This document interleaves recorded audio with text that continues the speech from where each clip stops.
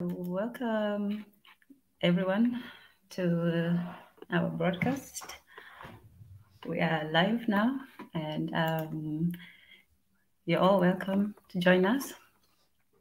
So, today we are talking about patriarchy, we're talking about women's right in traditional culture. Today we are talking. And yes, so firstly, let us begin with a prayer. And our prayer is an intercession to our ancestors, to the Almighty, that He may look over our people and give us inspiration, motivation, and to be an example to our future generations. So you're all most welcome.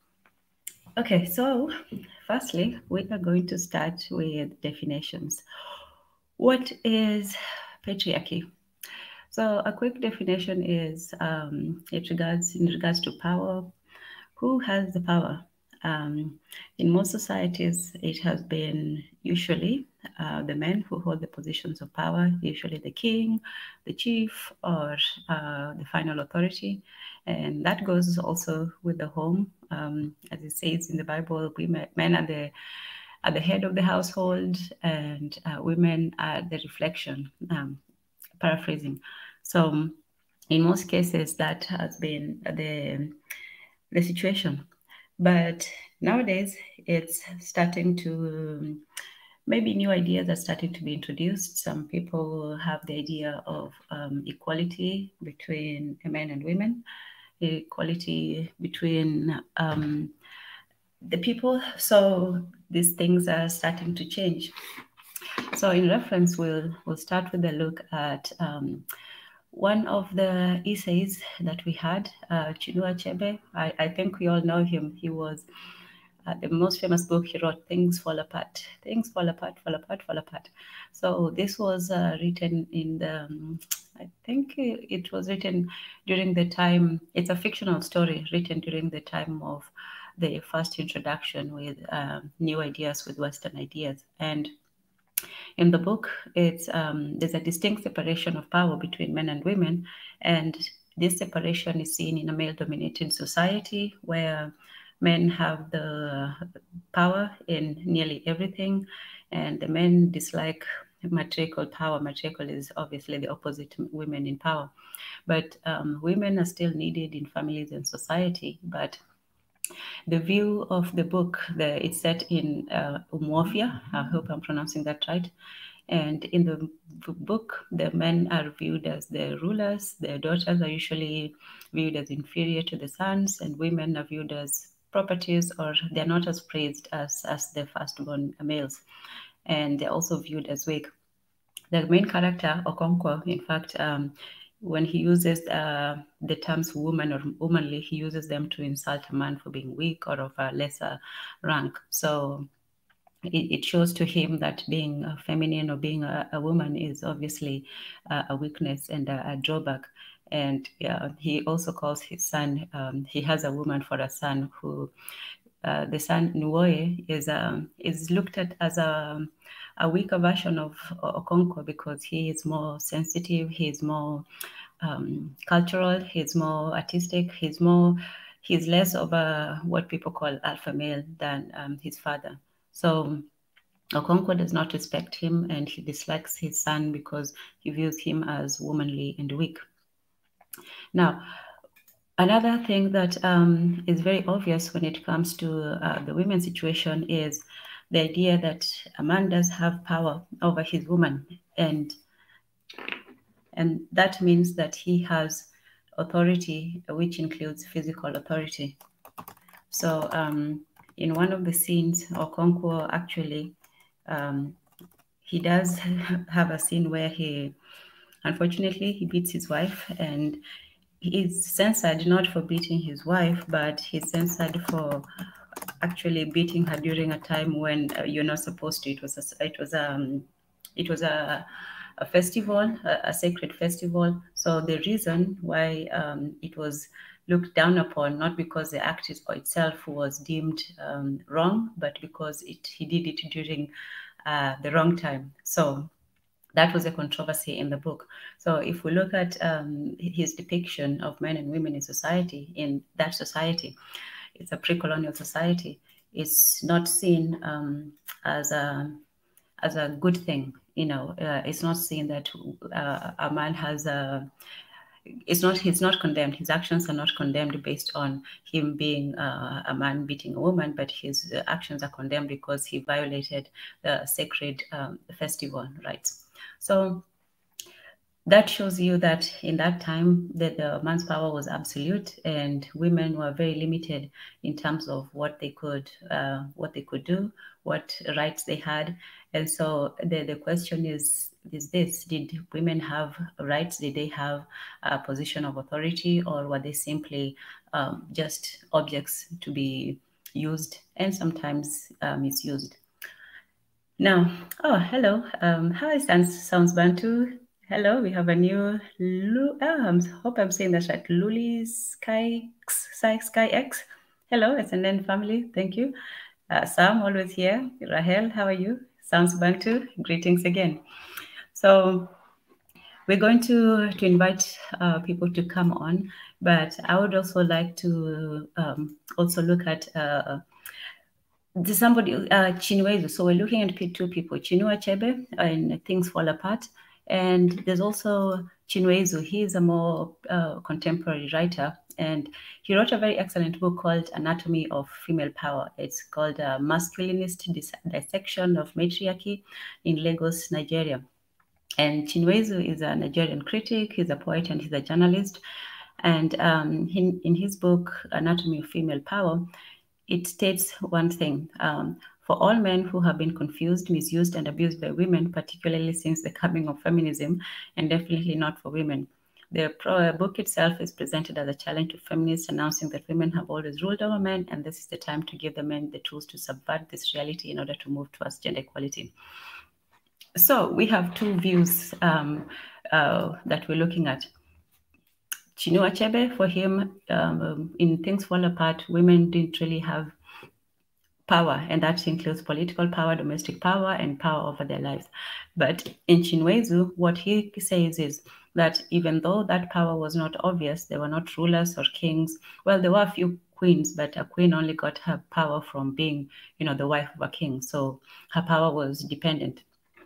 So women were either they were oppressed, they were, looked down upon, or on the other hand, Chinwezu claims, these are two different claims, that women actually had what he called a hidden matriarchy. And this means that women do not exercise their power outrightly. They do not go, fighting battles or challenging the system and so on, but they actually practice a very subtle, hidden influence in society.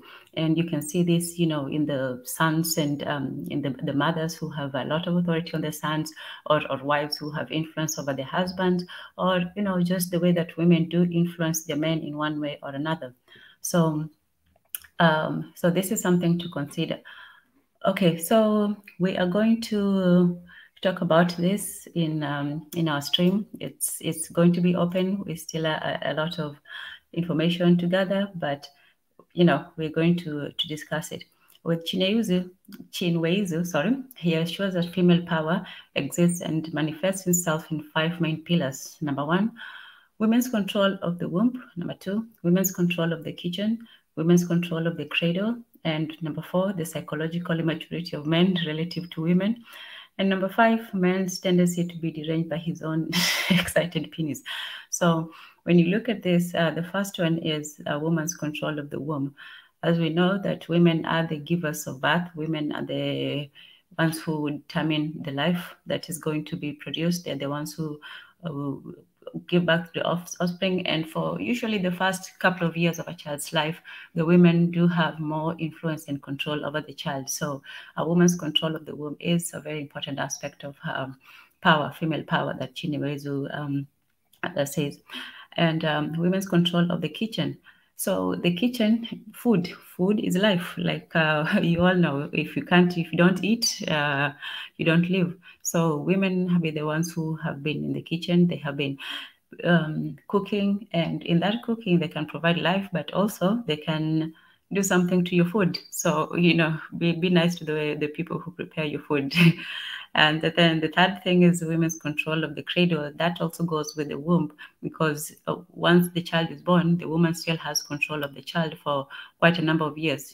This goes for both for the boy and the girl children. So even the boy is controlled by his mother to quite a large extent during his first years of life, which are his formative years. And then number 4 is the psychological immaturity of men relative to women. So Chinwezu says that women do have an emotional advantage over men, that they have more control over their feelings and those of others. And so in that way, they do have that power to determine the way that society goes, or the priorities that society will take. And then the first thing is the man's tendency to be, I would say, sexually swayed. We all know that, well, not all men, but quite a large number of them, they're usually very, let me say this, they are controlled by sometimes their desires rather than, their logic. So in this regard, it has to be said that women do have a great deal of control and hidden influence. And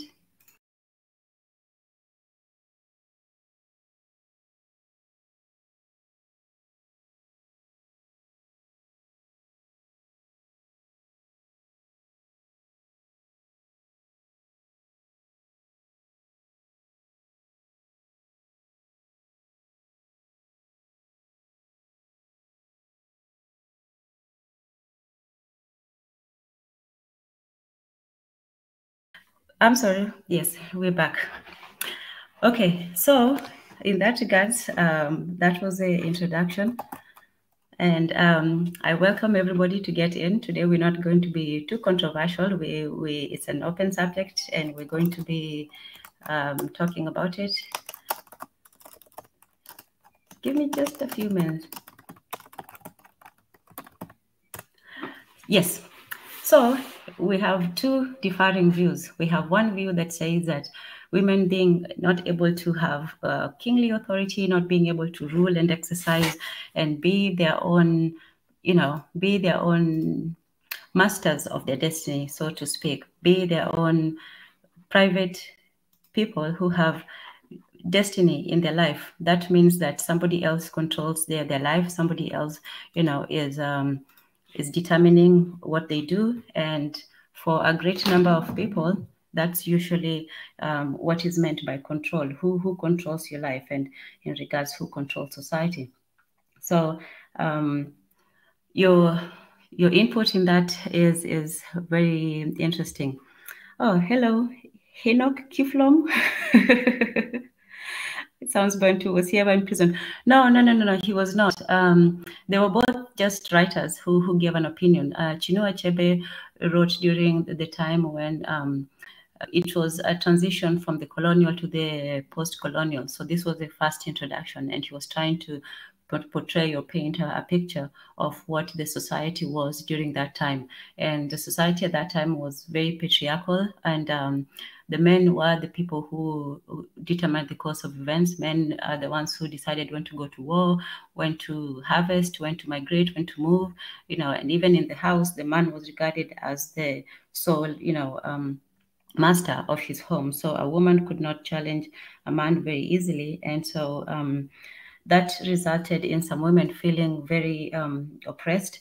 And so this is where we come to feminism. Feminism is the idea that women and men are equal and that they should have the same rights. In short, that men should not have control over women, and women should have equal rights to determine their destiny, and they should determine, whether to get married or not. And if married, they should have the same rights and privileges as men.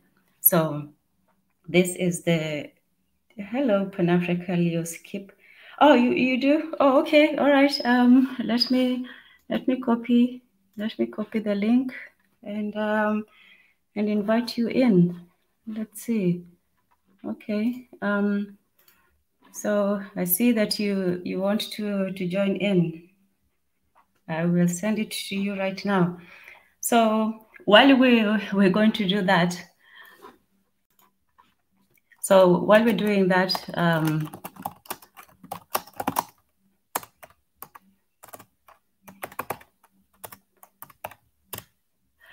yes, so I'm sure you all have, you know, a lot of views and comments about it, and I will definitely, you know, I'm definitely interested in knowing what you think. And so also, we also have to think about also the influence of colonialism. For me, feminism is post-religious. I would say it's something that happened after colonization, and it's more of a more mainstream idea. And this idea, sometimes it did go. Also, we have to look at religion too, because in most religious society, it was usually it was more of a, in the Bible, like I said, in the Bible, men and women were men were looked at as the head of the household. And in the Bible, it says that the man is the representation of God, and that the woman is his representation. So that was usually, that was how it was usually done. Oh, sorry, I'll post the link in about 5 minutes after we do the definitions and introductions and all that, just so we're speaking on the same subject and so we understand each other. Sam is asking, are we referring to women in Africa or African women in general? Well, for right now, we're speaking about women in African society. We're talking about what was the position of women in African society, and that means that we can still talk about post-colonial, but pre-colonial, what was the role of women? So obviously, women were mothers. That's the first thing, and in that respect, they really did play a very influential role both on the men and their children. And so we can say that that's one aspect of power. And the second aspect is the aspect of a woman and a wife. And that was also very influential, even though, you know, technically it was a patriarchal society, women still had that, the power, actually the power to influence their men, the power to influence their sons, and the power to influence, you know, society. So it was, there were also, that was also a form of power. Okay, if you can join in, please do. I have posted the link. So sorry, I'm still new to this, so you have to accept. But I have posted the link, so if you want to click on that, Pan-Africanism, Leoskip, please do. And then, but we'll continue. So I'll read a little bit about on Chinweizu on anatomy of female power. Okay, so he starts. Who rules who? Man or woman? In the last couple of decades, feminist propaganda has sought to persuade the world that women are powerless in society and that men are natural oppressors of women. It claims that wives are subordinate to the husbands in the home and that outside the home, men have excluded women from political, economic, and cultural power. Some, like Ellen Galford of Britain, says women are slaves and men are masters. Some, like Andrea Dworkin. So now we're getting to feminism that says that women were oppressed historically. All women now, not just African women. All women have been oppressed, and so housewives are economically exploited because they work for nothing, well, for no pay. And Caroline Hanisch says that women have no power over men. So the term men's liberation was determined from women's liberation, and it's used that women have power over men, and in fact, infers liberation from female domination and inversion of the fact of women's liberation principles. So these women have, this is still quoting Chinweizu, these women have not been taken seriously, have not bothered to acknowledge female power over men. And or the expatriate Nigerian who says, most men are controlled by women, or the Argentinian Esther Villar who says women let men work for them, think for them, and take on their responsibilities. In fact, they exploit them. So conventional wisdom would appear to support the feminist picture that it seems that female power is not, it's non-existent. It's, you know, under the power of the matriarchy, the men, and that women have to sort of subscribe to whatever the men have to do. Give me a few minutes. Okay. I'm supposed to be posting the link. And how do you post the link? How do you post the link? Oh, there it is. Ah, thank you so much. Thank you so much. Thank you so much, SNN. So there it is. You're all welcome to, you know, come in and share your opinion. Oh, Pan-Africanism, Pan-Africa, Leo Skip, it's under your comment right there. Oh, wow. Kazoria, hello, how are you? Ghost says, from a Christian perspective, men and women are equal in Christ. We just have different roles. Okay, that's fair enough. Pan-Africanism, I don't see the link. Okay, the link should be there now. Thank you, SNN. So continuing with Chinwezu. So as Chinwezu says that women may not be, they are not powerless, but maybe they may be powerless, more powerless than men.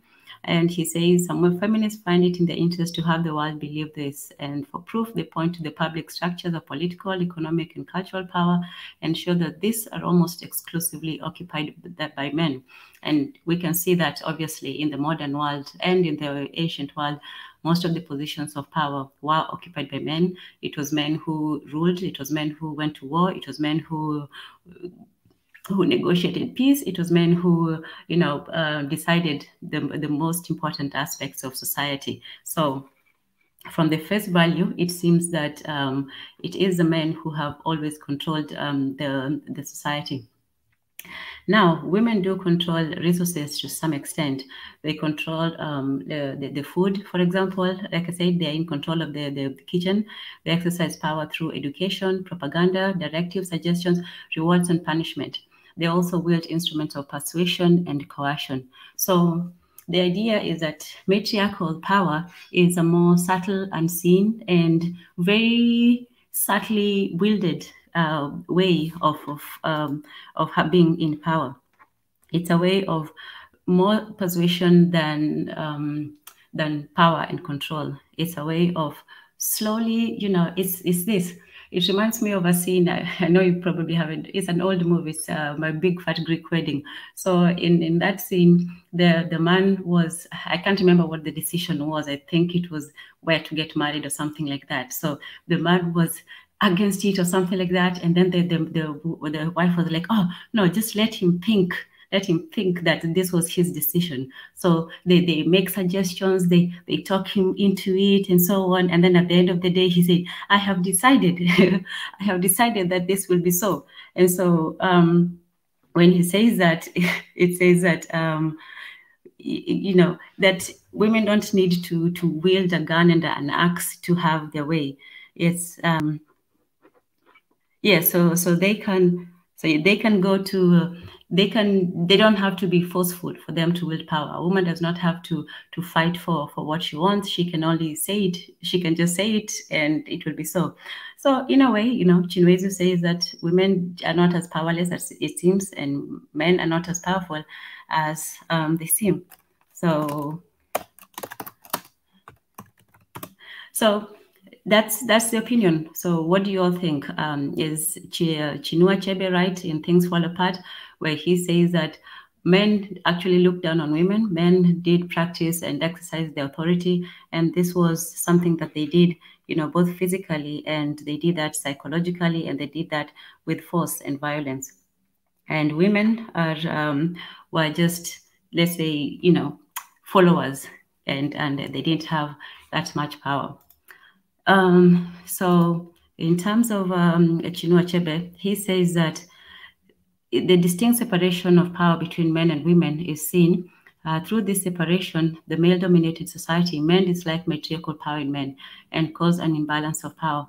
And in short, Nwoye is Okonkwo's most important child, but Okonkwo prefers his other child over Okonkwo, his own son, because his son, he looks at him as feminine, and this was something that also, men also practice this power against other men. For example, a man who had power and strength would look down at another man who did not have, the same power. And nowadays we call it alpha male, beta male, or whatever all that, stuff is. But even a man who had this power would also look down on other men. So it was not just men having power, it was a certain kind of men having power over other men. And so this meant that your power was just based on very masculine characteristics. It was based on you being physically dominant, and it was based on you dominating other people. So that was the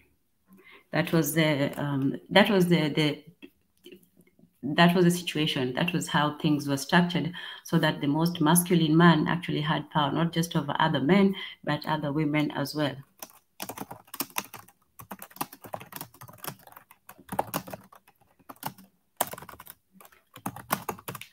Okay, so in that way, it means that, if you were a man, not only did you have that automatic power given to you as a man, you also have to prove yourself to other men as well.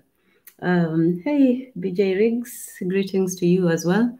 And yeah, so I'm interested in knowing what you all are your views on the idea.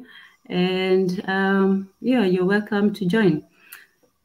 And so with the idea of domestic violence, this is a problem that is still up to now in society, that men and women in their relations, physical violence does occur from time to time.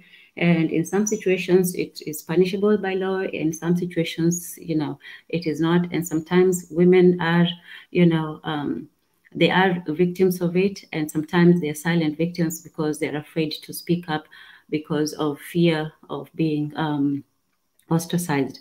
And also men do suffer from domestic violence sometimes, but also in that respect, it's also looked down upon them if they suffer that way, because it's looked as a feminine thing. So sometimes we also disregard the problems that men also suffer, because we look at it as, oh, well, a man can't be abused, a man can't do this, and so on, because he is a man.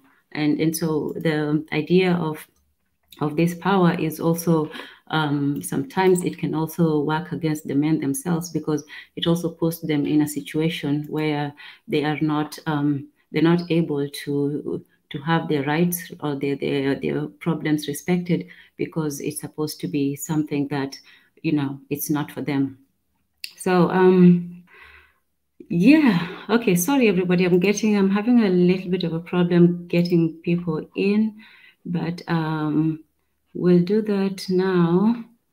And let's see.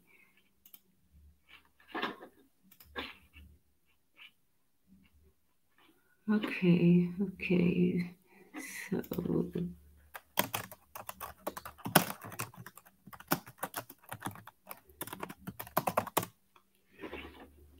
okay, so with the feminists, this began a sort of a rebellion against the old system. The feminists really came on, I think, in around 1920s.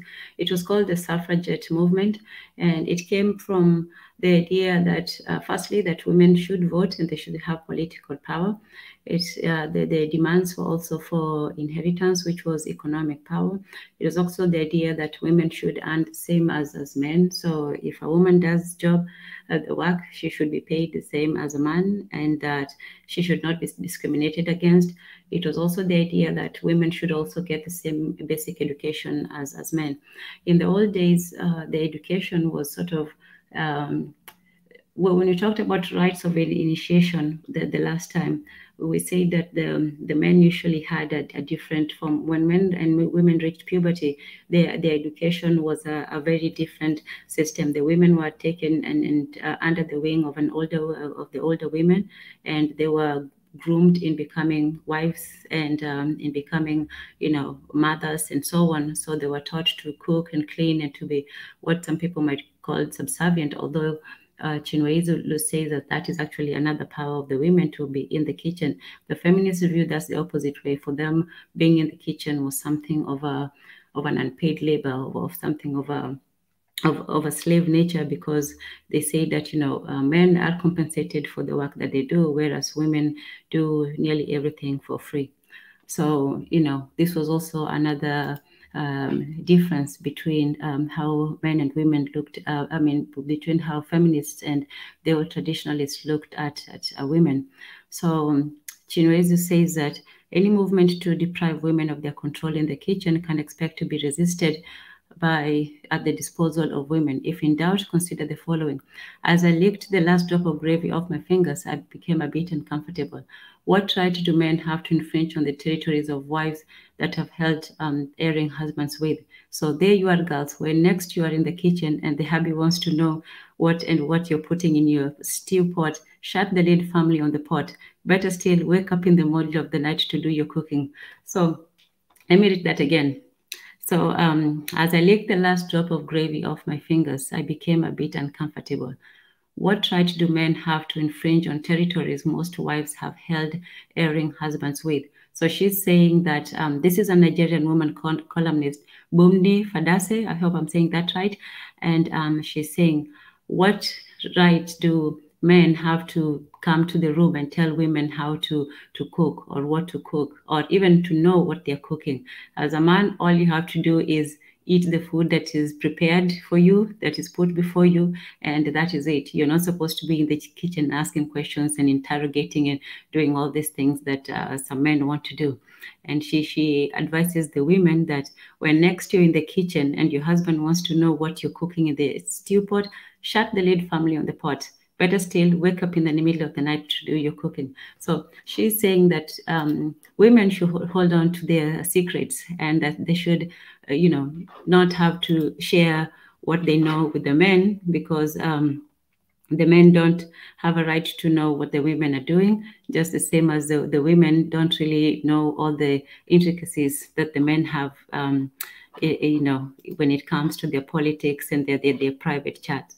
So, so that is the basis of the discussion of where men and women stand in relation to these power discussions.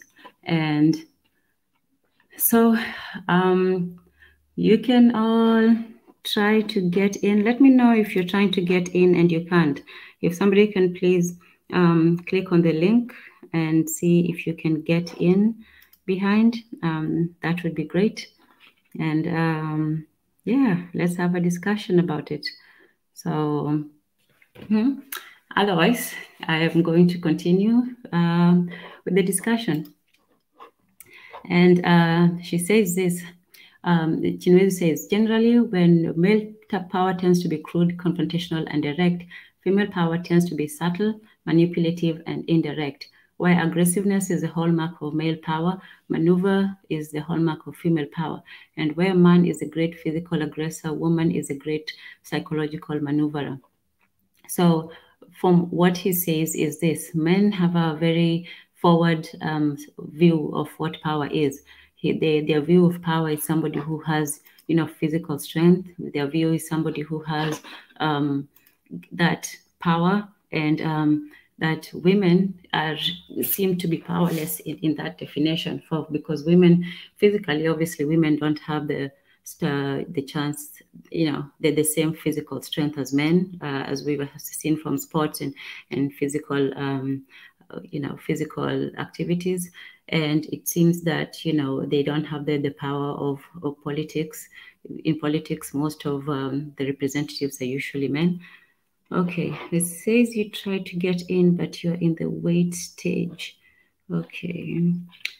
If somebody knows how to let people in, I would really appreciate it. So you're in the back. Let's see. Sorry. It's I'm still new to this, so I'm not sure how to do it, but let's see. Okay. Pi says, Ghost, I don't agree with the partnership relationship. Every strong society, the man listens to the elder. The elder is the leader of the family. Oh, hold on. Let me say this again. I don't agree with the partnership relationship. Every strong society, the man listens to the elders. The elder is the leader of the family, and the leader of the family is a man. The leader of the kids are women. So Pi seems to be saying that men do have authority over women, but the women also have authority over the children. So in a way, women also have power, although it's the power over the children. So I think maybe that makes more sense. Okay, so I can't seem to get people in. Let me see. Okay, I will read with Chinua Achebe on a different book. He reveals that he identifies. Okay, so this is Chinua Achebe with a different in a different book, Not Things Fall Apart. But he says this, he identifies with the character of Beatrice, the feminine character in Antilles of the Savannah. And he states that the character has the same hopes, aspirations, and beliefs that he had towards life and development in Nigeria. And by his own admission, Achebe agrees that he had used feminine characters in his past works, but none of the characters assumed a prominent role. He, however, refused some of his critics' suggestions that he used Beatrice from pressures made by feminists against him. So it seems that even Chinwezu was accused of being portraying women in a very negative light, primarily that they were very subservient, or they were powerless, and that they were not really given the real strength that they possessed. And so it seems that he wrote another book called Antilles of the Savannah, which actually portrayed a better position of women in society. So that was another aspect of it. That was another aspect of it, that he said that he gave women a more prominent role in society, and he actually made women a more stronger character in society. So even Chinua Achebe reviewed his position on women, and to him he said that maybe he had not portrayed women exactly in Things Fall Apart, because in Things Fall Apart there are some strong characters, but they're mostly dominated by the men. And also, I know we didn't talk about it, well, we haven't really exhausted the subject, but also in Things Fall Apart, Okonkwo, the main character, had, I think, 3 wives. So yeah, he had several wives, but I think there were 3, but definitely more than 2. And he said that also was another way that men had power over women, because a man could have multiple women as wives, but obviously women would have to share the man in a polygamous relationship.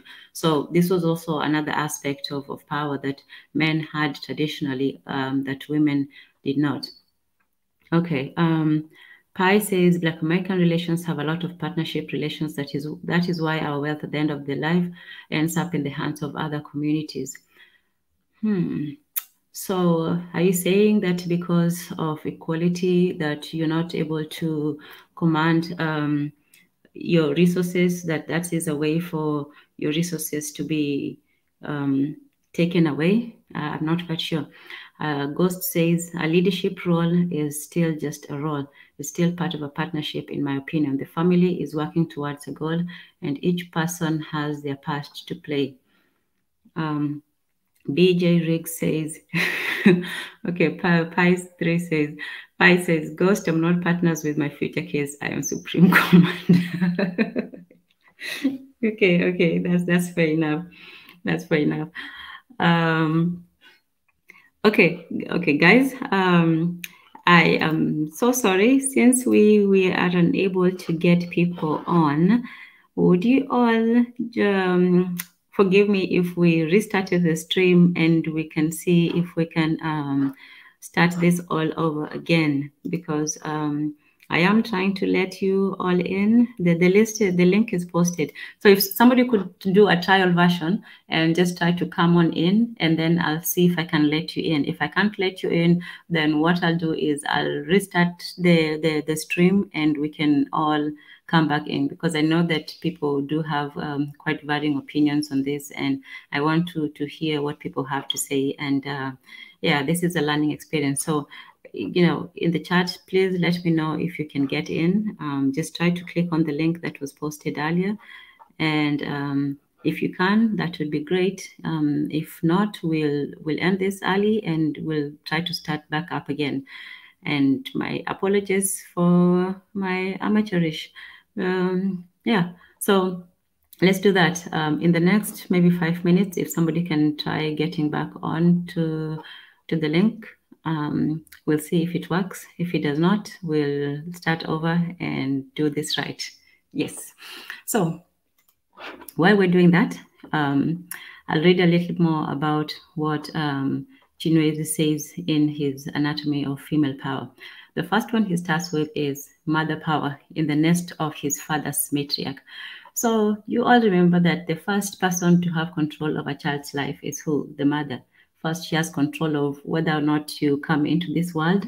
You know, we're not talking controversial things. Just your mother carries you for 9 months and she has to take care of herself. She has to be healthy. She has to make sure that she is in a state that will bring you life into the world. And that is not an easy thing, to carry life into your womb for nearly half a year. You know, that's 2/3 of a year where you're just walking around with a heavy burden in your, you know. So, mother power is the least baleful form of female power of a man. Of course, a badly behaved boy may be disciplined by being smacked, threatened, or berated, or by having his dinner withheld. But all in all, the exercise of the cradle power over the boy child is mild and benign. Because of the sexual incapacity of the baby boy and because of the taboo, his mother's womb power is rarely unleashed on him. Mother power of a boy is anchored on his awe for the mysterious ability of the person who gave birth to him, on his gratitude to the nurse who cares for him, who protects him in an unfamiliar and often functioning world, and on his respect for his first teacher.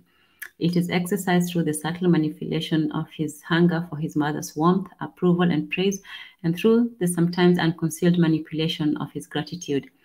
So what he's saying is this, that the first thing that I appreciate you so much, PA. Okay, so BJ, you said you're trying now. Let me see how I can add you to the studio. So BJ says that she's trying, she's in the background and she's trying to get on in, but she can't. Okay, so that is not working. Let us do this. And PA says, ask Mondatezi for, I did, you know, if he was here, he would have been helping. So let's do this. I will try to restart it. I guess I have the link right there.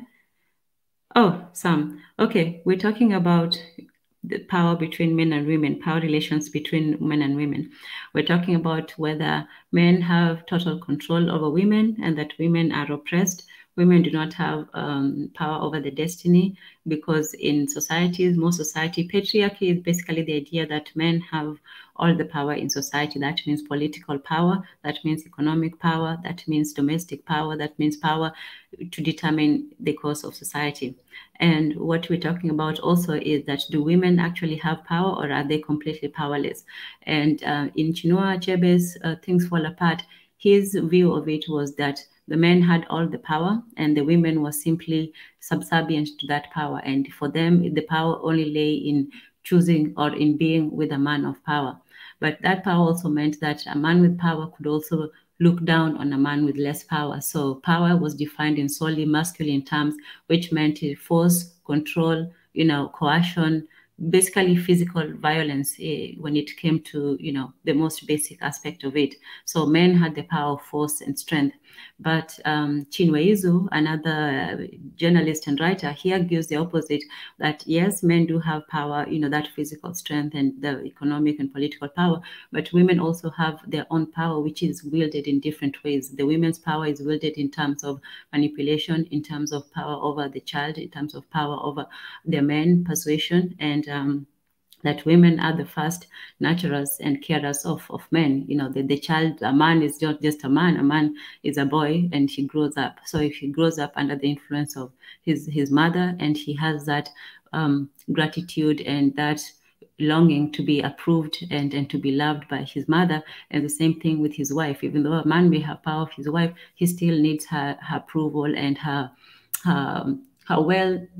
being in a right state of mind. You're not going to be a happy man if all you're doing to your wife is, dominating her. So what they're both saying in their different ways. Chinua Achebe is saying that no, men have all the power and that women are oppressed, whereas Chinua Izu says that no, men may have the outward forms of power, but women actually have the underlying subtle power that is not recognized. So that is the basic talking points for both for the discussion. And then on top of that, now we have the feminists, the women, who says that no, women have been oppressed and that women and men should be equal. So it shouldn't be patriarchy, one sex dominating society, that women should have the same and equal power as men, that men and women should both have that power to influence their decisions, and that women should not live under the guise of men, both their fathers and their mothers. So it seems that I am not able to add people because BJ was trying to get in. I know Pan-Africanist Leo Skip was also trying to get in, and the link is in the description, but for some reason I'm not being able to add anyone for now. So I, with your apologies, I will try to get back in. But before I do, I know it's a short one. Before I do, let me just read some of the comments before we start anew. So, oh, hello, Yenatan. Yenatan says, did you all know that babies cry differently according to the language the mother speaks and what they hear while still in the womb? That's interesting. I did not know that. But that would be part of what Chinua Izu says, that the power of women. So for him, the power of women lies in the power of the womb, the power in the kitchen, psychological manipulation, and their overall, let's say, maturity over men, that women do have that psychological maturity and that they can wield that as a form of power. Pi says, BJ Riggs, it's a part of it, but false allegation. Okay, so now we're coming to the modern aspect of it, welfare state and all that goes against the worldwide. And Sam says, yes, women are oppressed, not by... Oh man, I wish you could have gotten into the discussion on that one, because that one is just awesome. So women are oppressed by feminism. Feminism, when really looked at, makes a woman think she needs to be under man under the guise of feminism. I am not sure what you mean by that. But feminism is actually a way to give women more power, to give them that equality over, with men, so that they too can share in the benefits of society. So I wouldn't say that, they're oppressed by feminism, but, you could be right. So here's what we're going to do. Since this is not working as well, I'm going to log out, and then if you'll give me five minutes, we will try to get back on. And yeah, so I'll just let you all just have a few moments of final comments, and then we'll try to get a few people back on. Sam says, oh, hello, Marie Antoinette. Thank you all for being here, and thank you all for being understanding.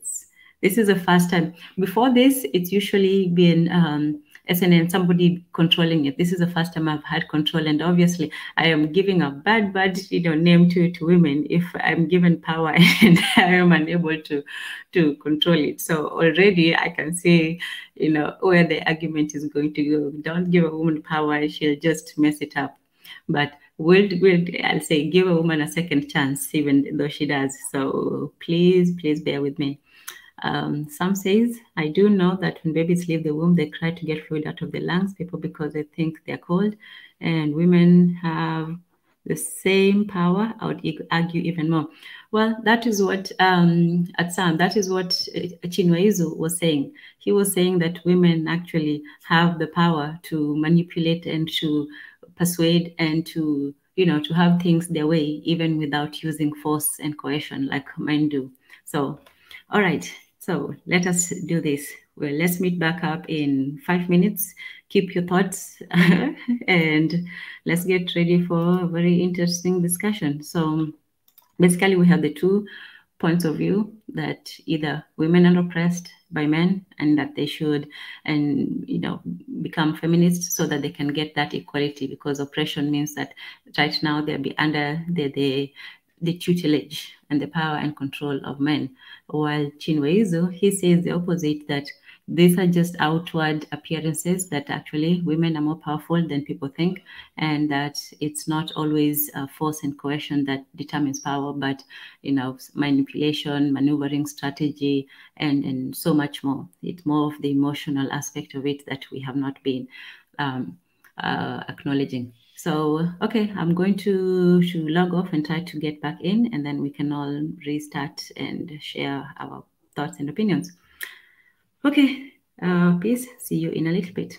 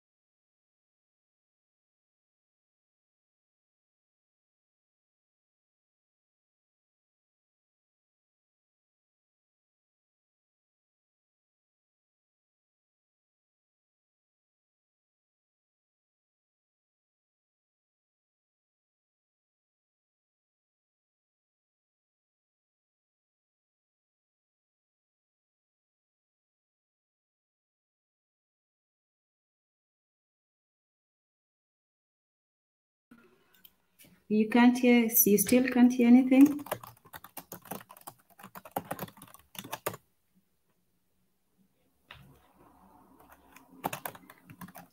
Type 1 if you can hear, 0 if you can't. Okay, I am going to read. Oh, okay. Oh, wonderful, wonderful. Okay, so Luli Sky X saying is now is good. If anybody else can hear, please type 1. Let me know if we are back on. Okay, I will go ahead and read a little bit about tendency in Chinweizu. So, okay, so in the reflection of women in Chinua Achebe's books, the women have a modest traditional role. Achebe really acknowledges the strength that women possess in African culture. And in Antilles of the Savannah, he says that Beatty is a strong character, in a way acknowledges that women can contribute equally to society as much as men do in African society. The study argues that Achebe's portrayal of women in his books was influenced by changes in society, which started of having little regard for the real value of women to the time when women were given more status in Nigerian or African culture as opposed to some in the feminist group. Oh, lovely, lovely, lovely. Oh, thank you, Marie Antoinette. Thank you, Luli Skies. And so if you guys can just go ahead and see if you can come to the stream, we'll see if that part works. So let me know if you can come in. If you can, that would be awesome and great. And so, yes. So I see a bunch of ones. I see Marie Antoinette can hear. Thank you. And Luliska X said she can hear as well. What some? Okay. So you can hear. Okay, I am happy about that. So the second test is, can you join? If you can join, that would be even better.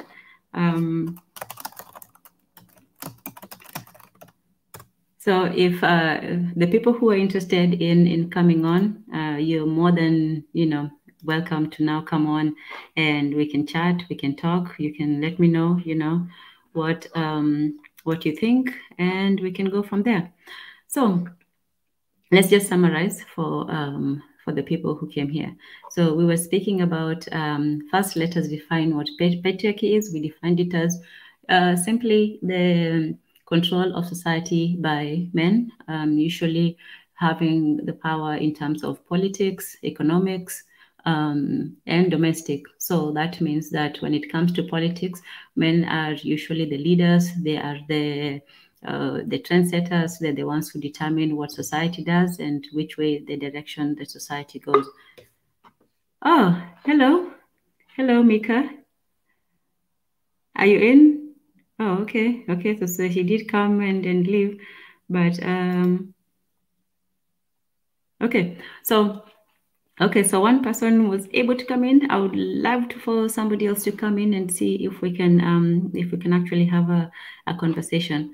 And so we defined patriarchy, and then we defined domestic violence is now the extension, the misuse of patriarchy. So patriarchy just means that the men are in charge. Men are the ones who rule society, and men are the one in control and in power.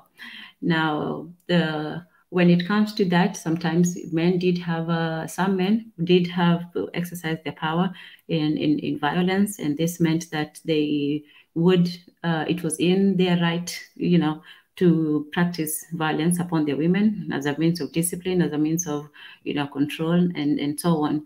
And then when we talk about what was the role of women in society, in society, women's roles were that of wives. They were the mothers of the children. They were their caretakers, the nurses, and so. Oh, hello, Biggie. Are you on? Can you hear?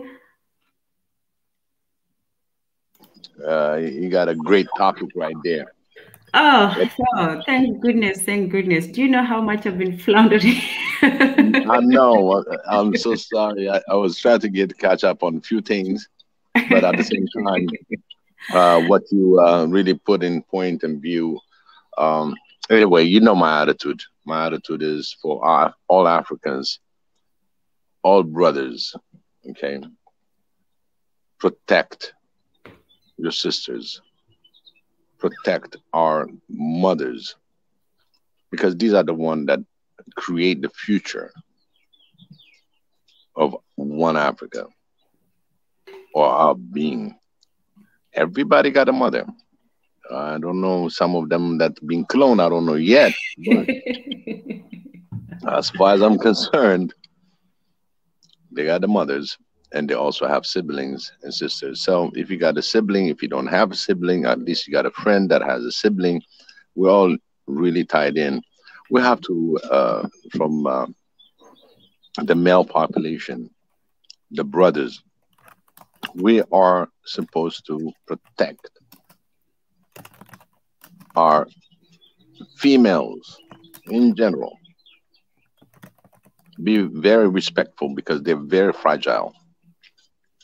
They're very fragile. They're more in. They got more emotion than the brother that can have more force to it.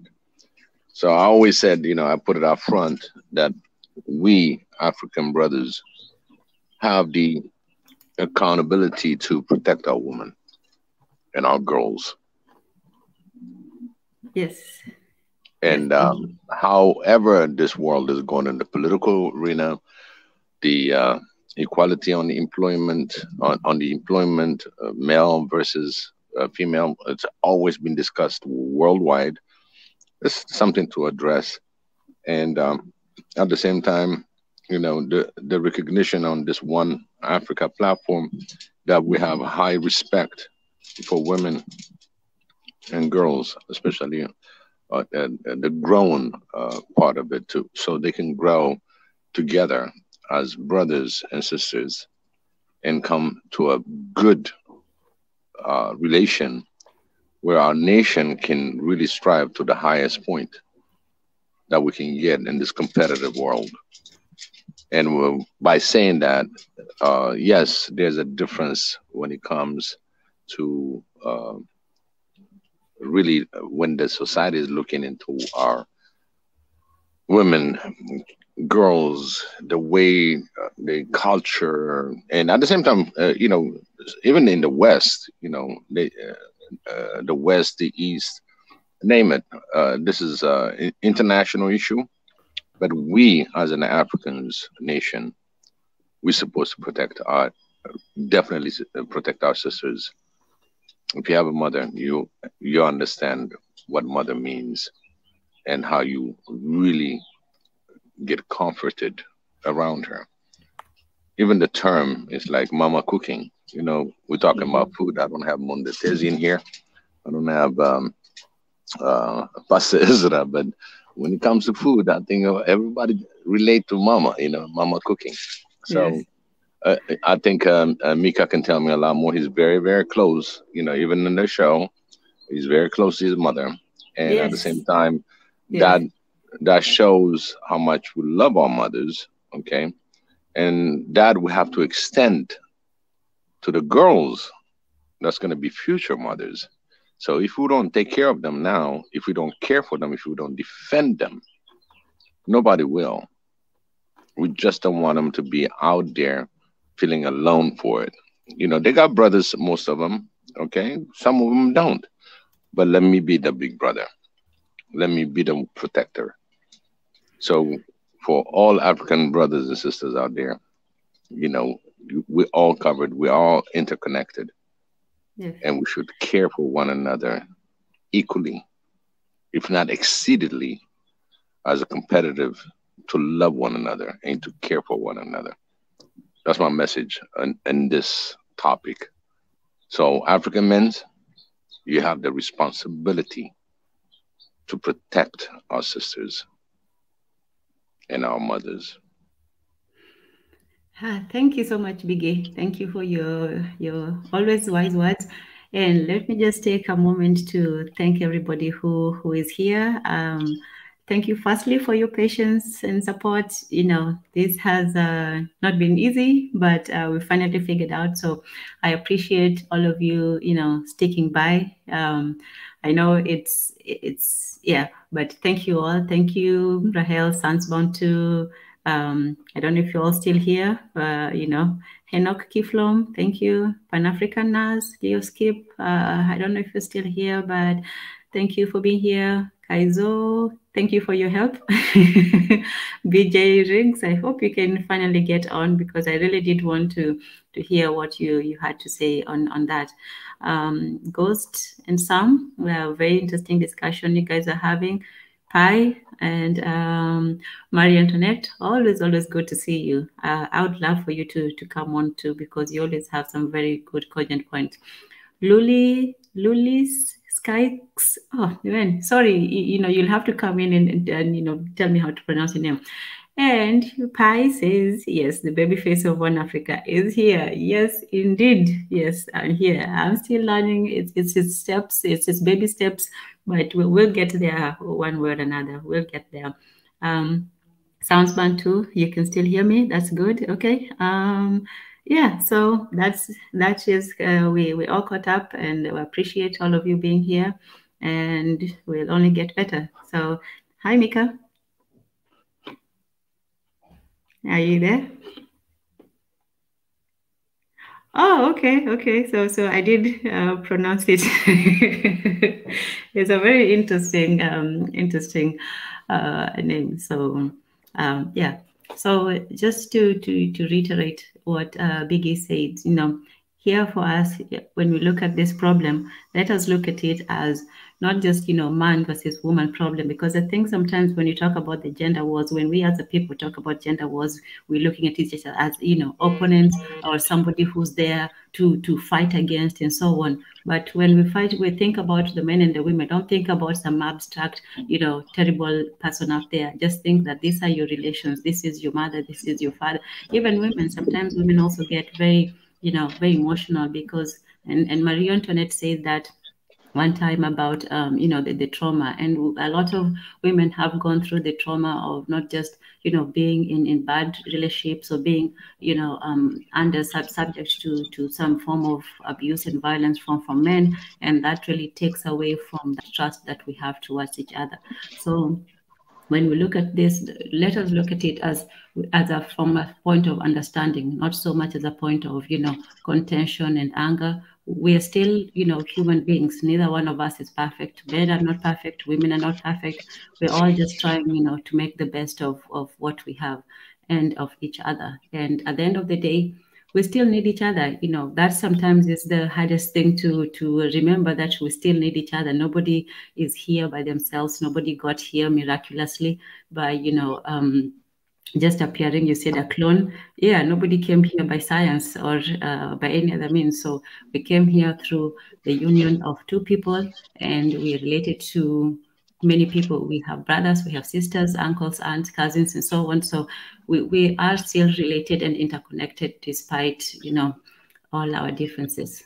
So yes.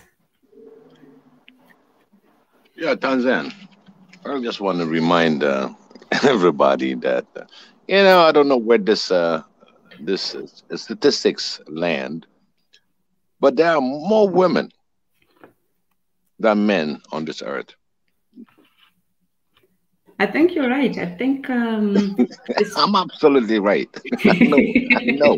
That ratio is there. Yes. It is there. I don't know if anybody is going to oppose me on that. I don't think they will. I don't know the exact numbers. You might, but I know that you're probably right. You are right. You are right. I won't oppose you in that. I know you're right on that one. I know that in some places that ratio is even higher than usual. I know some places it's like 60-40 or something like that. But yes, there are more women than men. Right. You know, I think we need to explore why this thing was happening that way.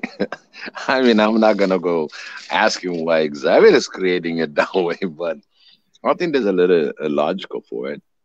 from my understanding, is that Go ahead.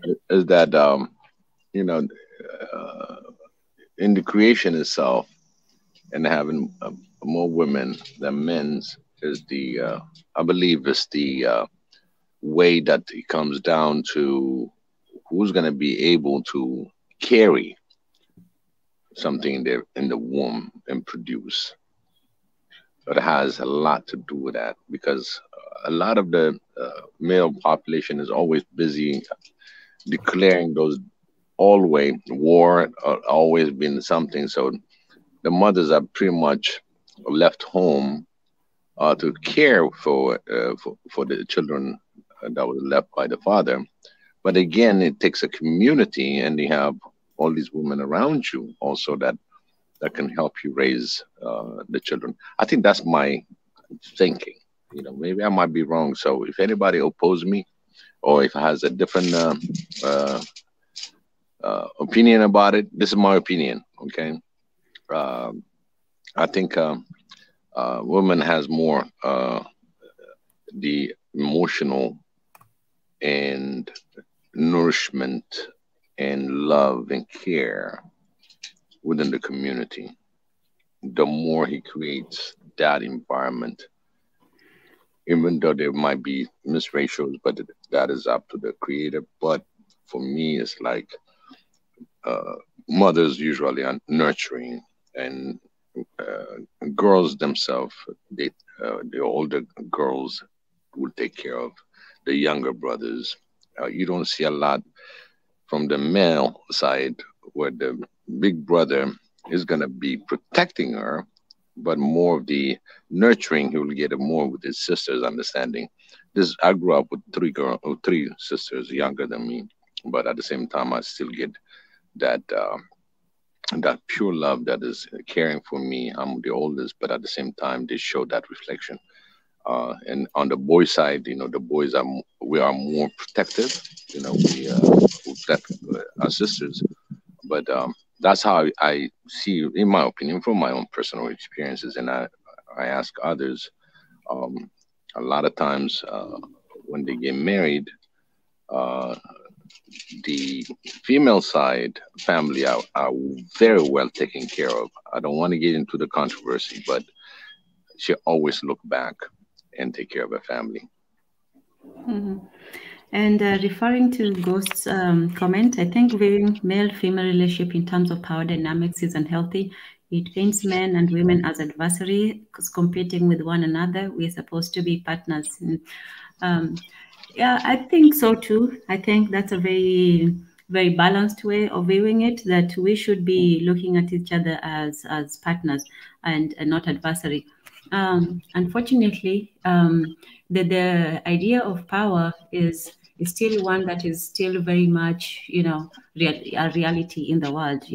There is political power, there's economic power. And when it comes to the domestics, sometimes people do have this, this tension, because when two people come together, there's always going to be a difference of opinion, a difference of strategy and how to do things, even how to raise children.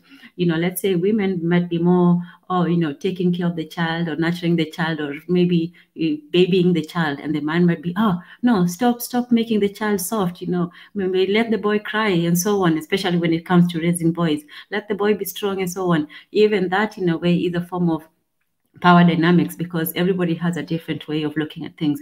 So it's not necessarily that we are adversary, it's just that we have different ways of looking at each other. And that's why, Chinweizu for him, and that's why going back to what we talked about with Chinua Achebe, for him, it was a strictly power relationship. It was men, patriarchy over women, men control everything, women are there to follow. Whereas with Chinweizu, for him, he said that the way that women exercise control and power is a more subtle way of doing it. They exercise through, manipulation, through psychological tactics, and they don't have to use power in order to do it. But unfortunately, even the idea of domestic violence, that is also another way of adversarial relationship between men and women, because some men feel that the only way they can have their way, is to become physically violent, is to take advantage of their, their God-given strength and to lord that over their women. And that has something that has, you know, unfortunately afflicted a lot of women in society, that they do suffer from this violence from men who do misuse the power. And so that's what we're talking about today, that how can we become more partners and less adversaries. So yeah, if you can comment on that, Biggie. Well, again, you know, it's all about respect, you know. I think sometimes we're going to have to stop everything you do and start sitting still in anything that you have in your mind, like this issue that we're talking about, and have a focus time. Why do I care for my sisters? Do I care for my mother? That answer has to be exercised, because a lot of the things that we do within our family, we take them for granted. Yes, we protect them as a male population. I mean, brothers who protect them, but it's not really how far you protect them. You know, let's say they are in this competitive world where they want to excel in different direction. Are you there to support them, to push them all the way to the limits that they can possibly pass and be successful into it? You know, just having it as a family. Yes, you know, everybody loves his sister. They have differences, you know, because there's already a difference between male and female, attitude-wise, psyche-wise. But at the same time, at the end of the day, you love your sister, unless you have, you know, case by case is a different thing. But in general, the love is there, the care is there. But when it comes to on the outside, and let's say you're an employer and you're going to be hiring, let's say, in the 10 male environment, you say, okay, for diversity purpose, let's hire some of the female that are really intellectually advanced, or any kind of job. The minute, you know, it approaches into that competitiveness and they're coming in, a lot of times the female doesn't get the fair share when it comes to wages. Okay, that's something that the whole world is trying to fight, including the top leading women that's fighting for this equal pay for the job that's been rendered for both genders. But again, you know, still an ongoing, you know, battles. Then when it comes to a little bit of the violence side of it, you know, some can be deeply rooted that the male experienced in the past, the way how he saw his mom being treated by his father, sometimes personal abuse, where now he wants to show his force on being in the new relationship. So there's a lot of cause that comes really something, a problem, psychological problems that can really show his force against his own wife of maybe he got 3-4 children. Sometimes they don't have to have the children, just the fact that she's not having the children. There's a lot of issue that comes behind it. But again, this is the time where you reflect, you know, that you married a person to be one with you. She's your better half. She's your half. Can you beat up on yourself on your half, on your left shoulder? Can you do that exercise, the same exercise that you're doing on your behalf? You know, just something to sit down and realize. But sometimes, you know, they're so violent, they don't even have time to think. But sometimes also they take a remorse. But it's too late, you know what I mean? Mm-hmm. And speaking of violence, Son just says that he just checked and it's actually more men than women at birth. And he also says that I guess more men die at birth. I would think that, yeah, that I was going to say that men do more dangerous things, perhaps, and that's true too. We know that the life expectancy of men is usually lower than women, even generally, even if they don't die young. Men do, die earlier than women. I think there's more widows than there are widowers, or maybe the widowers will marry afterwards. But women do outlive men most of the time in most communities.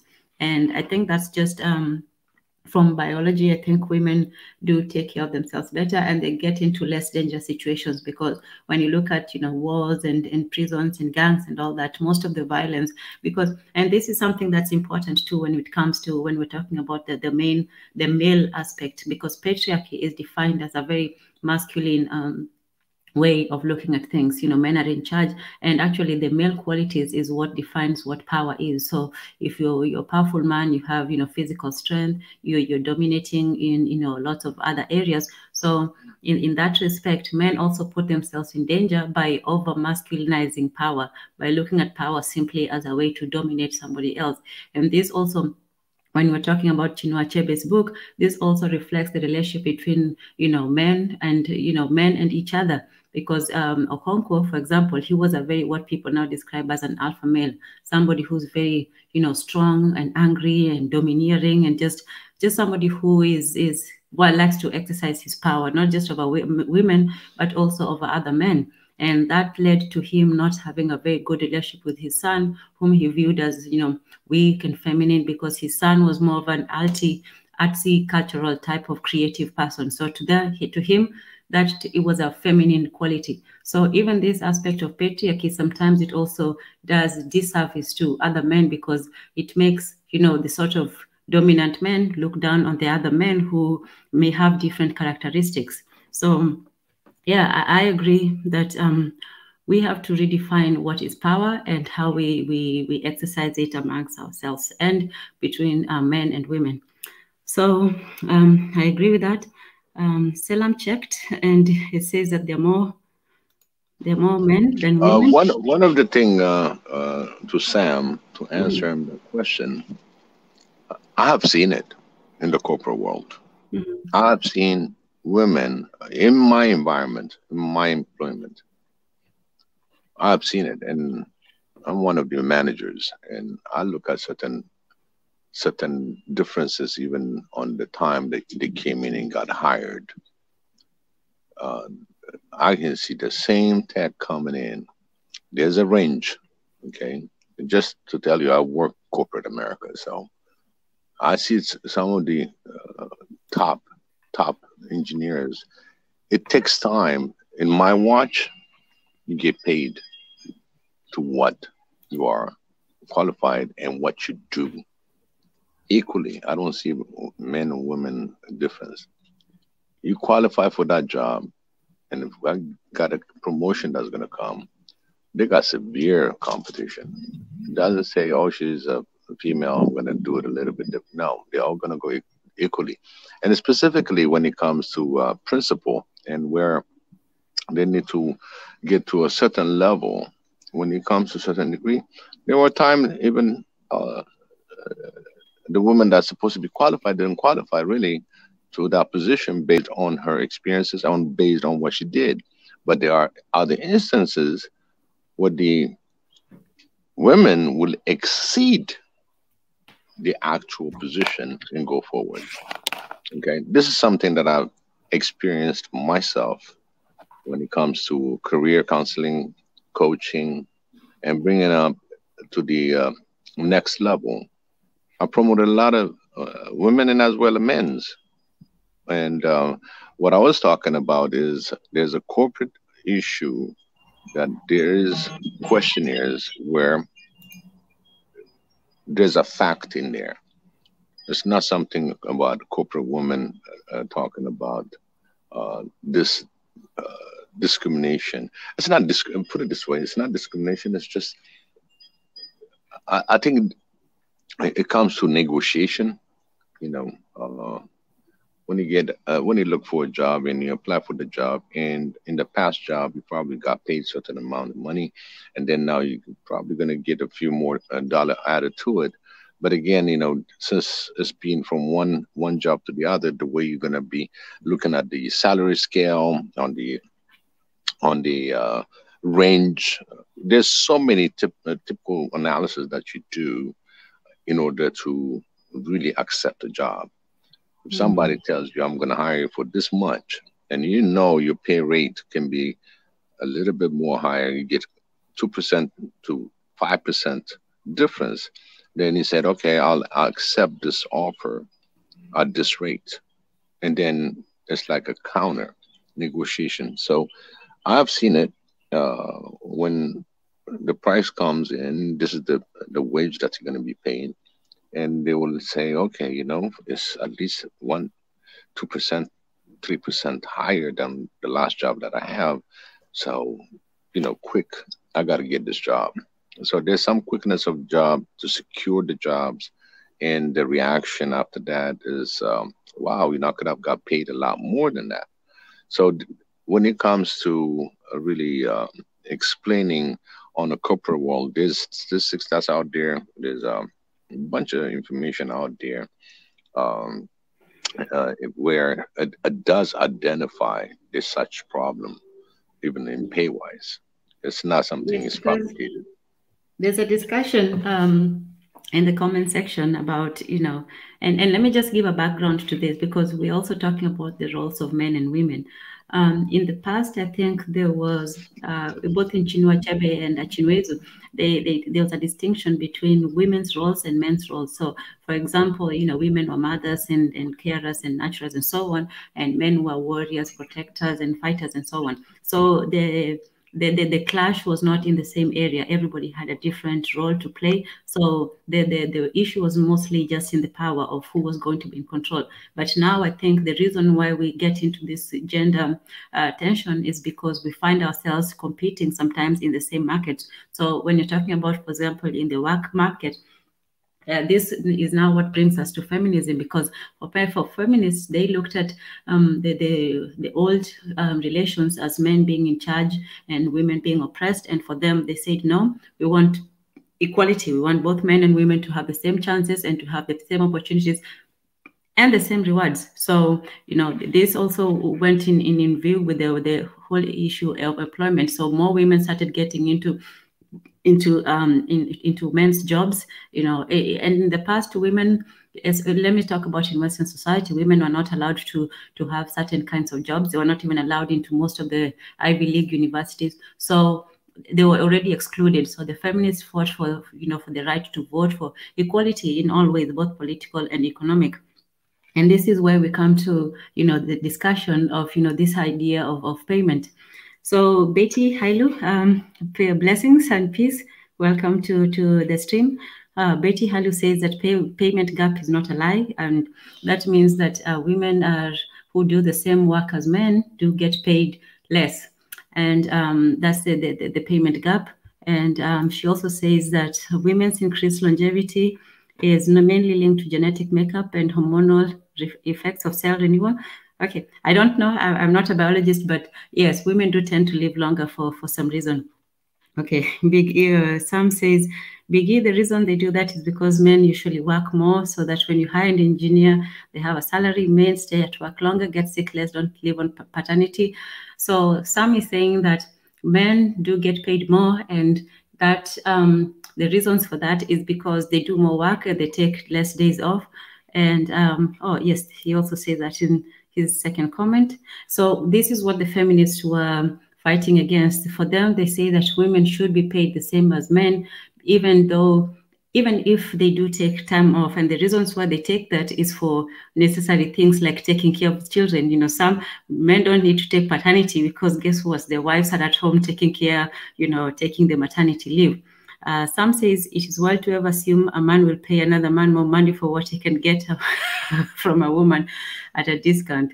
And this is, again, what the feminists were raving against, because they were saying that a woman should not be paid at a discount. Rather, she should be paid at the same rate as a man, especially if she does the same job. So Ghost says men work a lot more on hours than average, a lot more. And Betty Halu says, are you seriously reasoning payment gap by saying men work harder than women? The solution could be to pay for the hours worked instead of generally receiving less money for the same effort. And Sam says, Betty, not harder, that's subjective, but factually men work more. Okay, Betty, how you don't get the point. Okay, so now Sam is going to what is it called? Mansplain to Betty. Betty, you don't get the point. Let me explain. And Betty says, we live in a world where women on higher position are getting paid less than men who are working under them. So the situation when it comes to employment, now we're talking about economic disparity and economic power. So economic disparity is when somebody has a better position. You know, men in general, they make more money. They have most of the corporate leader positions. They are more in the management positions. Whereas in most organizations, you'll see women working more as the assistants, the secretaries. They don't get the higher paid positions. And then even when they do, Betty Halu says that even when women in higher positions, they get paid less than the men who are working under them. So even if a woman achieves that same level of recognition, of status, her pay will still be lower than her fellow men in the same position. And Sam says the pay is essentially the same. When you're on a salary, you don't get paid by the hour, so the calculations are all done and settled, and the pay is generally the same. So that's a question that we can ask ourselves, that why is it that women, even if they find themselves in the same position as men, they won't get maybe the same respect and the same rewards as the men in their positions. You can, obviously, you're not saying that somebody with a lower level of education or achievement should be paid the same as somebody who has achieved. But if all else is equal and the only difference is that one is a man and one is a woman, then why is it that in this world there's still a difference between the men who, men getting paid more versus women getting paid less and, getting less respect? So that is the question. And she says corporations want people that are more flexible, and men are more flexible, they have less obligations. So what are your thoughts on that, Biggie? Do you think that men have more flexible work schedules and that payment gap is justified? Oh, okay. Biggie is out for now. So yeah, that's the question. Do you think that the reason why there's a difference in the payment gap, it's not only because of oppression or patriarchy? Do you think that the reason for that is because men are more flexible? But I would also ask some that, are they flexible because they have less responsibilities? If somebody has more responsibilities, say a woman, and she can still be there and work the same job as a man, even having a family, that's also something that women don't get paid for. Women don't get paid for, their family. This is what feminists were talking about when they say that a woman is a slave in her home. A woman is not being paid for doing, the domestic chores. She's not being paid for taking care of the children. Whereas a man, he doesn't have to do anything in the house, but, he still gets paid at work. So women are doing double duty. They're working at home and not being paid. And then they're still working in the corporate office and still being paid less. So, that would seem as if that's an unfair advantage for the men. They work hard, but they don't get to do all the work in the home. So men are actually winning because they don't have to shoulder the domestic responsibility. And so let's see. Betty says, Sam, what you're saying is right, but that's not the reality. And oh, yes, go ahead. Oh, and then some says that men and women managers pretty much make the same hiring decisions, tell the women to hire. I don't know about that. I don't know if women are in the same hiring capacity as men. I don't. Just he just dropped his drink. Okay. Well, maybe you've had enough. I'm just kidding. But he says that he's right. Betty says we live in a world where women on higher position. How do you explain that, Sam? We live in a world where women on higher position do get paid less than women, the men working under them. I'd also ask you this. Do you think that women still have enough, do you think that women have power outside of the boardroom? Do you think that women have power in the house? Do you think that women have power in community? Or do you think that they are still oppressed in the world? So Betty says you're talking about some idealistic world, but like we talked about, if we're just looking in terms of economics, at this point, it's fair enough to say that men do have most of the economic power. They control most of the economic resources. They control the political decisions. They control even going to, let's say, to war, or making peace, or the whole economy is usually run on the men's decisions. Politics, most of the politics are usually, the representatives are usually men, even though women make up at least, let's just say 50% for now. I know that some people say more or less, but let's just say that it's 50-50.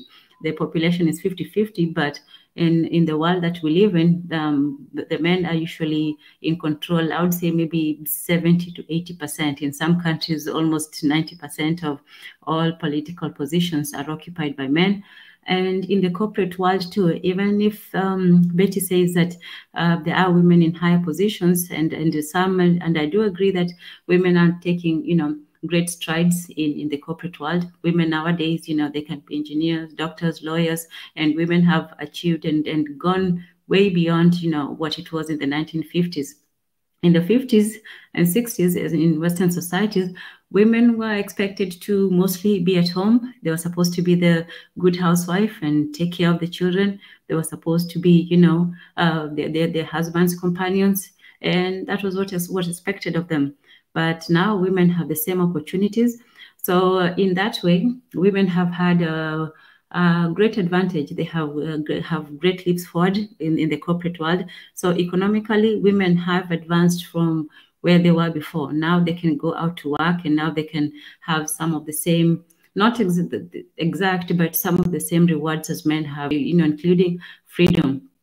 And this is also another thing that I can ask you, that this freedom, was it good for society? The idea that women, came out of the house and not abandoned, but left their responsibilities.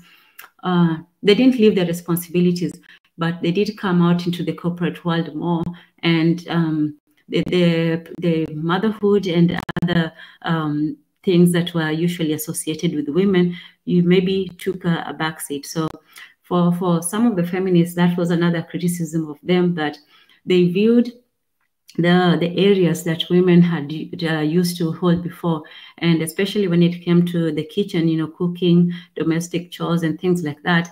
Chinwezu, for him, he looks at those domestic areas as a strength for women. And another woman that we quoted said that men should not be in the kitchen because that's a woman's dominion, that's her place of power, so to speak. So all of you in the kitchen, in the comment section, do you think that women being in the kitchen, or women, having that power, that culinary power, is it a power or is it an oppression for women? Because some of the people say a woman should be barefoot and pregnant. I don't know if you know that analogy, or that saying that barefoot and pregnant in the kitchen, that's where a woman should be. And that was what the feminists were fighting against, because to them that whole kitchen was a place of oppression, a place of working for free, basically being a slave.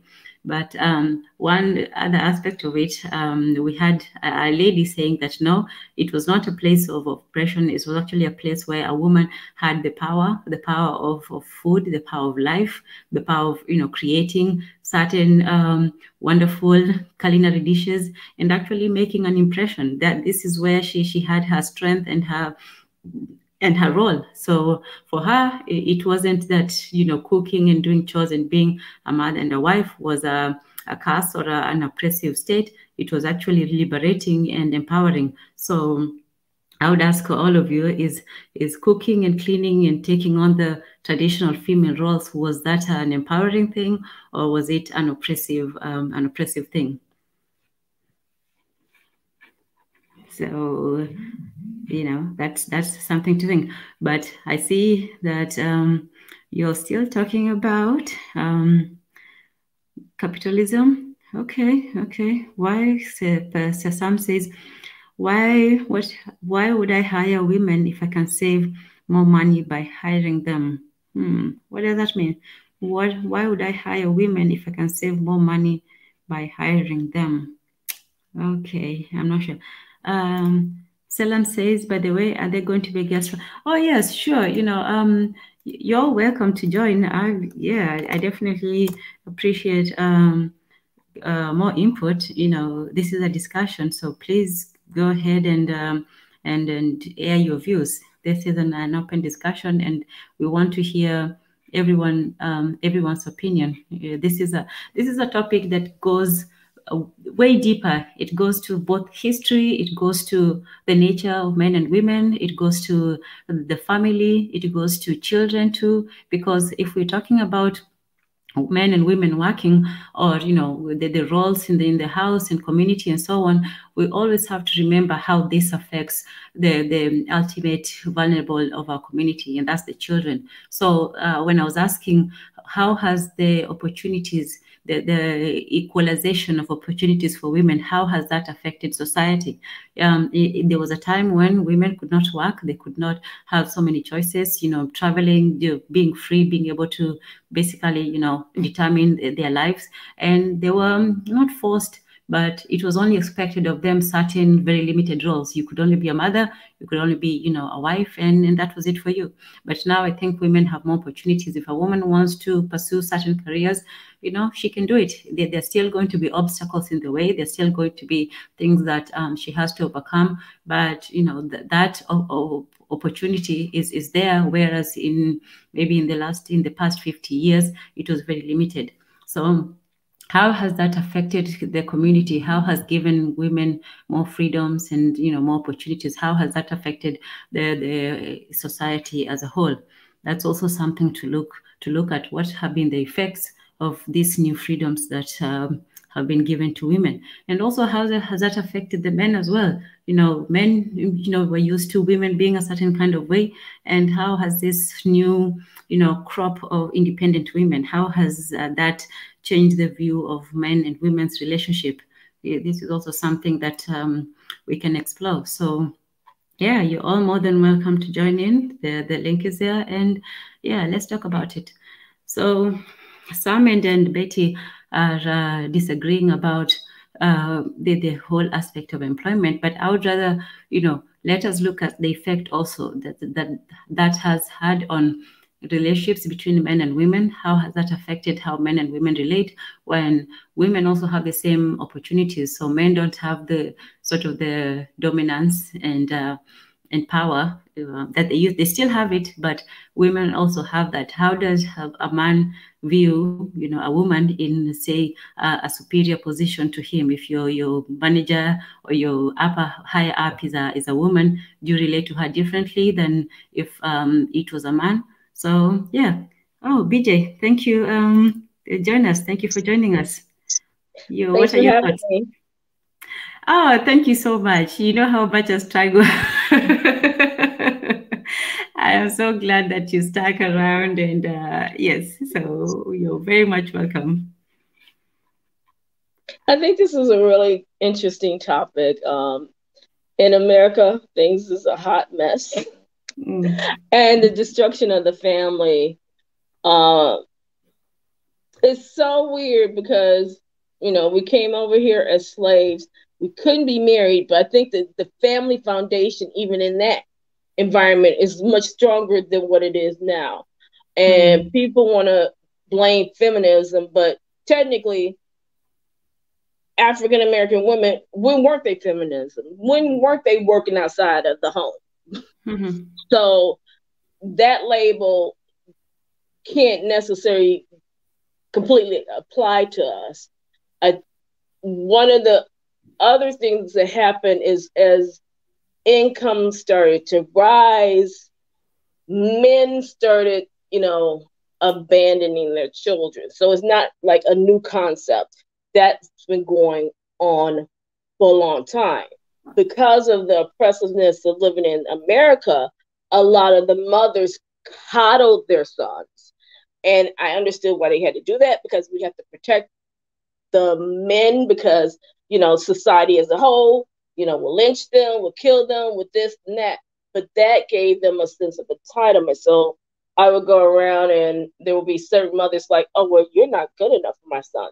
Well, she wasn't, all out there and doing all these crazy types of things. So I don't know why she wasn't good enough for her son. But what did that do for the son? Because now he's feeling like, oh, I'm a prize. I'm someone who should be, you have to live up to my standards because you are beneath me. See, in America, we always keep in these tier systems. So what I learned, one of my favorite classes in college was humanities. And I always tell anybody to go and take that class or look at the art, because the art tells a bigger picture of a society than people think. And one thing I noticed about the art, when you look at the pharaohs, you look at the pharaoh and you looked at his wife, and they were sitting equal. As Western civilization starts, you start seeing the wife as beneath, and you get all these tiered systems. And that's where the problem is now, is someone is supposed to be beneath me, on top of all the oppression that you deal with and all the other, now it's PTSD. Well, when did we have PTSD? So you got that thrown in the middle of everything, saying, oh, I'm dealing with all these traumas. But a lot of times that's true, because people are not fixing their own issues before they want to get in a relationship, before they want to be with someone else. So I'm bringing all my issues in. So I've seen on both sides where men were abusing women. That's why my mama had to leave my dad.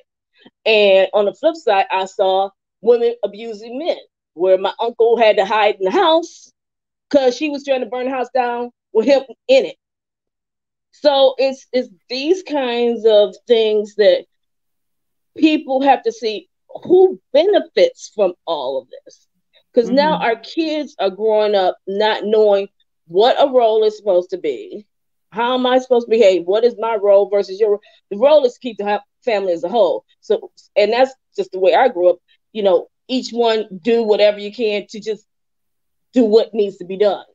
It wasn't a role. You take care of this, you take care of that, and we're going to come together and build this and make it work. Not, well, that on this list, I'm only supposed to do this, this, and this, and this. Oh, wait, I have this. So you're supposed to do this and this. And because I've gone to this school and got this, you have to have this and this. That's not a reality. So you're saying that the women had always worked, and so they worked, but they also took care of the household. Yeah, always. And what was the role of the men in the household?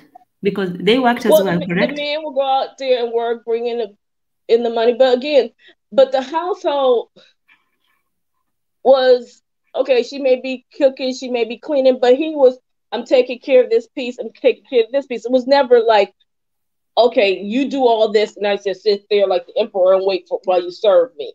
It was always a team. Sometimes it was like men were better at cleaning than the women were. Well, okay, fine, you ain't good at this, I'll take care of this. You do this piece, that piece, and make sure the kids are okay and we're good. It was a team effort versus anybody sticking to one role.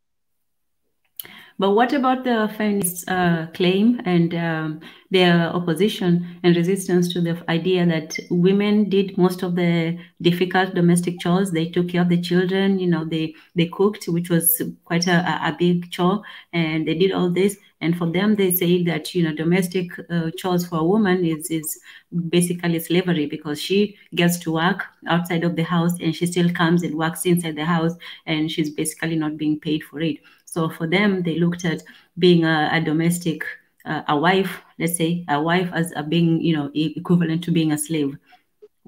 Well, my problem with that statement is, again, odds in Americas. When wasn't we picking cotton in the field and taking care of them kids? So that means I got 2 jobs. Mm-hmm. And you only got 1. So how is it that that's equal? It's no time in that we only had that one. You know, it used to be a TV show called Leave It to Beaver, and everybody was like, "I want to be June Cleaver," because here's, the dad comes in and the 2 kids, and he comes to work and she sits there. We never lived that dream, and if we did, it was not the majority. It was not the majority that they could just sit home and take care of the kids and drive them to soccer practice or the baseball game or whatever else was going on. The majority had to work in some sort of capacity. But that's what you're saying exactly. After we came out of slavery, a woman has to do 2 jobs and she only gets paid for 1. So her work at home is basically working for nothing. Yeah. Okay, so you agree with the feminists that domestic chores is oppressive for women? I don't believe in the feminists, because the feminist movement is also about dividing out the family. So I'm not a feminist, because again, we've always had to work. It wasn't called feminism. I don't even know what feminism is. I don't know what feminism means, because to me, the way it comes off is I'm going against a man. I'm not. If we're supposed to be one, why am I going to go against myself? Your role is your role, my role is my role, but we're supposed to do this together to build this family. So and when what we do you start think getting about what caught up Salam in just said? I'm sorry. About what Salam just said, she said that that's why women decided they need access to finances themselves. I guess instead of relying on the man to... Yeah, absolutely. Because a lot of the men abandon the family. So it's like, how I'm going to get fed? There's no one else to help me. I have to figure out this myself. That's what happened, is that a lot of our men are in prison, dead, playing for every other team but ours. And so we're limited in the choices of a strong, good, father figure or someone who wants to be a husband. Because here, no, it's not cool to be a husband. That's a simp, that's a this, and all these other little titles. So nobody wants to, a lot of men are taught not to take that role. So women had to say, well, you know what, I see what happened to my mama, I see what happened to my aunts. I cannot depend on somebody to survive. I have to figure out this on my own. Nothing against the men, but again, that was like the only option you had, because nobody was coming up and down the neighborhood saying, oh, that's a beautiful Black woman. She's smart. She's intelligent. She's good with cooking. She's good with all these things. She will make the perfect wife. You never hear that in our society. A Black woman making the perfect wife. And the sickest thing in my life is I have a lot of different friends, a lot of different races, different backgrounds, and they all say to me, even Black men, Betty, why aren't you married? I'm like, am I supposed to ask somebody to marry me? Wait, what up? You asking me? Go ask all these other knuckleheads why they marry me. So if I didn't go to school, because then my options, especially in the city I live in, it wouldn't be good.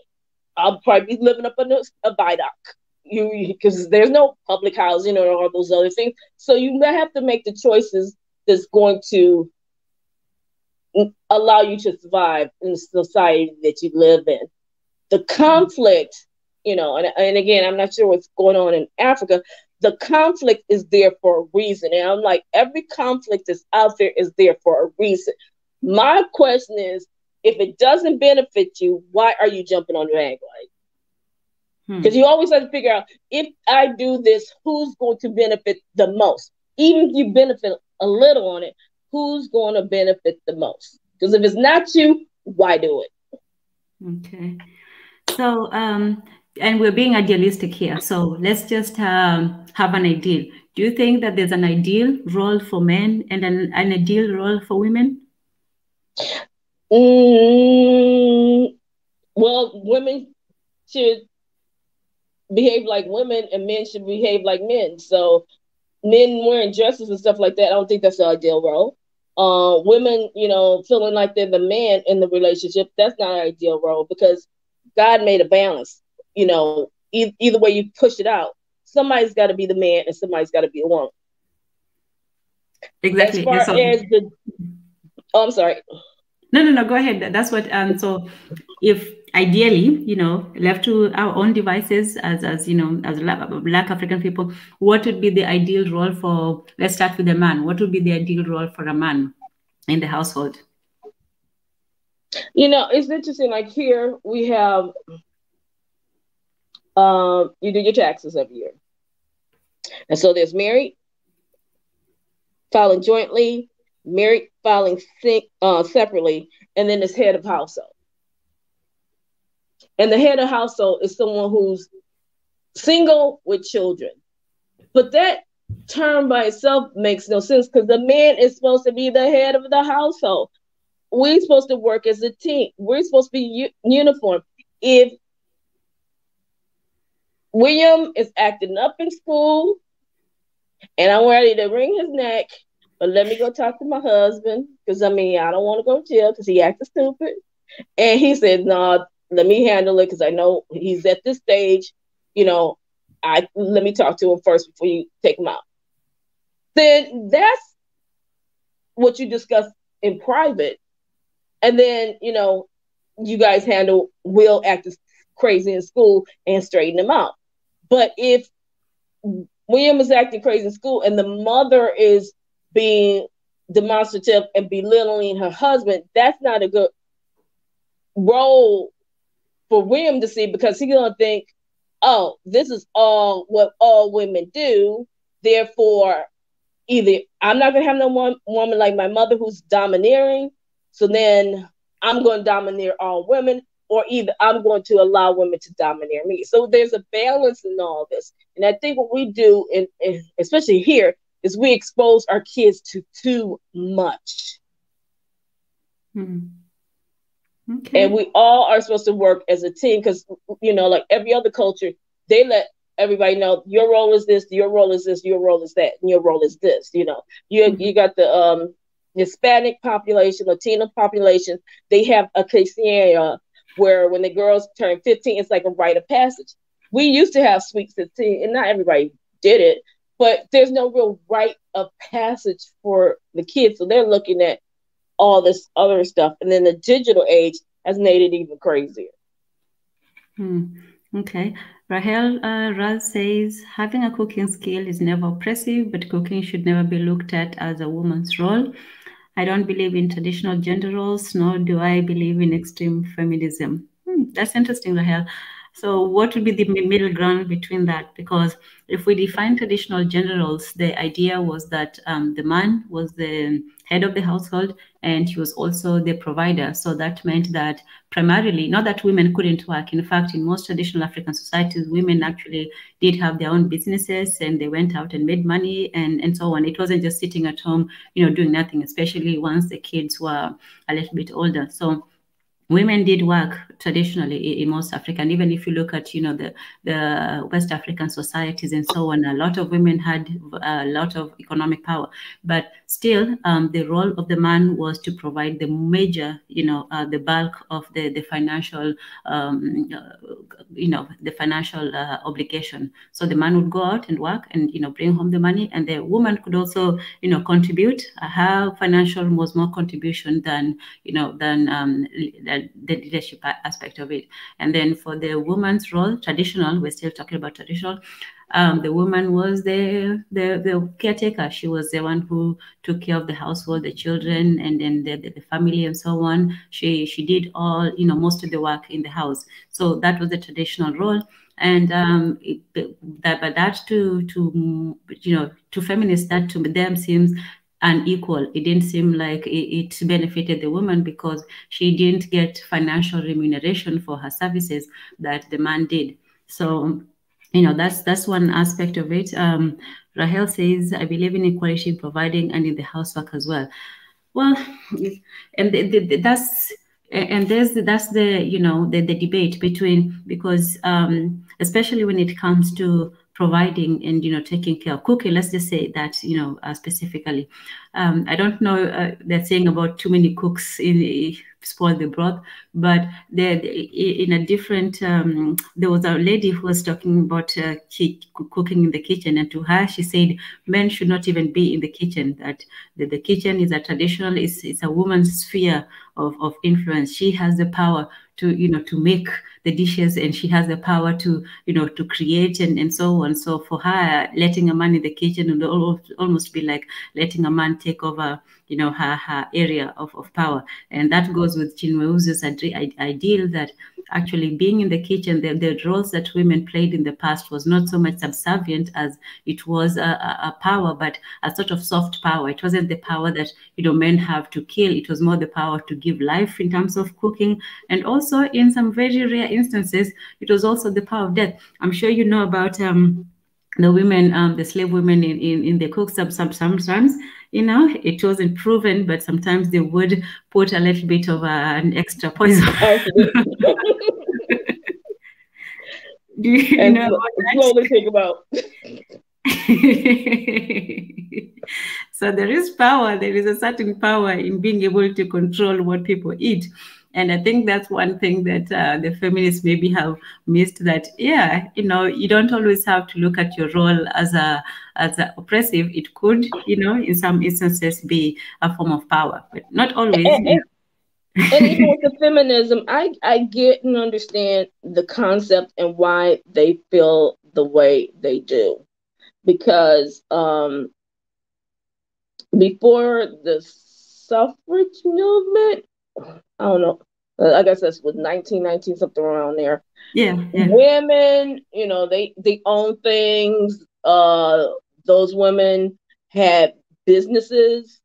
Those women inherited wealth from their, you know, fathers, whatever, because they didn't have a son to leave it to. But back then, because like the Woolworth, which was here a department store, comparable to Kresge's, that was like Kmart, which was like back in the day would be like the Walmart, and then it's still like a mini Walmart would be the Woolworth. The Woolworth was everywhere. You had the, you know, everything. She wound up being the only heir to that fortune. But because she was a woman, she had no rights to go into any business arrangements or agreements. So she had to find someone to marry in order for her to try to get some control over the business that she inherited. And in the end, the husbands took everything they wanted out of it, left her. She found another one. Same thing happened over and over and over again. So I get why they had to create this feminine movement, because they were, again, the men had to approve everything they did. We didn't come from that side, even though we came through, you know, chattel slavery and all that other stuff. Women still had a voice, you know. So our path is different than their path. So, you know, for me to say feminism, it's like, what does that mean?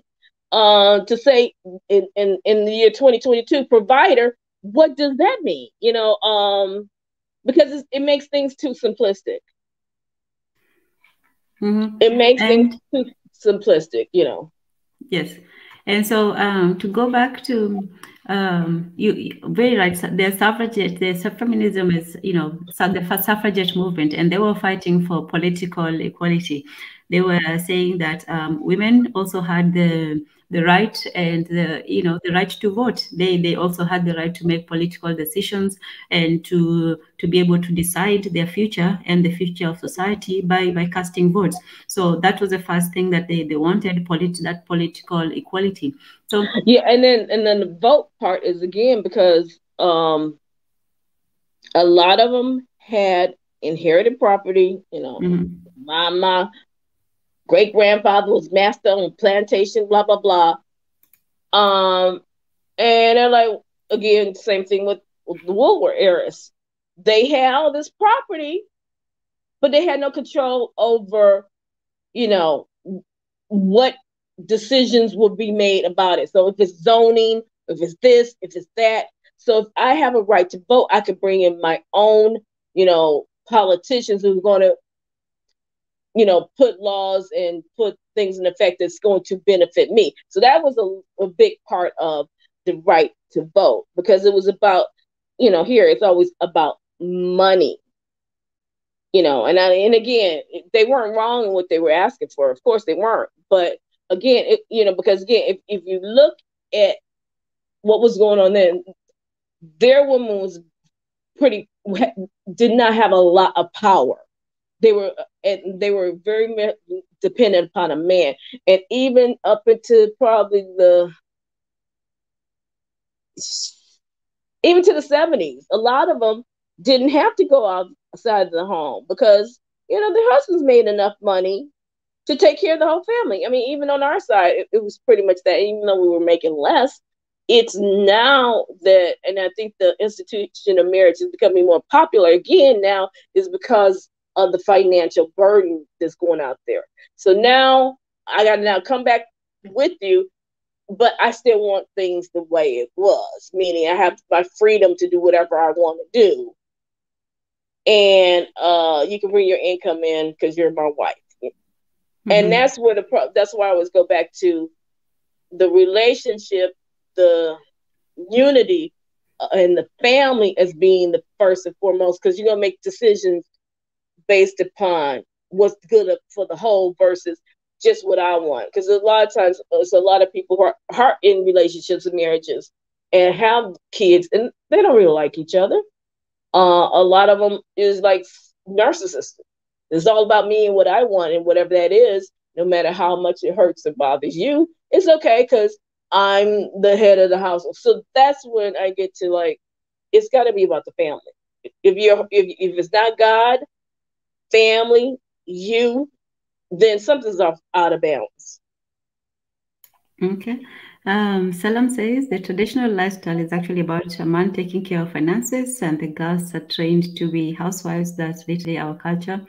So the man's role, when we were talking about earlier, for the man's role was that of a provider. So he was expected to, to do the heavy lifting when it comes to finances. And Salam also says that domestic work is really undervalued. And Sam says, so you think that taking care of cute little babies is working for free? A child is the most precious gift. When you have a kid, God has already paid you in full. I agree absolutely. But what if go ahead? Oh no, absolutely. I mean, and the thing is, people don't value that. Again, I know here women are losing that sense of being a mother. Having children is one of the most important things that they could do. That's how my mother lived and believed. She would sacrifice anything and had sacrificed everything for us. Literally they're like, I would die for my children. I don't know if they're thinking that way anymore. So that's where our role is off balance, because that's supposed to be just natural and internal, and it's supposed to be that deep connection. But on the flip side, what is the role of a man anymore? And I mean in the sense of when it comes to a family, because their prototype has been, go out there, do what you want to do, If you have a bunch of kids, she's just trying to hook you, she's just trying to get in your pockets, You should not feel any obligations to this. And they have like abandoned that role as being even desirable. Because now you got a lot of them saying, well, you know what, she tried to trap me, I'm on the hook for all this child support, then you know what, I'm just not going to, deal with them. So it's like all this separation. And what's going to happen when there's no more children being born because nobody want to be bothered with each other? But at the same time, they just reversed here. They're trying to reverse Roe versus Wade, which means an influx of population on the other end. So do you think that when women become more independent, they become less motherly or less feminine? No, it's not that. It's the things that society is pushing out. Is, you know, we are so hooked into the boob tube, what's hot and heavy on YouTube, what's hot and heavy on Twitter, you know, look at being a Kim Kardashian, being a Cardi B and all. So there, a lot of girls are looking at that as the role model. A lot of women are now becoming more aggressive. You see all this stuff out here where, oh yeah, let's see these girls are fighting in the middle of the street and, you know, like gang banging and all this other stuff. And the younger girls are saying, that's my role model. You're not seeing a lot of stuff of happy, healthy relationships where the people are happy, where they're together, where their children are thriving. Even though we know that exists, those are not the images they're putting out there. And what we do a lot of times is we hook onto an image and then we think, this is what I'm supposed to be. And we become what we see. Now, whether we agree with it or not, I'm not 100%, but we follow images. It's like you show us something enough times, we will manifest that. So now we got all this separation, because the separation stuff is new, you know. Women been acting out of pocket, men have been acting out of pocket. But even with that, we still like, I love my Black men, I love my Black women, I want the best for either side, whatever. Now it's like, you're my enemy. Oh, I got enough enemies. I can't put another one on in my pocket. Well, right. You know. And this is what Biggie was saying, that we have looked at it more as an adversarial relationship rather than a partnership relationship. So this is what we're trying to work out. If we are partners, what is the relationship? What is the role that, you know, everybody plays? Because if we didn't need each other, you know, if we didn't need somebody to take care of what we cannot, then we wouldn't need each other. You know, if you wanted a child, but you could do it by yourself, you know, then you wouldn't need a man. So there's still that biological necessity for men and women to come together, even if we may have different, you know, ways to do it. So, what do you think about what Selam says about things could change the way we treat boys and girls are raised? Usually the boys are treated better than the daughters, not only by the father, but also by the mother. And this was also in when I was talking earlier, sorry about, you know, earlier, but when Chinua Achebe in his book, he was talking about, you know, daughters. And in that book, the daughters were usually, you know, expected to take care of their brothers. They were usually expected to, you know, do other things, and the boys were almost coddled. The boys were, you know, taken care of, nurtured, and just spoiled, while the girls were expected to really do a lot of the heavy lifting. Do you think there's a difference between the way we treat girls versus boys when they're young? Yeah, definitely. I understand why it was like that here, because again, all the lynchings and all the oppression and how they would be incarcerated, and we were always trying to protect our boys. I'm not sure how it goes over in Africa, but that it's the same. It's the same. The boys were literally spoiled to death. Like if you have a brother, you're supposed to let him eat first. You're supposed to let him, you know, basically just have whatever he wanted. And I know that too. Like, you know, that's how it was, that the boys were supposed to be just given everything, and the girls were supposed to take care of their brothers and so on. So there's a bit of similarity. There's a lot of similarity there. Yeah. Yeah, but was there a reason? Because again, here it was for their protection. I think there it was because they almost felt gratitude, you know, for the man, because the man was going to bring honor to the family. The man was going to be there to protect the household. The man was going to do the hard tasks of being, you know, the provider.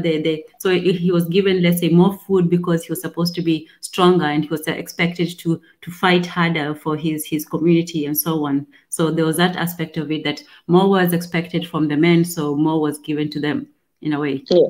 And so like here, because it was like that, I think because women knew it was life or death, we were more willing to accept the fact.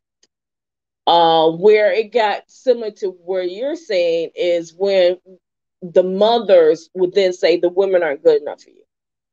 So then you got that, you know, that arrogance, the, you know, entitlement personality, thinking, you know, I'm supposed to have these things. But in doing that, it distorts that person's sense of reality. Because once you go into this real world, they're not going to look at you like you're a king and the red carpet is supposed to be drawn out and that you're supposed to sit on the emperor's chair. So unless you get that in check, you're not going to be able to make it through there, because you're going to be treated just like everybody else. You're not going to be special. You're not going to get thrown front of the line because they see you walking through here. So I don't know if it, because of that, and then they like have to navigate the real world. They're like, well, then if I can't get it here, I'm going to get it at home, because this is what my mother did, and this is what my sisters did, and this is the role that the woman is supposed to take. But see, it doesn't benefit the family, because that's still narcissistic, and it's not bringing the best out of the family. You're good at one thing, she may be good at something else. You're then either going to have your sisters and your mother feeling like they're not capable of doing something because they're taking on this role that they're supposed to be subservient, when you might have just suppressed the next, neurophysicist. But because of society that says, a boy is taking on more responsibility, because again, okay, he's supposed to be the provider, but she's got to raise the kids. She's got to keep that home going, because even though you're going to be this great, chemist that solves all problems out there in the world, when you go home and you're dealing with conflict or creating conflict, how can you be balanced in that peace? And I think that's sort of what people lose in the picture, because it's this mass need of division, and it's just accelerating. So they try to find division in any and every kind of way there is. There are roles for men, there are roles for women. I just had to get somebody to open one of my doors I couldn't get open. I'm like, I need something moving in the house. I'm like, you know what? Yep, you're right. I can't do it. I'm only 2 feet tall and only got half of a muscle. So there's a reason to have a man around, and you need a man. I mean, I'm like, let a man be a man, because I ain't trying to go that route. But at the same time, it's like, I know I'm capable of doing a lot of things too. So I'm not going to let anybody undermine my abilities. And I'm not going to fall into these stereotypes that they keep pushing out there, because most of the stereotypes that are out there are never in my benefit.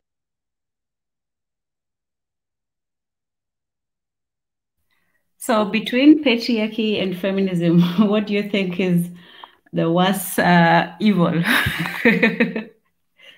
Not to put you in the spot.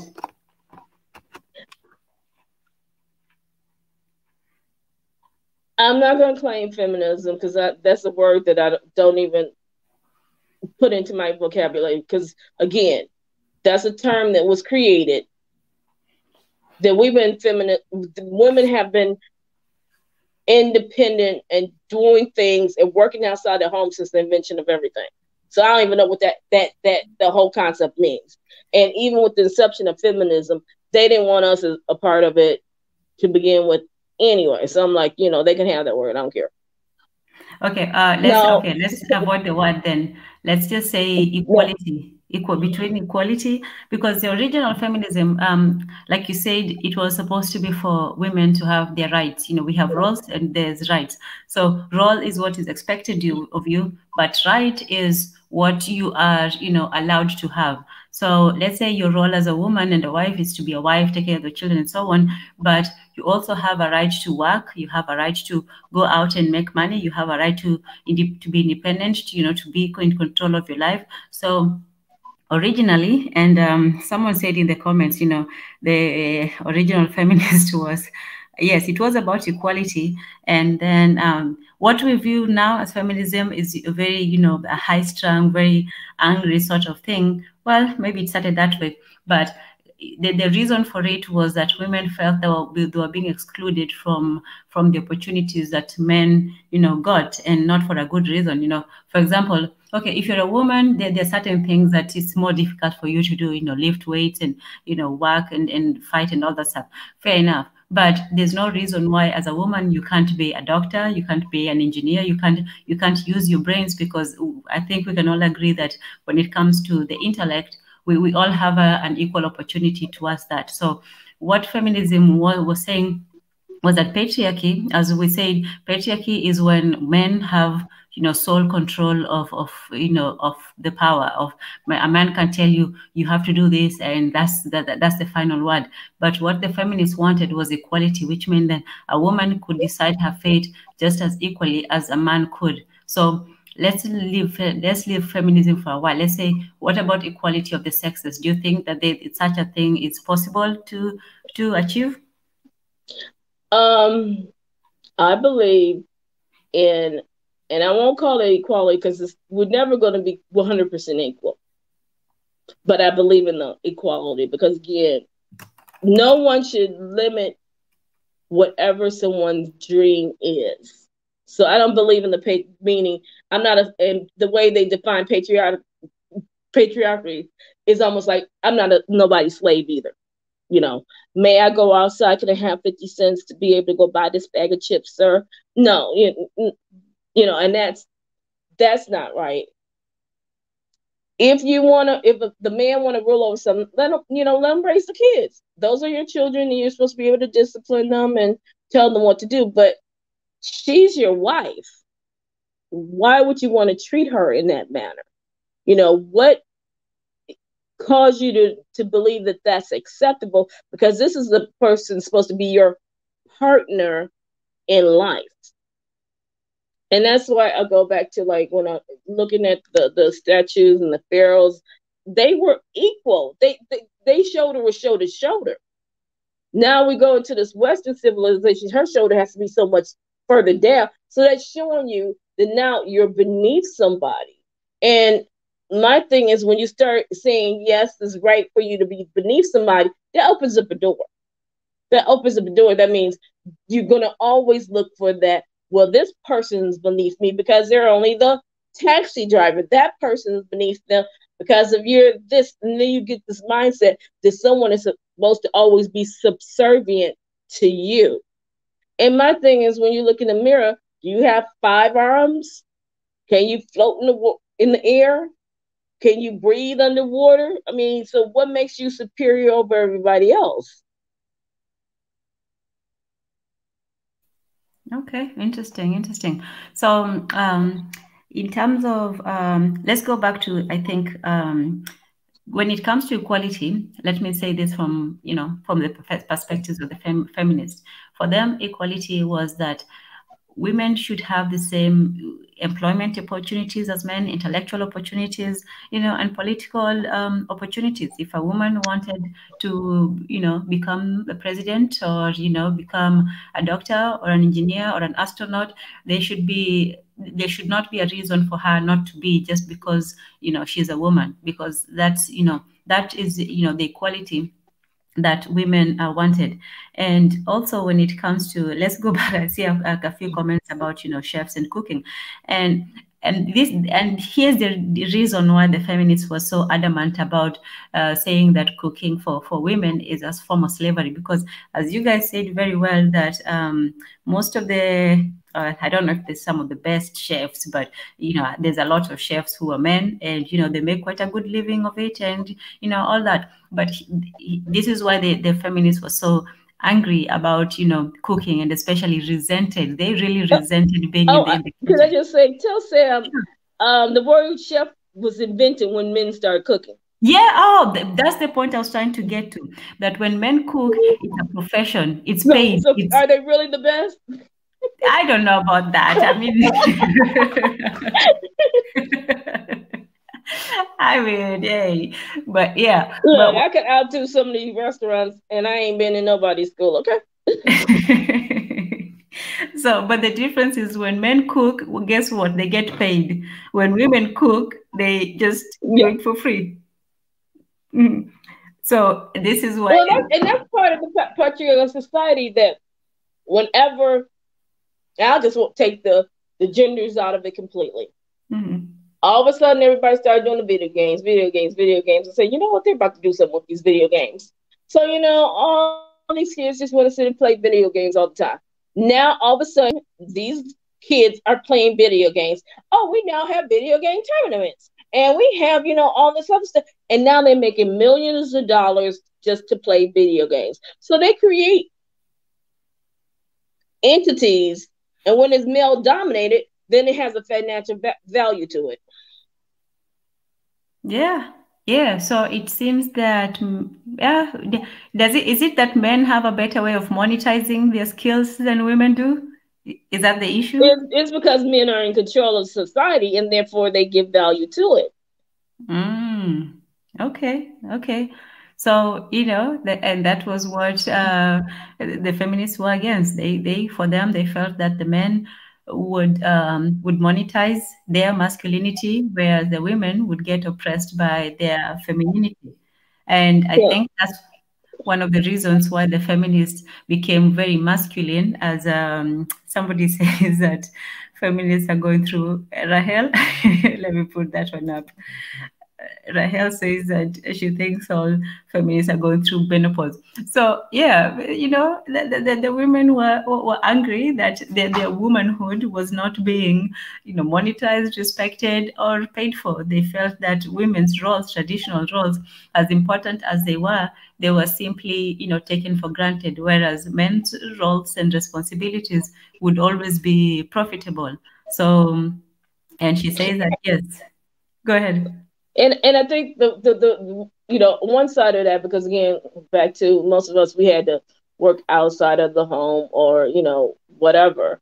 In their society, the problem, and I get 100% why they have the way they feel the way they do. I don't negate their feelings on that, because it makes a lot of sense. A lot of them had no power. Mm-hmm. It was whatever he said, it goes. And so that means back to that balance and that unity, because, your wife should not feel like she's on a plantation and you are her master. But they had no rights to do anything. They had no rights to the money. They had, it's almost like being locked down in prison. So it's like, I want to be able to make my own choices. So it's almost like the ideal of marriage has been so corrupted that you got both ends saying, screaming that this isn't right, but nobody's sitting there trying to fix it. If this is your wife and you want to make her happy, then, she needs some form of freedom beyond, changing diapers and frying up eggs in the morning. Very true. Because sometimes, motherhood does infantilize women to some extent. If that is her only, source of conversation or intellectual output, she's going to be tired at the end of the day and looking forward to some stimulating conversation from the husband, and not, just so I can see that. I can see how, being a wife and mother can be limiting in some ways. And then on the opposite end is, what does that say to your daughters? Do I want to be treated like my mother? Do I want to be treated less than human? He's out there spending all his time with the dogs, throwing bones and sticks for them, but yet he will not sit down and say 3 words to me. So it creates a cycle where either she's going to grow up and feel that because my mother's been demeaned, I'm supposed to be demeaned, and this is my life until I die. Or you're going to have the opposite, who say, no, that's not going to happen to me. I'm going to be totally against this. I don't ever want to see a man ever again in my life, because the way my dad did me as a child, and I saw the inequity and imbalance in my home, the way I was treated versus my brother. No one ever thinks about that piece of it. What signals are you sending to your children? and what beliefs and what, morals are they learning from you? And if in those morals that they're learning, do you feel they're good or are they bad? I mean, are you teaching your sons to beat women and you think that's good? Well, your son may have daughters. Your son may not just limit it to the daughters. He might not then beat the son. So you're causing these cycles because you're not dealing with your own crap.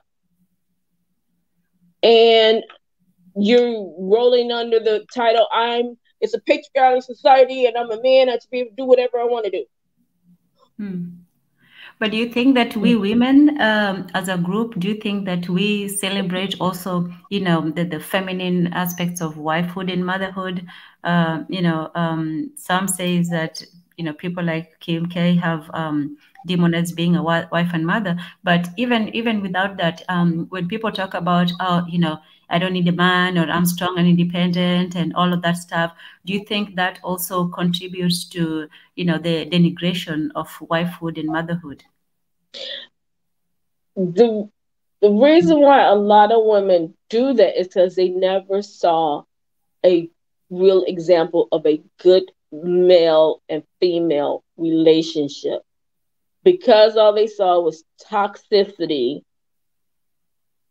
and toxic environments, then they're gonna say, I don't want that, and then, because I remember like years ago, my girlfriend's mom said, I feel so sorry for y'all. There ain't no man out there for y'all. Y'all. And she was right. I had a little bit of hope, but hope is gone. So, and again, I understood society was, doing everything to just warp everybody's point of view, because everybody is looking for, like Sam said, a Kim K. Look at her. Don't care. You bring all the plastic you want. Plastic heart, plastic brain, plastic everything. And that's perfection. Where in reality, if you behind closed doors, she looked like the most toxic person on the planet, Mm-hmm. But men are sort of being groomed to say that's the ideal mother. Look at her bank account. Look at how she looks. But my thing is, but then what happens to those children? Because I don't care how much you got in your bank, and I don't care how pretty them looks is now. Those kids are going to grow up with the same toxic personality if somebody doesn't show them something different. And I'm just using her as an example. So, so we're glorifying all the wrong things. Morality has no value in our society anymore. Love, what is that? You can buy that on any street corner for like $5.99. So what else do I need? Oh, I got a paycheck, so I'm good. It's like we have devalued human relationships to the point that they have no value. But if you got Gucci on, you golden. So it's just, everything is just messed up. And it's like sad for me to see that it's starting to creep over there where you guys are at. I'm like, please do not take on these toxic personalities of America, because you're going to be really messed up. Y'all better learn something. Yes, indeed. And that's why I say is being independent. Can you be independent and be a good wife and mother? Can you be financially independent? Let's say that. Can you be financially independent and be a good wife and mother? Oh, yes. Okay. Yeah, it's plenty of women who are doing it every day. I think the problem here is because we're dealing with, now let's talk about inflation, but prior to inflation, things are so expensive and it costs so much that no one wants to bring in that third entity into everything. As far as part of the degradation of the family is, you got to work. In order for me to pay the rent, it went up. I got to take on this extra job. So we literally don't have the time that we had in the family. And again, like the platform we're on now, digital computers have taken everything to a whole nother level. Because before you worked a 9 to 5, 5 o'clock you off, boom, get home, hour, 7 o'clock, food is on the table, kids eat, check them, see you did your homework, cool, let's sit down and watch a movie together. Oh, let's sit down, play a game together. Some of us ain't even get home till like 9 o'clock at night. So who's watching Johnny, Billy, Tamika? Who's taking care of them? They've taken the mothers, and now pretty much the fathers out of the home. And see, now you're running into here where it's just the opposite. And I think things will shift because if it continues on this trajectory. A lot of the women are saying, screw it. You take the kids. I'm gone. I'm out. And this is why, for every new development, I always say, let's go back to the children. How is this going to affect the next generation? Because for me, men and women, we're grown. We can make choices, sometimes bad ones, sometimes good ones, but eventually it's just you. It's just going to affect you. If you mess up your life, it's just you and so on. But once the children are involved, you really have to think several times over before you just make a decision that I'm going to do this or that. Once you have children in the picture, then even if you're with somebody that you don't like, you have to find a way, to take care of the child. You have to find a way to co-parent and to make the best out of, because the child didn't ask to be born, and it's your responsibility, to give that child the best life that you can. So that's why we keep returning to the kitchen, because this was where the first war was really taken out, both with the feminists. For them, the patriarchal society of the kitchen was this, that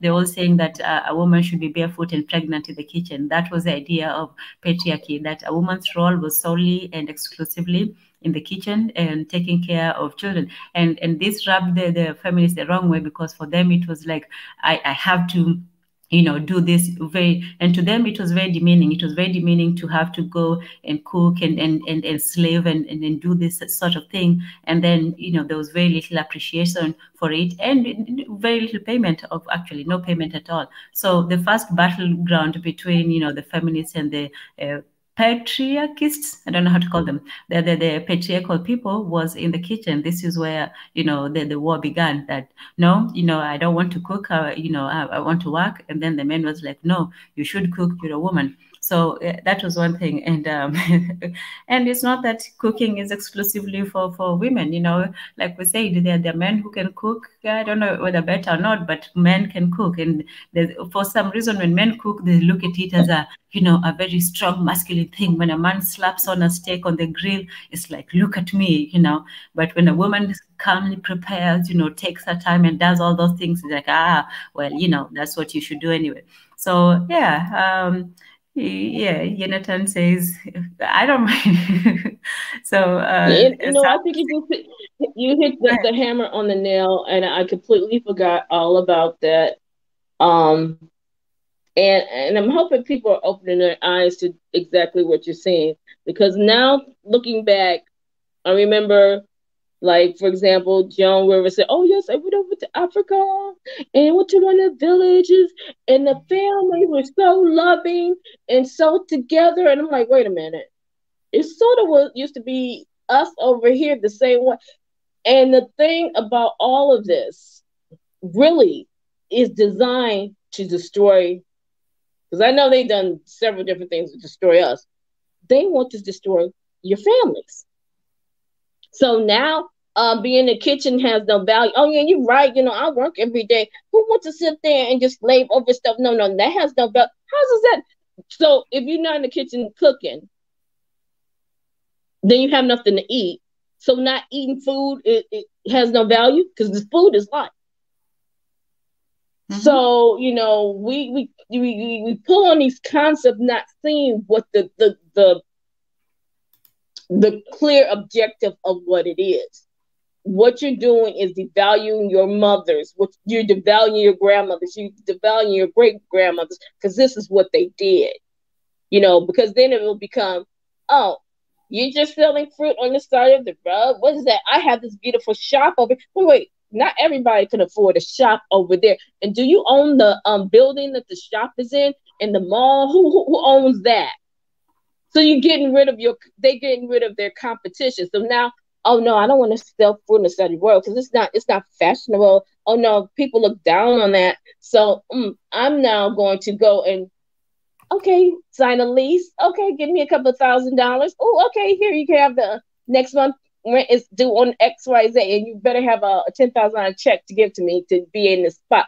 So then you've already destroyed your source of income. It's like they do things in levels, and they slowly groom you to look at what you're doing is bad, and what we're doing is fantastic.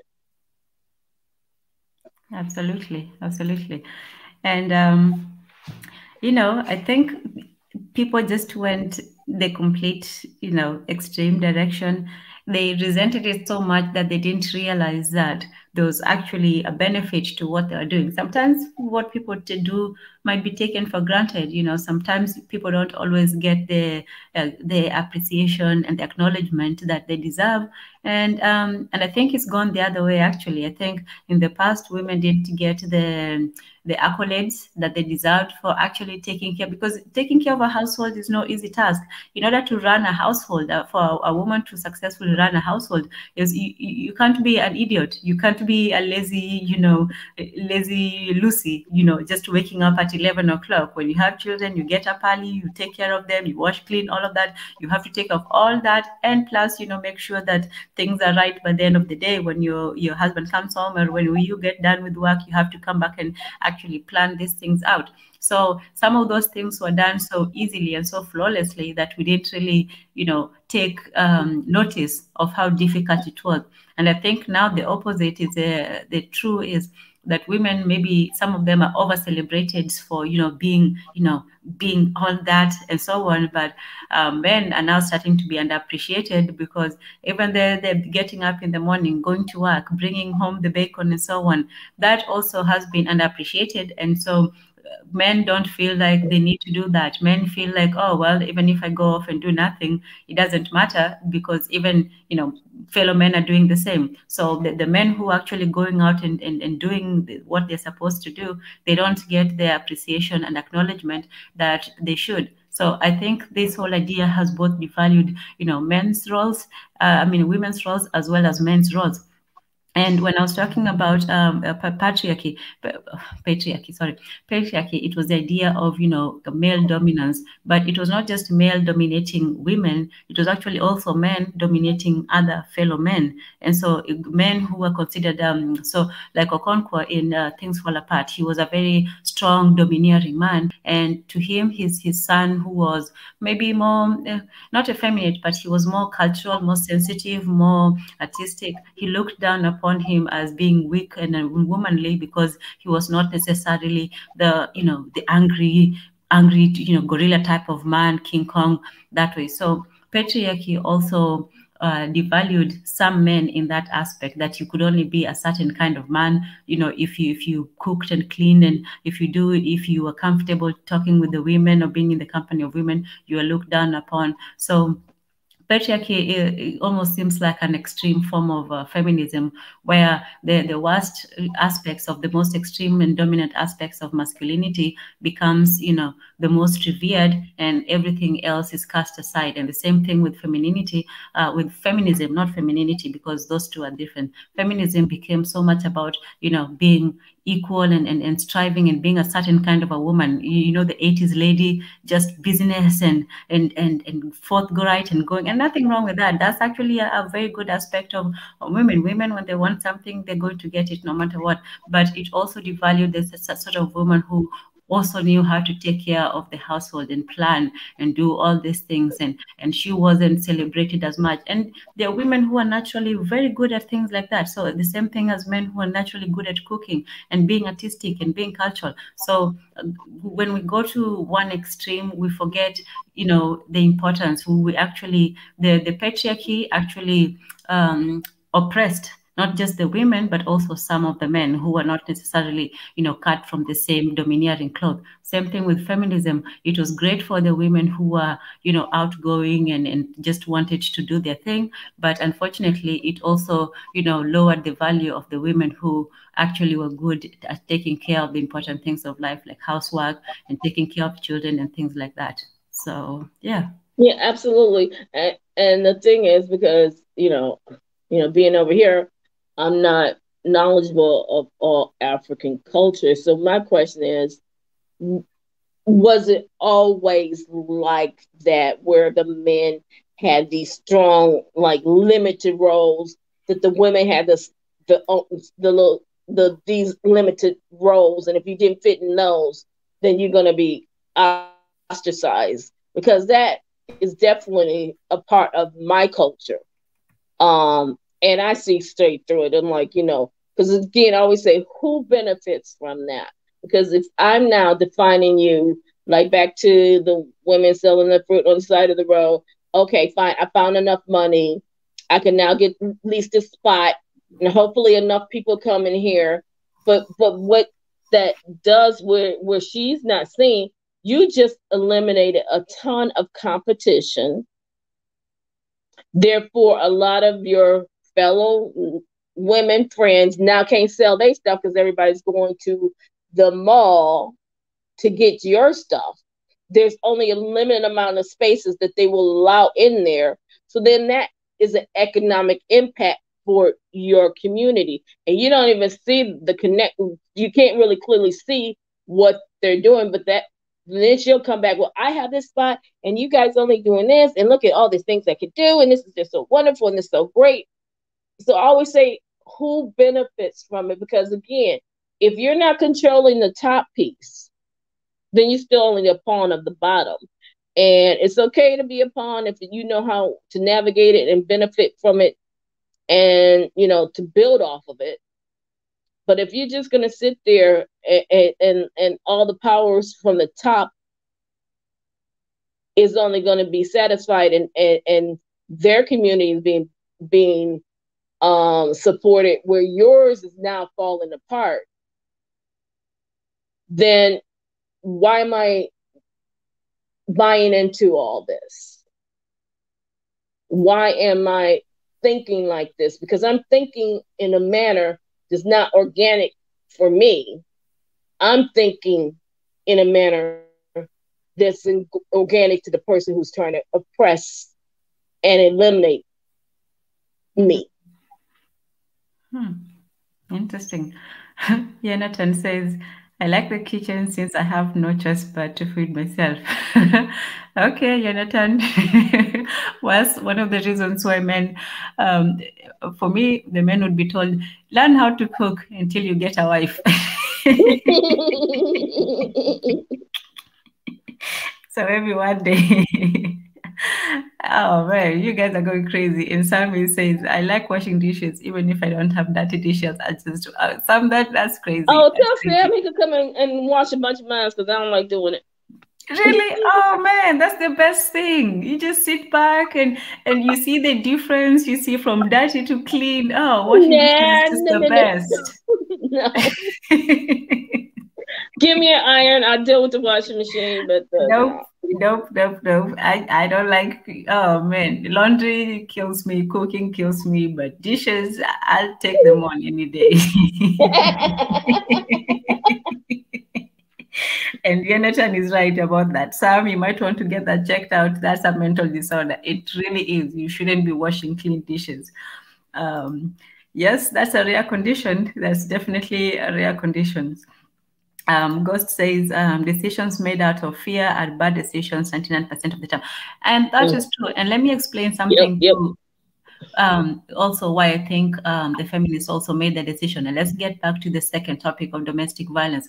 You see, we can talk about equality between men and women and so on, and ideally responsibilities, but you also have to realize that at the end of the day, men do have that physical dominance over women. If it came to it, a man versus a woman, physically, most of the time, we know that there are women who are strong and so on. But most of the time, women do have to sort of step back because of that constant fear. You know, men don't have to go outside fearing that somebody is going to attack them or do something to them. But, you know, you can back me up on this. A lot of women do have that subconscious fear at the back of their mind, you know, even when you're walking down the streets, there's also always that fear. Even if nothing has ever, it's not just trauma, it's just a part of being who you are, that's, you know, that you're more vulnerable than, you know, your counterpart. So unfortunately, sometimes that fear does, and also coupled with, you know, some abuse. Like we say, there are women who have experienced, you know, certain forms of violence from men. Oh, yeah. And so for them, they feel that they need to do everything to protect themselves, and sometimes to even oppose men, you know, as much as they can. So I can sort of see why, you know, some women might go to the extreme of just wanting to oppose men at all points, and wanting to be as least feminine as possible, because for them their femininity almost puts them in danger. So yeah, you know, so sometimes people do make decisions out of fear, and they're bad decisions. So how can we counter that fear? Oh, I see Mundatezi is here. Welcome, Mundatezi. Finally, we can have a man's point of view on the subject. Hey guys. Mundatezi. How are you doing? I'm doing fine. I just oh, I didn't know it was women's only.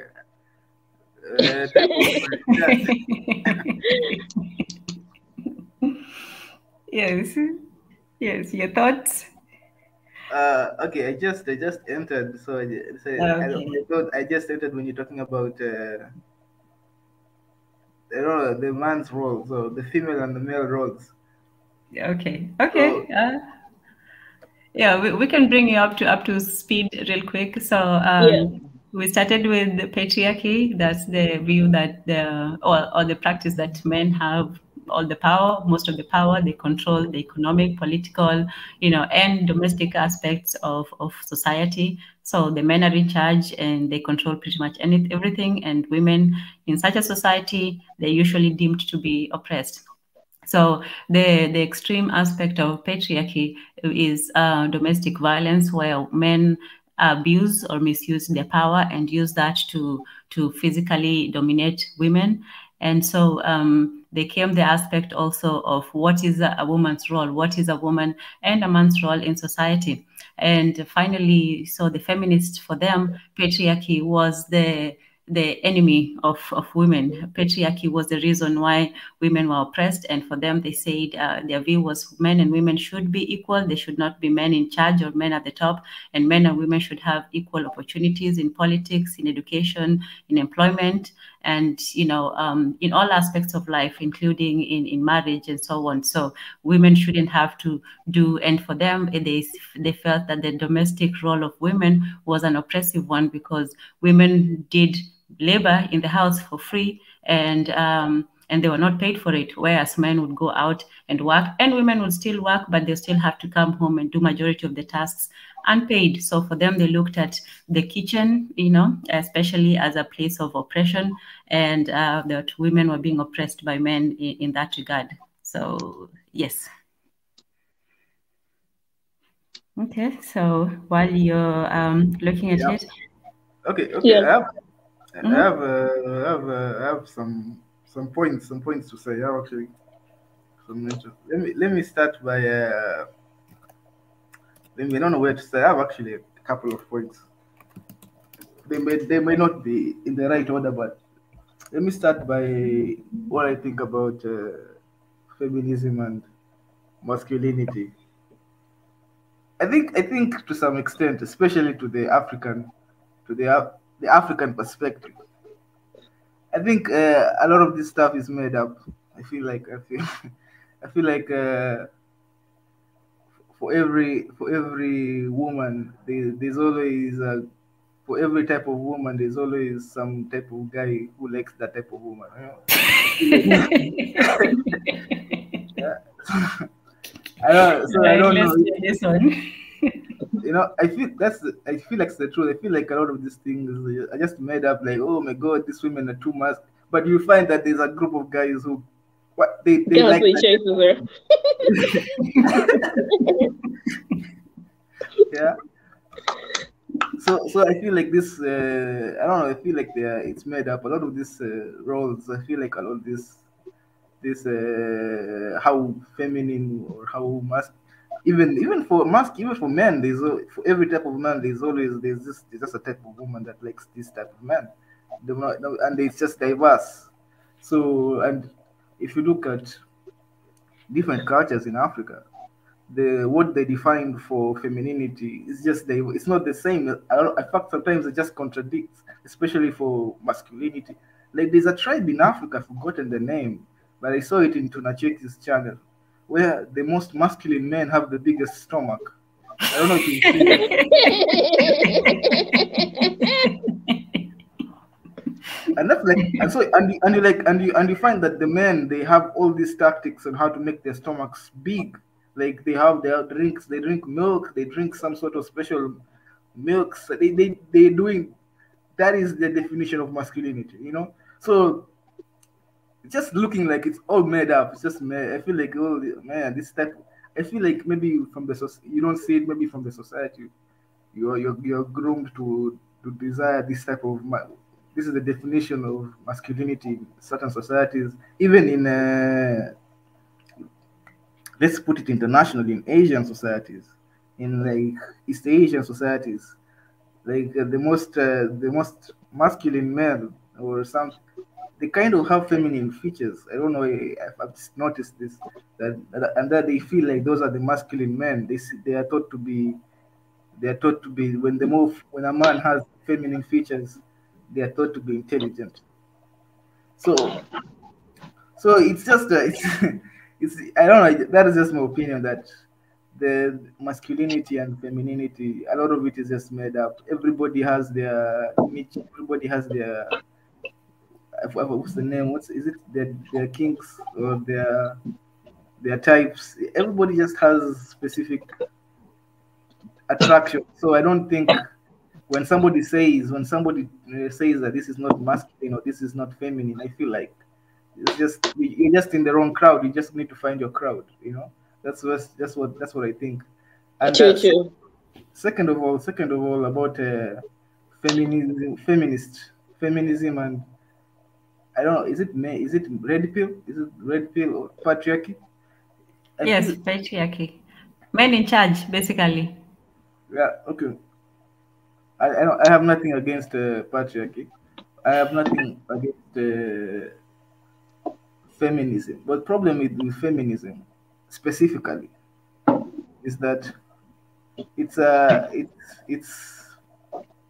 find it very weird, where just some random woman, you know, and that's how it usually is. Like just some random woman just claims to speak for all women, and so nobody elected that person. Nobody is. Basically, she just has the loudest voice, and she just says something, and that's just the law. Now all women are supposed to be like that, and you find that I've been in a situation where two feminists, they contradict each other totally, like totally. But you know, so even I don't know. I think maybe it's the same with. Stop talking about me. Oh yeah, hey, you might even be here, but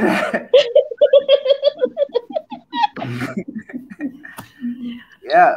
But the reason, let me tell you, Mundetezi, the reason why it's not just a random woman, the reason why the feminists decided to speak up is because specifically they say that women did not have a voice. Women, were expected to be quiet and, docile and to be quiet, when the men are there, they're supposed to be quiet. So that is why the feminists speak loud and hard, because they say, oh, I'm speaking because women do not have a voice. So that's their reason for that.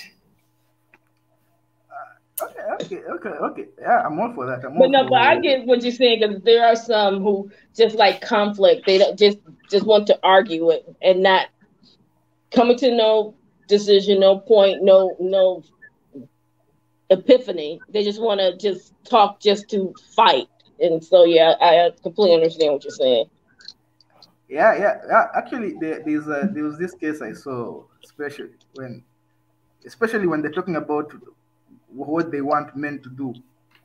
that's where you start seeing. If you just ask, just couple of put a feminist in one room and just ask them, what do you want? What type of men? Like, what do you want men to do? Just some, and just everybody say at the same time. They would say totally different things, totally contradict. That's what I think, because I've seen it. I've seen a situation where just they say, hey, we want men to be more sensitive, kinder or more sensitive. More sensitive, more feelings. Then there's another type of woman who doesn't want that, you know. So so you see, everything is just so diverse. So I think that just goes to my first point, that no, that one woman, she can't speak for all women, if I see. And that, so if it becomes, everybody has diverse needs and likes, and that's what makes us just everybody different. We can't all be the same. We can't all like the same things. You know, women don't all like the same things. Women don't all want the same things. Men don't all want the same things. I think that's just for sure, you know. So when you start saying, hey, this is what the perfect type of woman, or this is the perfect type of, that's going to be not true for a huge chunk of the population. That's not going to be true, you know, when you start defining, you know. But actually, you're making the feminist argument, because that was the argument they were trying to make in the old societies. And this was not just in Africa. Everywhere in the world, if you look, it's a patriarchal system. It's usually the men in charge. And so the feminists were saying that not all women wanted to be, you know, wives and mothers. Not all women wanted to be, you know, the traditional. And not saying that all women are the same, but they were saying that all women did not want the traditional roles. And for them, they wanted equality of opportunity. So for those women who maybe did not want to be wives and mothers and wanted maybe to be something else or to work outside the home, in the old societies, they were not even given that opportunity. Women, they were not allowed to inherit and so on. I don't think that's true. I mean, just look at Mekatilili. I mean, that's in Kenya. Mekatilili, she was like a great leader. She was a great leader, and she was living in those times of patriarchy. Literally, her name was Mekatilili Wamenza, meaning Mekatilili of, like, wife to Menza. Basically, her name basically meant wife to Menza, you know, Mekatilili, wife to Menza. So, but but nobody remembers Menza. She was a leader in her own right, and then you can look at. But I don't know why. I don't know if you've talked about this. Have you talked about the matriarchal tribes in Africa? No, we haven't done that. Today we were just pointing at patriarchy. Okay, because they are matriarchal. You know, it's like people always think that all of Africa is just patriarchal. They are matriarchal. There is a good number. I thought there is a good number of matriarchal tribes in Africa. You know, who, I think the Kikuyu were a matriarchal tribe, right? And there is also who, I think the West Africa, I'm trying to remember the name, but there was a tribe of female warriors, right, in West Africa. I think they're making a movie about it. I saw a trailer. So yeah, like I don't what. Okay, I've forgotten the point about the thing. What were we talking about? No, you were saying that, you know, not all societies were patriarchal. And that is true. You know, there are exceptions to every rule. But we were also talking about our reference point for the patriarchal society was Chinua Achebe's Things Fall Apart. And you remember how in that society, the men were, you know, they controlled the society, they controlled most of the aspects. And not to start with the polygamy argument, but, you know, they're also allowed, you know, to have several wives. And so, you know, in review of Things Fall Apart, it says the distinct separation of power between men and women is repeatedly seen in Things Fall Apart by Chinua Achebe. Through this separation, is seen that in a male-dominated society, men dislike matriarchal power in women and cause an imbalance of power. Notably, it is clear that the men in Muofia view daughters as inferior and women are viewed as properties, and they aren't as well praised as their male counterparts. Additional, women are viewed as mild and weak, and in many cases, Okonkwo even uses the words woman or womanly to insult a man for being weak or of a lesser social rank. So there was this idea in, not all, we won't, generally, but in quite a few African societies, where male qualities were valued over women's, over women's qualities. They were given a much higher social status than the women, for example. You can see that even in some traditional aspects, like when a male baby is born, they're celebrated for maybe 3 days as opposed to 4. When an elder dies, he is mourned for longer than when a female woman dies. So there were some aspects in African traditional culture that placed the value of men over women. And Yeah, so, I think we are all agreeing on the same point, really. That I also wanted to point out the female only tribe, or female only village in Kenya. I don't know if you guys have heard it. I've seen it on YouTube. It's around. I think it's in northern Kenya. I did, but upon looking upon it, it was not such an ideal. The situation that came from that was actually the women were raped by British soldiers, and because they were deemed to be, corrupted, or how it was, they were looked down upon. So the women decided to go and form their own society apart from the men. It's not a traditional thing. It was something that happened very recently. So that's not such a great example of female empowerment. I'll take Mekatilili over that society. Yeah. Yeah, Mekatilili was awesome. Yes. Guys who go on this. And we do have many aspects of a strong female power. We have, Queen Zinga. We had, some of the queens in Egypt, Nefertiti, and so on. So it's not to say that women never had a leadership role in communities, or that they were simply, footstools. But also the idea of patriarchy in society is also a very real one, and it still continues up to this day. Kwani sisi ni wanawake. So are the young girls learning about some of these great queens today? I think they do, but they only learn them as a sort of footnote. Our history is taught in terms of just dry facts and numbers, and not in terms of lessons in morality. Yeah. So I think they know of them. The history is taught. I can't lie, because we learned these things in school. So it was taught, but it's not really taught with any propagandistic or any moral to it. It's just this happened, and so on. So that's a good point that you made. We don't really moralize history or show the importance of it. A lot of the time, sometimes it's just, we just learn it. Like even the whole idea of transatlantic slavery, we didn't learn it as any kind of moral lesson. It was just memorizing facts. I'm going to give credit to my teacher, Mr. I'm going to even say his name, Mr. Nzaka. He was my teacher in class 3. He made there's a reason why I remember Mekatilili. He used to say some interesting things about that. He used to say that you could snap her finger, and and a man will just bend over and she could see. Wow. Yeah, he used to make it so dramatic. So that's why so I don't know. I think you had a good one then. You had a good teacher. Yeah, most of us, it was just cram and pass your exam and move on. But it's so important to teach that, because the boys would then see, because they're looking for leadership and power, and to see women in that role, it changes their perspective of women, because they're like, oh, they can do that too. I'm now going to look at her differently versus this subservient role.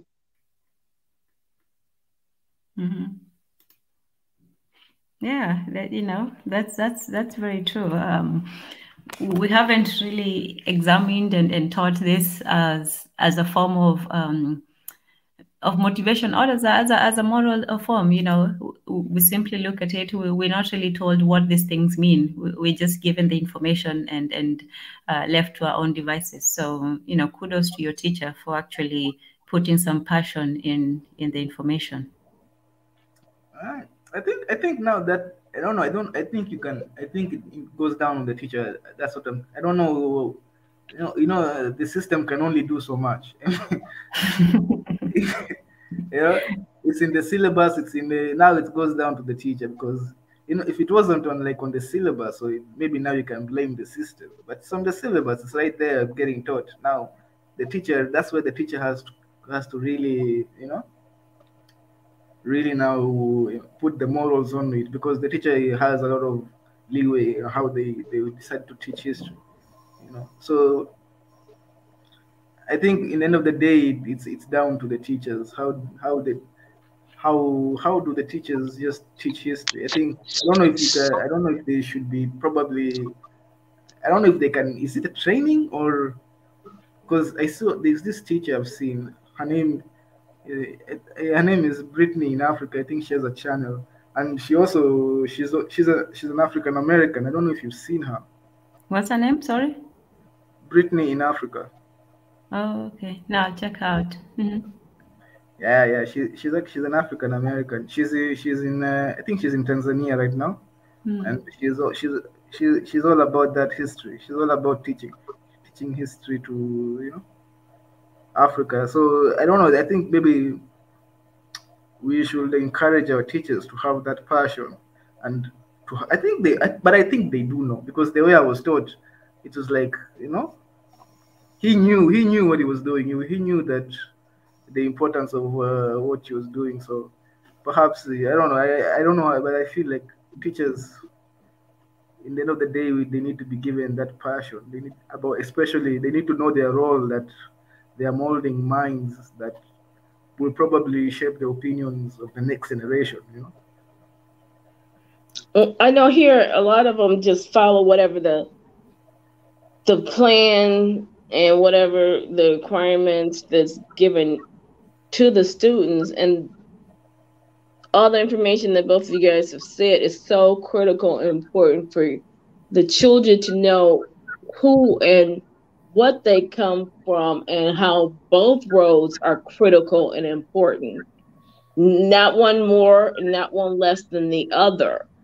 And with that, it just opens up so much more, because being in America, I had to unlearn or try to learn so much on my own, not to fall into, just falling in line like a little robot. This is what's being said. This is what you're supposed to do. And this is how you do it. This is how you think. Because it's like they want everyone to think the same and act the same and do the same.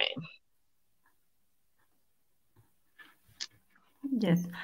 And what do you think about Chinwezo's aspects of female power? Do you think that women wield a certain kind of power that is maybe not recognized as power? Because when people think of power, they usually think of, force, dominance, lording it over somebody else and so on. But his view is that women, wield some kind of power, even in the patriarchal societies. So now we're looking at just societies that are dominated by men, which in the past and now, it's true that I know some people say, oh, we have Nancy Pelosi, the speaker, we have a few women in power. That is true, but by and large, the world is still dominated and run by men. Men make up nearly, I don't know the figures, but I'm sure more than 70% of the positions in the corporate and political and economic world. They run the businesses. The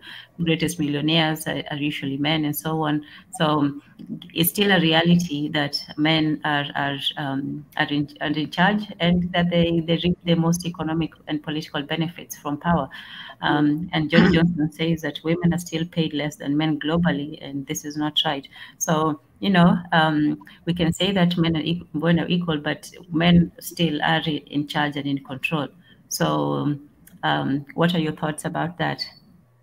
Is there still a need for women to fight? Absolutely correct. I mean, again, no one talks about the family in all this. I saw someone in the comments was talking about how now what they're doing here, you have a lot of transgenders who want to compete against women. Women will never win that battle.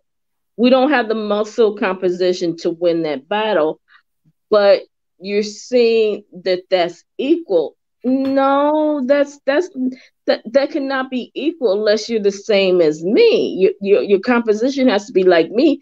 That's equal. What women a lot of times are asking for is an opportunity to do such a thing. Like back in the 70s, they wanted to be police officers. They wanted to be firemen because probably their dads, the uncles, they had a whole family who was on the police force or the fire department. And they saw all the benefits, that they could acquire, but also they had that longevity being there, and they saw the opportunity, and they saw their parents, the passion and the love they had for the job. So they like, well, I should have the same opportunity because I have that same kind of passion. Now, the thing is if you say, oh, no, we don't want you because you're da-da-da, she has a passion for the job. Well, somebody else say, well, you know what? Things are slow out here. I ain't got nothing better to do. Can't find the career that I really want. I'll just become a cop. Who's going to be the better cop in that situation? Somebody who has a passion for it, or the one who just looking for a 9 to 5? I ain't really into this. So, the thing is, if you find what you love and you find somebody who loves doing that, they should have the opportunity and not say, because you're this, you can't do it. And because you're that, you can't do it. Because, again, like you were stating, everything is still dominated by men. And nobody said they shouldn't have that position, but there's more than one voice. If there's almost 50-50 male and female, you're silencing half your voice. The other half of your voice might have a lot of things that can benefit the conversation.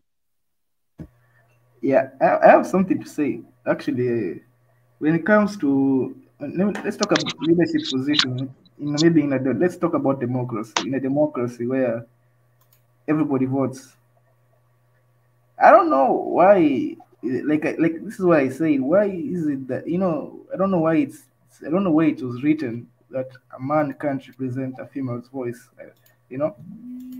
Because especially in a democracy where women vote too, right? And if they vote for men, if you find this up when the maybe Congress or Parliament, it's full of men, but they were voted in by also women who voted for them. So those women, they felt that this guy, he represents what I want, So I don't know.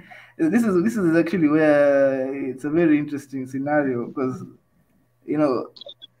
does a person have to have your physiology to represent what you want, or because maybe you want. But you missing one little point. A lot of times, a woman votes the way her husband tells her to. And that's what she does. Now, not all, but there's a lot that, honey, what should I put down on this? Okay, when I go, this is what I'm going to put down. So is her voice really being heard?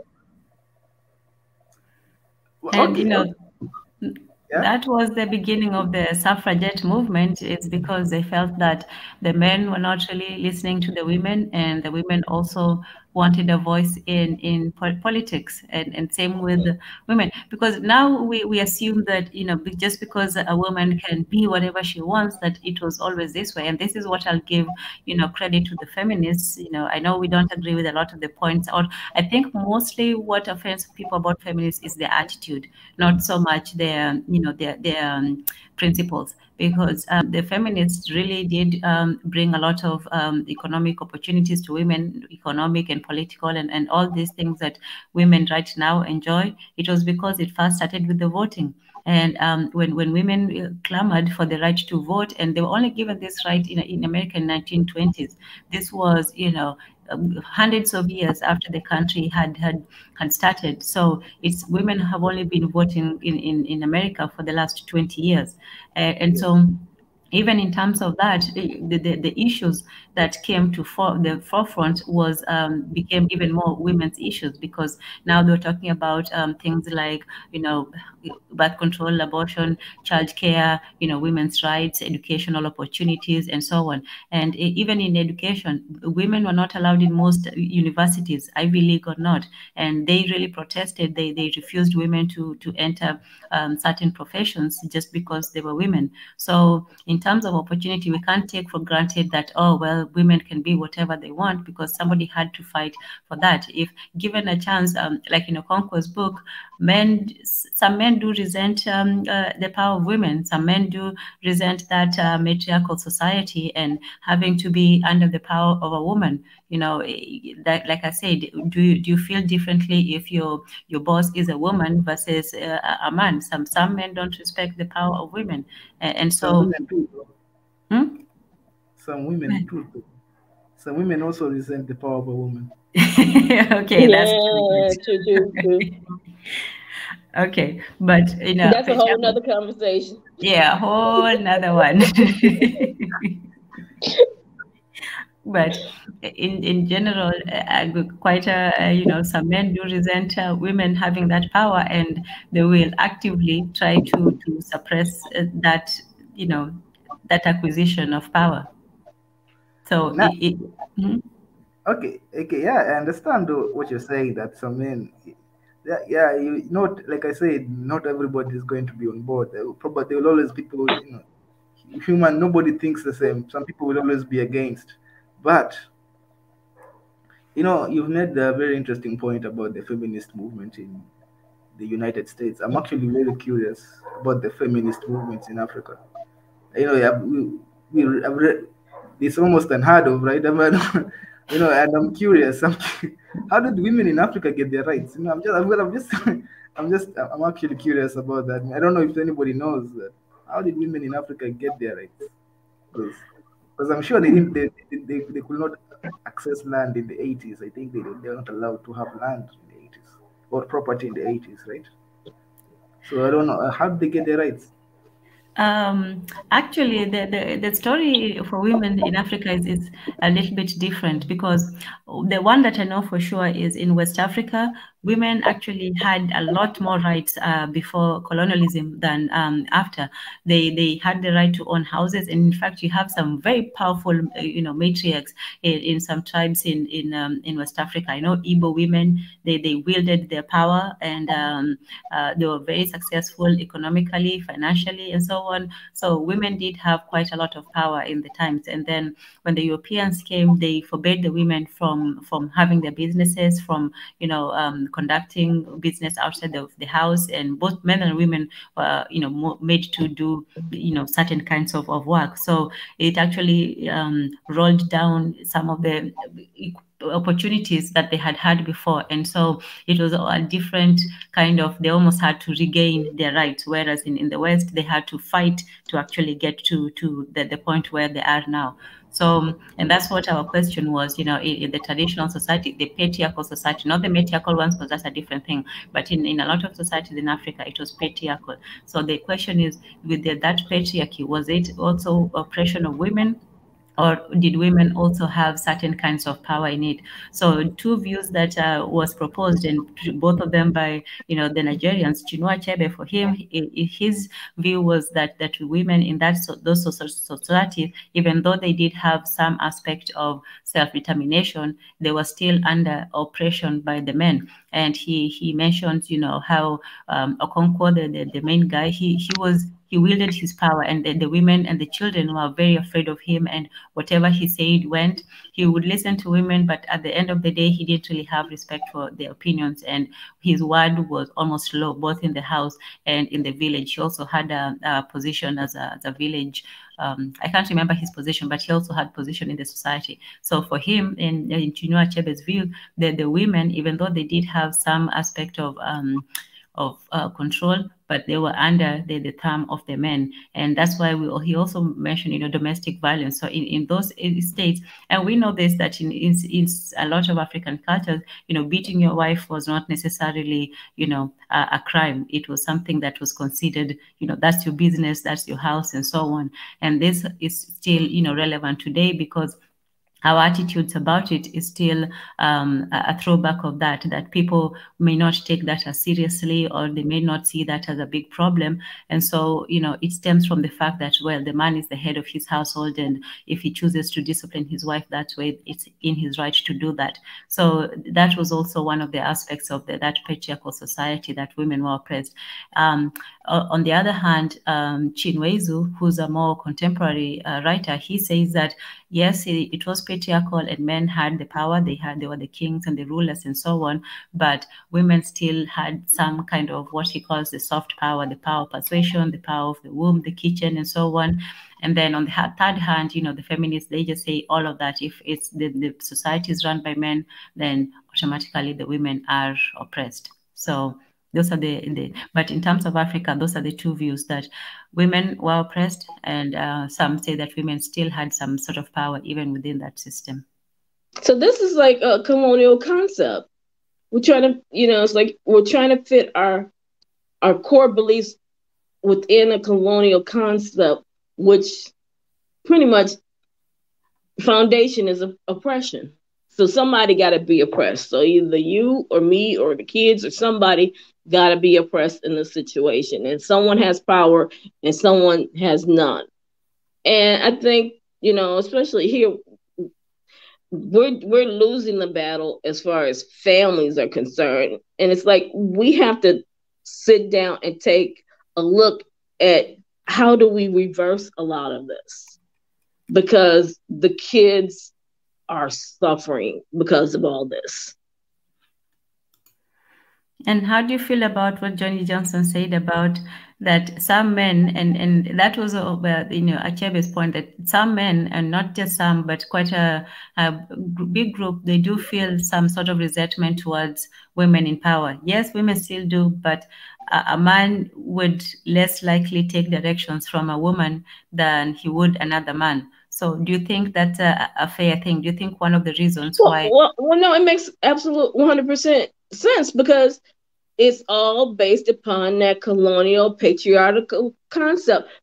So that whole, the woman is in charge is totally opposite of what it says. A man is supposed to be in charge. So if a man is supposed to be in charge, she's there, then something's wrong with this picture. It doesn't make sense. This shouldn't be happening, because you can't fathom your brain into accepting something different because it's not supposed to be. Where if you look at the history, like you just stated, with like all the African communities and civilizations, they said no, this is the norm. Women can be in charge. There's proof that it works and all this other stuff. But our brains over here is like, no, it's supposed to be this way. No, and see, we have so many. Like when I was in school, they said, okay, London is a caste system. In London, the way the caste system works is if your father is a minor, you are a minor. So it's very hard to move up or down that caste, because whatever your family is born into, that's what all the children are supposed to do. So if you take that caste system, which is here in America, and throw race on top of it, and then I guess you say the same thing in England, and then you throw gender on top of it, and then you throw all those other pieces on top of it. It allows for very little movement outside of what the caste dictates. And what a lot of people have to do is open their mind to what is right. What is the right thing to do? What is the fair thing to do? Not what society is saying to do it. If it's right and if it's fair, then we should do that. Okay, interesting. Some says that I have had pushover male managers and a female manager that looks like he did not look like a dragon. He says that he respected the dragon more. Yeah, what? Yeah. Okay. This I don't know this theory that most men don't respect women in leadership, or I don't know. That might be debunked because I feel like I see a lot of women getting a lot of respect. I'm talking about looking in. There's the president of Tanzania is a woman, right? Mhm. And she's getting a lot of respect. She's not. So I don't understand. I don't. Okay, maybe it's true. Maybe it's true, but I've not seen it. Well, my question would be is, do those same people respect women?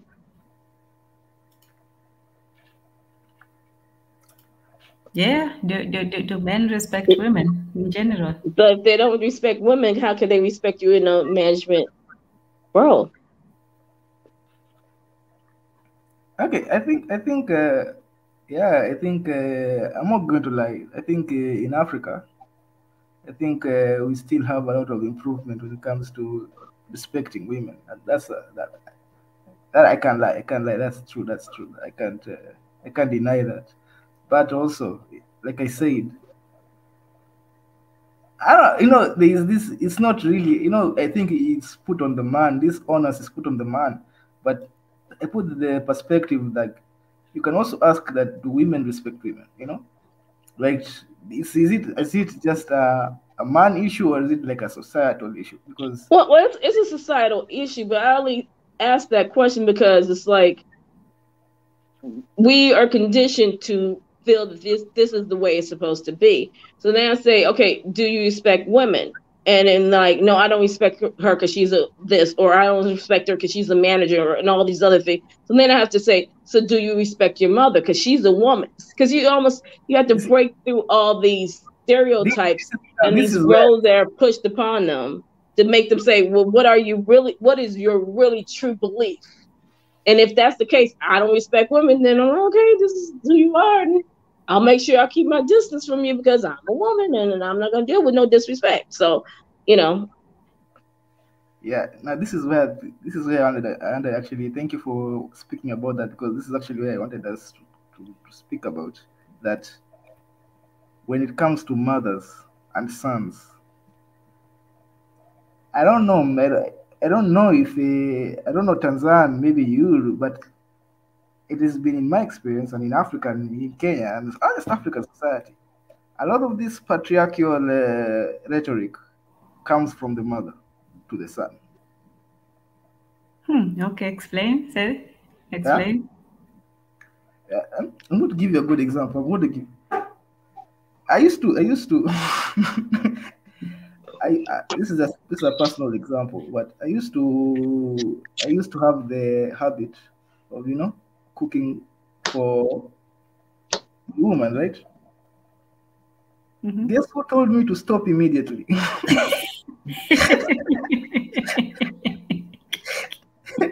Yeah, yeah. So you can say, hey, no. So I'm good. That's a fact. This is a fact that, and it's just not me. This is just an example that. Yeah, I'm going to give it in Africa. I'm not going to split it out, but in Africa, the patriarchy is really. so can I ask a question? Yeah. Did your mother say that? So because she sort of knew if he learns how to cook, will he actually want to go out and get a wife because now he know how to take care of himself? Nah. If he can't cook, he gonna want to eat. Then he gonna have to go get him a wife. No. She said that you you can't let her get used to you cooking. Okay. That's what she said. And so it's like, oh, and that's the good. That's just the good things I'm saying. The much worse things have been said, but about women. But I see this in not my mother. I've seen it in many mothers tell their sons in Africa that hey, mothers are very protective to their sons when it comes to women out there, and especially in Africa, where they really judge girls, so they really put it into their sons' minds that hey, where this is how we're supposed to treat women. Don't accept this type of woman. This is a good woman. This is a bad woman. This they put it deep, and they put that part. They plant the seed of patriarchy. They make it sure it's deep. So this is why I'm saying, do women respect women? Because if you hear the things he says, it sounds it's a lot like the things that No, I get it 100%, because you guys sometimes ain't very good at picking a woman, so she just trying to help y'all out. So you know what? Y'all gonna go for the little one, the super short dress, walking up and around, and like, oh yeah, that's gonna be mine. With a fat ass. Let me just read something. I'm not taking care of your bad children. I done raised 7 of my own. They look out for themselves too. You know what, Amandatezi, you raised a very good point, and I think I said something about it earlier. This is Chinwezu, because Chinua Achebe, he's very dogmatic when it comes to it, but Chinwezu is a little bit more flexible. But let me just read a little bit of what he talks about, Anatomy of Female Power. Everybody should go read this book. This is a very excellent book. I know everybody shouldn't read this book, because I think he divulges maybe a little bit, maybe too many secrets of the female, he just out there. There are some things that women have kept to themselves, and there's a reason for that. But when it came to the mothers, let me just read something he said. He says, from birth to puberty, a man is ruled by mother power as exercised over him by his one and only mommy dearest. Then he passes into the territory of bride power as exercised over him by his bride-to-be, that cuddlesome and tender wench, his words not mine, he feels he cannot live without. This phase lasts from puberty to that wedding day when the last of his potential brides finally makes herself his wife. He then passes into the domain of wife power as exercised over him by his own resident matriarch, alias his darling wife. The phase lasts until he's either divorced, widowed, or dead. In each phase, female power is established over him through his peculiar weakness in that stage of life. Mother power is established over him while he's a helpless infant. Bride power holds sway over him through his great need for a womb in which to procreate. And wife power is established over him through his craving to appear as lord and master over some woman's nest, should he dispense with his vanity. Not even the co-producer of his child could hold him in her nest to rule him. There are 5 conditions which enable women to get what they want from men. Women's control of the womb, women's control of the kitchen, women's control of the cradle, and the psychological immaturity of man relative to woman, and the man's tendency to be deranged by his own nether regions. So for him, in his view, it's there is still the outside, the outward aspects of power that we talked about, the hard power, so to speak, the economic, political aspects of it. But he says that women's power is more in the manipulative, the subtle, the unseen powers, that the powers of persuasion and manipulation. So yes, what do you think of that? Of the power, of the soft power of women? Do you think that women have willed some sort of power? Oh, definitely. And no offense to men, but women could be amazing actors, and they could put on a veil that you cannot see the true person that lies up under there. And a lot of times y'all look at, oh, she looked like who was the one who said a dragon? Maybe that dragon might be better than that the little princess you're walking around with. Because when she pulled her veil up, you're like, oh, well, I should have had the dragon, because this is a demon right here. Yeah, you see, this is exactly what mothers tell their sons. You see? So we find that maybe women are contributing to their own, because this are when you tell your son this, that hey, don't trust women. Don't be careful. Women can be very cunning. Women can be very, can be evil. So these things. Be careful with women. So all these things you plant a seed into your son, right? And I don't know. And then when they say, I'm sorry. The thing is that if you take your time to get to know the person, they can't hide themselves for that long. I mean, you'll start seeing, because the same thing with men.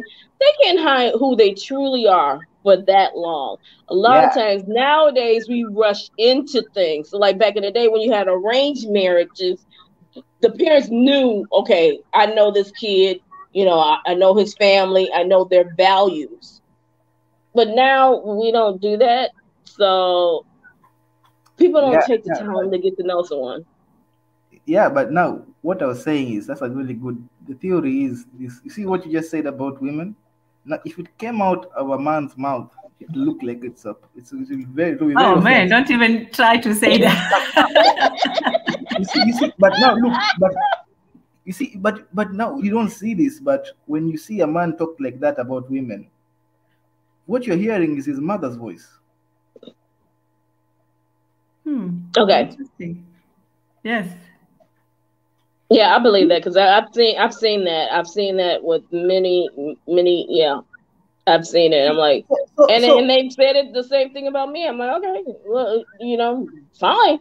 And I broke up with the person, and they went and found that princess on the campus, and they thought was everything. And then when stuff fell apart, he kept running back to me. I'm like, it's too late now. Now you want to see me for who I really am? I'm like, that's what I'm telling you. Like when you see all this patriarchal or what is it, misogyny? What you think is misogyny, right? But imagine we're probably just hearing a woman's voice. Yeah, it comes out with a lot of bears, but he's probably reciting what they've been told by their mother. But the thing is that it's some, not all. And I think what happens is a lot of men hear their mother's voices and they think all of those, but these over here is okay.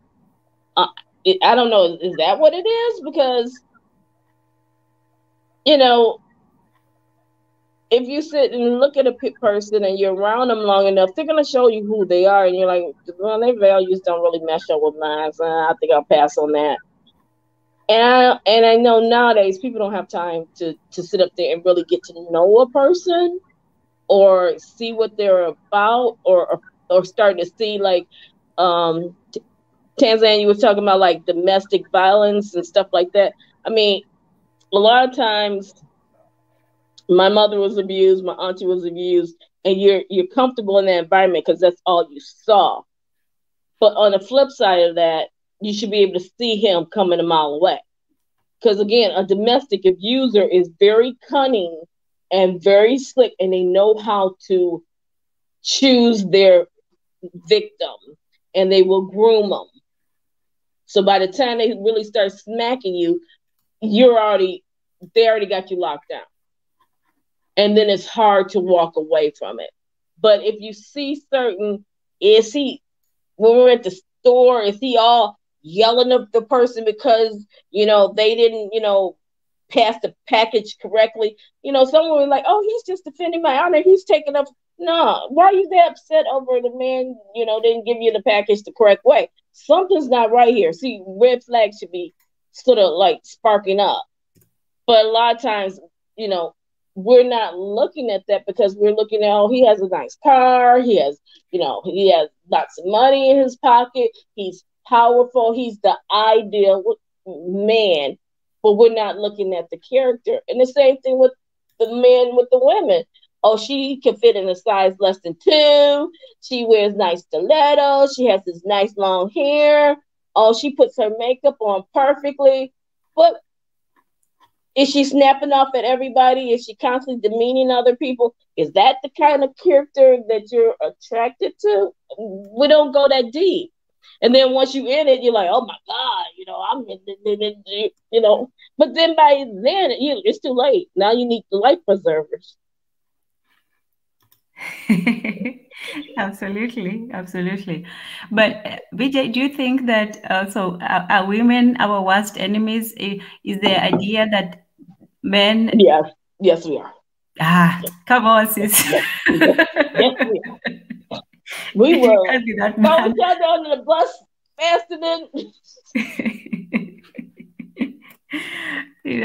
but when it comes to the staying out of the kitchen, and I was looking for the quote. I said it earlier, but I can't find it now. But even in the Anatomy of Female Power, there's this lady who says she does not want the men to be in the kitchen because the kitchen is her territory, is her dominion, and she does not wish for for the intruders to know about her secrets.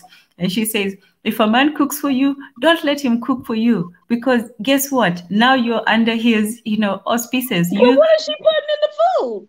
Hey, don't ask questions. No, I mean, no, I have no. I mean, I guess that's where she feels that she shines. I mean, I'm just gonna take it like that. That's where, like, I guess if you're a chef, you don't want nobody in your kitchen because your rhythm, how you do things, and how that's your place to shine. No, not just shine. I think some women really did take it as a form of power, because don't forget, food is not just food. Food is actually life. And if you are a good cook, or if you know how to concoct certain dishes to a certain extent, it's like power over man. They say, the way to a man's heart is through his stomach, and so on. So that's one of the powers. And not just through his heart, but you can also do a lot of damage. You can do a lot of good with food, but there are women who also, there's charms, love potions, and things like that. Women are very now I'm not going to be all anti-us, but there are women who are very cunning when it comes to that. They knew the secrets, love potions. They would put certain things, and even if they didn't, just the power to be able to present somebody with the life-giving power, that in itself was something that a lot of women took pride in. Yeah. Yeah, so and then plus, that's welcome. don't come in here because I don't want you telling the side chick, all my secrets, and then you won't be coming back. Yes. Let's not divulge everything overnight. Peace, I can. What say you? Hello, my people. Hello. Of course. Hello. Well, yes, women can be enemies. You ever notice when you're trying to hold a conscious conversation as to what's the solution, it always come to certain conversation, like the church and all of that comes in the whole like you say, like, where did that come from? But it's like this: whenever you're looking for the solution, the problem, the target of the problem gonna come up right there. And just don't be in denial when it comes. That's how when the solution comes. Anyway, when it comes to people, you got to remember we all learn the same way. Both male and female, we learn from the same machinery. You understand? Yeah, we're getting it from the same source. Yes. Yeah. So because we are, so you can check yourself and see that, and see how it is. You feel me? We all, and then again, we all have different experiences. You feel me? Mm-hmm. So all of that tied up is causing this. Watch this now. Woman, you can't leave woman out of rule. You feel me? When in terms of, say you writing rules for anything. Yes, you as a man can be there. Yes, you can have the last word, all of that stuff. But you need the advice of a woman. You feel me? Also, and you're gonna need like like to me, a woman can rule like the man, but she can rule the a government. You understand? But she can't rule the man. You feel me? But the woman is the most powerful. That's why. That's why. Okay, that's you know what's happening. It's guess what's happening. It's the woman that has been destroyed while we are being destroyed. Which means the family is getting destroyed. Yes. You feel me? It's like you can do what the hell ever with a man. If you never change the woman, the man will never change. You feel me? I don't know about that one. If I think like here it's sort of the opposite. no. If you it's like this. If you kill listen, remember man is man, so every man is the same man, he's a man. You understand? So if you kill a man for that, if the woman is not affected, then you gonna have more men that you have to kill for the same thing. It gonna wear you out. You understand? What you have to do is stop the woman from teaching the men that. Okay. What I see what you're saying. Okay. what I mean? This is what I Yeah. mean. We have been targeted through generations. So they're using a generation gap tactic. You feel me? Where that's why things are so big and complicated to us. And that's why I emphasize on the education system so much. You feel me? Because we have to educate ourselves to do it the right Because way. because the system has been implemented for generations. You understand? And they have been teaching the woman to act and behave a particular way in which the woman gonna teach us to act and behave a particular way. We the men have no power over that because we she has us on her titties. You understand? I agree with you to a certain extent, but This is what I'm trying to say. No man has power at 1 year old, 2 year old, 3 year old. No man have no goddamn power. absolutely. But at what point? So she have the choice whether she bring a thief, a stupid ass nigga. But Hold on, a wise man. She she can make you be a bookworm. but I can't. I'm only gonna say that ask the question: at one point, does the society as a whole intervene in that? Because I've seen that happen on both I sides. don't. Where Hold on. That's Pan Africanism. That's people like me and you. But what power do we have? What? All right. That's why that's why I emphasize that. This the power we have, right? This. This and the the only reason why I say that is because I've done that. you seeing it. I've seen everything you're saying, and I've done that, and I intervened in the middle of that, and because I intervened, that trajectory switched. Because if I Easily. had not intervened, they would have gone down a different path, and So that's the you only see. reason why I say that. Hold on. So you see, the woman is God. You feel me? Because she can change everything.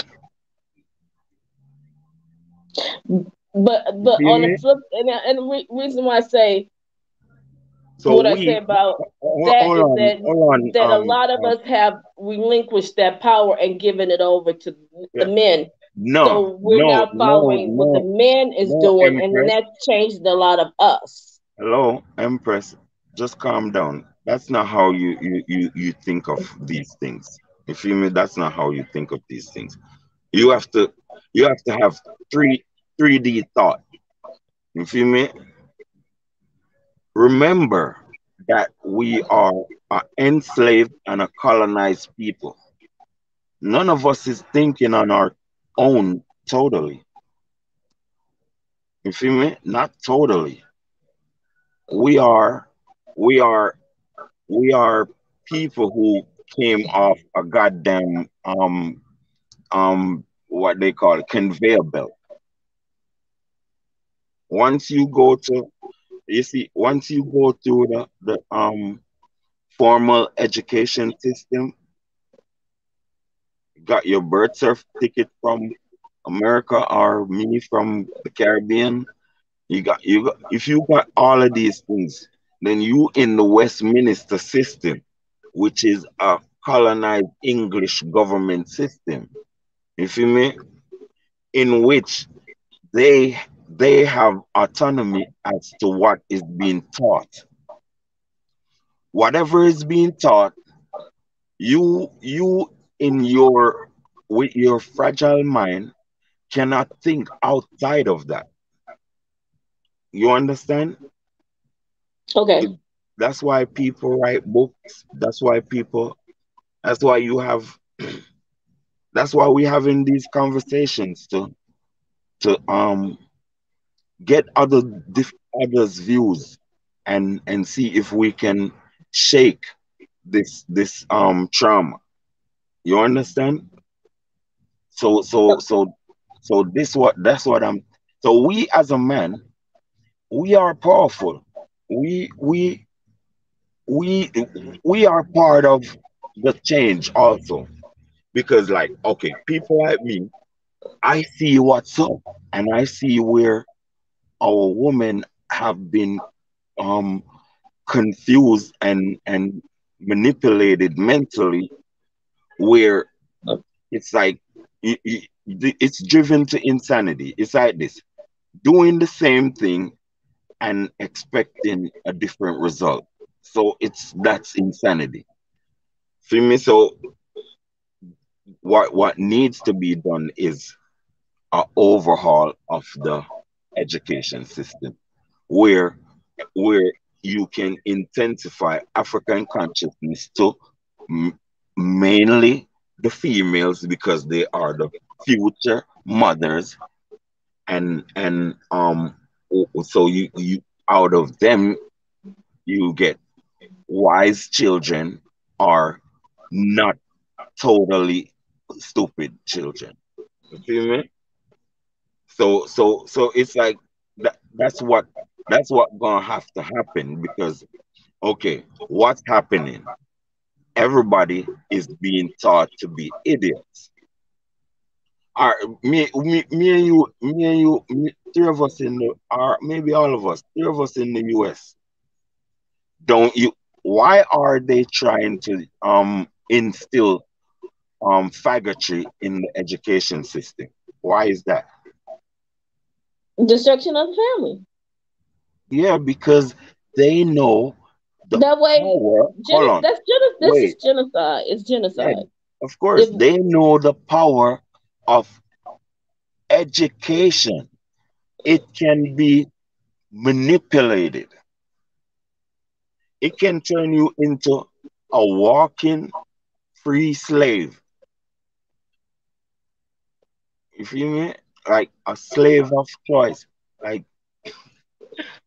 you can be a slave of choice because of how you've been. You hold on. You know that we are so adjustable as humans. We can almost be trained to be an animal again. We can we if you are right now, we are censored. If you censor of people enough, you can get idiots. I'm telling you, a lot of us don't understand the power of changing the psychology of someone. A lot of us don't underestimate what a newborn is. You feel me? We don't understand. It's an open. A child is an open book. You And can, what you feed into it yeah, you can will teach mold it him. into You can teach whatever. him to be a wicked son of a bitch, and Mm-mm. he'll not what you call it, let you down. So I can. Are you saying that women actually have more power, or are you saying that they are oppressed by I'm men? saying that women have the ultimate power, but women have to work like God. What I mean? God don't walk around and tell us how everything's supposed to be done. God don't walk around and show himself and his almightiness in front of us. You feel me? That's what God do. Like the woman do. She don't take the power in the earth. She take the back road. She when have a time when she's strong, and have a time when she's weak, and she'll show you. But she have the more powerful mind. She have the more powerful body. She have the more powerful everything. But she has to, because she has to bring life into this world Yeah, and those and are her mold that weak. life so Those it are can her go weak and points. survive and keep bringing more life into this world. Yeah, she is the creator, creating things every day. No man on earth came out of nothing. Every man came out of a woman. You Yes, feel me? but the way the society and the world is run, still the men still have the power. That having that soft power, that's You, not good. you, But hold on, Tanzan. You gave them the power. It is your choice to stay behind. You don't understand. You are listen. You created warriors and have warriors take the front. That's how I see it. You feel me? You not a warrior yourself. You feel me? No matter what, no woman cannot not supposed to go to war, and she not gonna do well in the war. You feel me? A man is stronger than woman on for a reason. So is that why this patriarchal society is always trying to suppress the women, Well, because well, we are so well. powerful? Let me tell you. People have to be. People have to have a what you call it, the correct moral compass Right. for a woman And to that get, moral compass is out the window right now. But yeah, for a woman to get treated good. You feel me? For a woman to get treated good, people got to have the correct moral compass. Not just the man, mm-hmm. the woman also. So it's like this. It's a revolving wickedness going on through generation. As soon as the woman tighten up, then it's gonna be a revolving goodness going on through generations.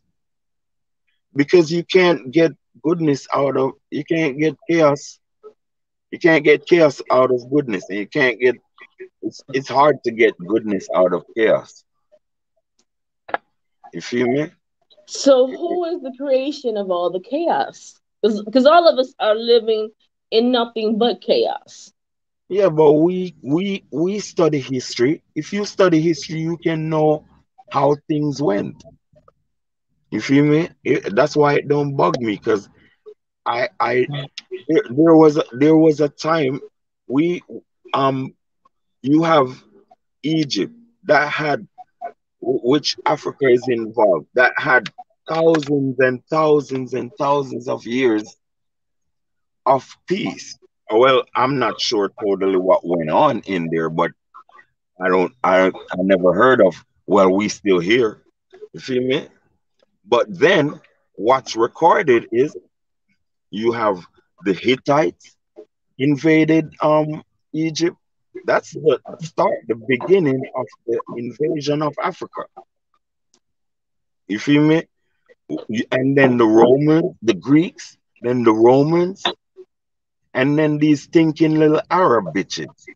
You feel me? And up to this day, they here don't like Africans, and a stupid little African people trying to say that they belong there. You feel me? And I'll be like, y'all little crazy people. You don't like your neighbor, but you willing to. I'm wondering if we scared of these little Arab bitches, man. You feel me? It's serious. Some of these dudes, when I hear them talk, I'll be like, how you expect your woman to fucking respect you? You like a weak ass little nigga. You feel me? Like, bitch, who you gonna fight? You know who they planning to fight? Their neighbor, the next black man. You know, hold on. All right, I'm gonna show you something how powerful the woman is. Right now, women have things that they like. The men like it too. You feel me? It's like we don't know what, and she taught him that. You feel me? But I'm saying we have been undergoing a whole bunch of invasion from some other forces, and these people figured out. I mean, a lot of invasion, but none of them ever put us under mental subjection. These motherfuckers have figured out a way to put us under mental subjection. And the question is, how are we going to break through that? Well, we're doing it now, right here, right here, listening to someone like me that like bring it up. Let in the open for everybody to know that something like that exists. That's where it starts. But I have another idea. Well, Miss BJ, I know you rich. You don't know what to do with your money. So I'm gonna tell you what to do. Go and um approach the ministries of education in Africa and tell them and give them what you call it. Do the money like a carrot and a dog race. You feel me? Or you understand? So you give it to them, but not at once. You feel me? In that time, you telling them for this money you have to teach African studies, black studies, and it has to be intensified if you want the money to intensify. You understand? So you it's like it's a soft approach, very soft approach. Okay, But okay. in 20 years, less stupid people will be graduating. Well, then we need to work on a curriculum, which is what we're doing now. So the question we're, trying to figure out is... No. You don't have to bulldoze everything.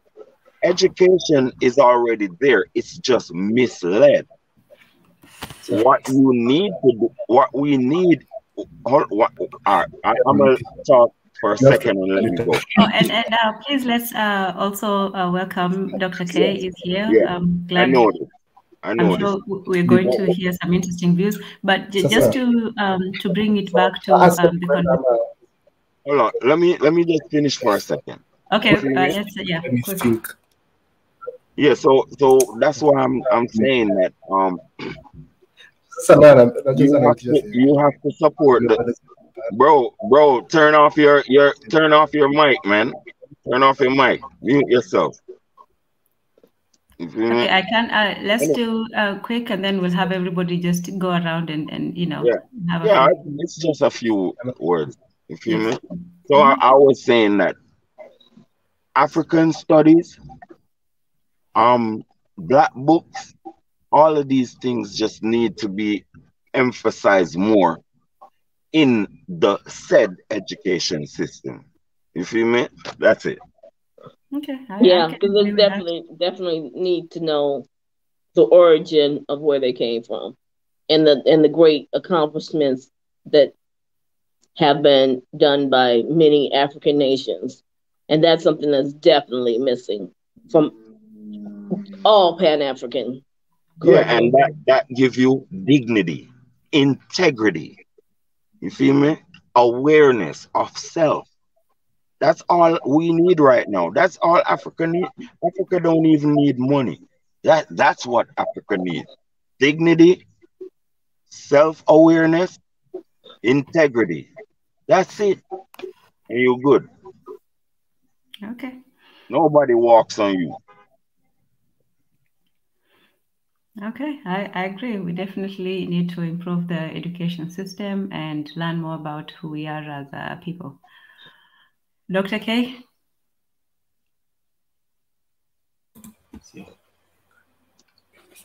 Oh, now you've gone quiet. Kaizo. Yeah. Go ahead. Hello. Can you hear me? Yes. Yeah. I want to say that how are you? Hello. Hello. I do want to say that sometimes is it well? Can you hear me well? Yes. Wow, that's a big I want to one say for sometimes you. that women can be yeah, Turn off I think women can be toxic sometimes. But go ahead. Yeah, but that's the problem, though. Sometimes women are toxic because what they do is after you finish having monkey double backflips, they steal your condom and then they get themselves pregnant. So how can we fight that toxicity? Wow, you just threw us all for a loop. Hey, I thought you was I guess the question is, what kind of women are you choosing? Hold on. I'm asking this. Why? I thought you was an educated person. Why you come to us with frivolous conversations? You know you're talking to grown people. Stop being a boy, man. No, the reason I ask is because it actually happened to one of my friends. So what? Who cares about people's individual life? That's a problem, bro. That's hold on. Black people have a problem. That's the problem. Let me be fair. Hold on. I can I will take him seriously. I'll try, although I only take him half seriously. No, he's not serious. He's always but let's just say he is. Let's give everyone a chance. Everyone has an opinion, and I know he might be provocative, but he's not entirely stupid. Sometimes he's Pan-African, and other times he's against Pan-African. Yeah, bro, that's some bipolar. Okay, well, let's deal with what he brought today. You're talking about, some of the manipulative aspects of some women, and also the fact that 30% of all children are not the children of the father they think is their father. That means 30% of the time the woman is lying. She got pregnant with someone else, and then she pretends and lies to the man that that's his son or daughter. Okay, so you're talking about how some women can be manipulative, especially when it comes to procreation. 30%. And that's what Chinwezu was talking about, that women do have several powers, and one of those is the power of the womb, the power of the cradle, the power of the kitchen, the power of psychology. So Absolutely. Women are going to be manipulative just as men are going to be manipulative, as BJ said. There are also men who take advantage of their power and they use that as domestic violence. So both men and women are going to use the tools at their disposal to try to have an advantage over the other person. Men in the advantage, and Rahel said, men also practice polygamy because they also look at it as an advantage to them. Same thing with women who practice what's called there's a name for it, where even as some animals do that, like they have another child, they have another male take care of their children. So this is also within the animal kingdom. So yeah, a woman's first priority. Let me just finish. I'm taking everybody on board. So if a woman decides that she does want to use her womb to manipulate a man, she wants, whatever financial aspects, advantages come with that, you as a man should also protect yourself against that. Yeah, you use protection, but, unfortunately, you also have to know that there are women who are like this. And if you are attracted, and Mundatezi said, people are attracted to who they're attracted to. There are women who are going to be with abusers. There are men who are going to be with these manipulators. So if you really want to protect yourself, then you should either practice no sex before marriage. That's why they used to have that whole idea that you can't have sex without marriage, even without protection. That's, if you're really, really serious about not having those kinds of situations, then don't do it. You're not going to be tricked into it if you practice marriage. Your wife is not going to trick you into having a baby, or if she does, yeah, maybe you'll end up raising another child, but take a DNA test. There are aspects that you can do. For me, this whole trickery, victim trickery for men, I have some sympathy for it, but at the same time, you pretty know who you're getting in bed with. If somebody is of such a character, you already sort of know who you are messing with, just the same as a woman. If you're messing with an abuser, yeah, you can be tricked for a while by the charm and so on, but after a while, you should know who you are with. And, hold on, Tanzan. Hold on, Tanzan. 1 second. Calm down. Listen, man. We all have issues. It don't matter. You got women are thieves. You got men are thieves. You got con artist women. You got con artist men. How you deal with it's like you can all right. Yes, we're talking about the women, but these are not just women problems. All of that shit is not women alone. You feel me? That's what I said. I said it's not just women. There are manipulative women and there are manipulative men. But I say that both men and women, eventually, you know who you're dealing with, whether the man is an abuser or the woman is a manipulator. You're still sort of partially responsible for the person that you choose as your partner, whether you're a man or a woman.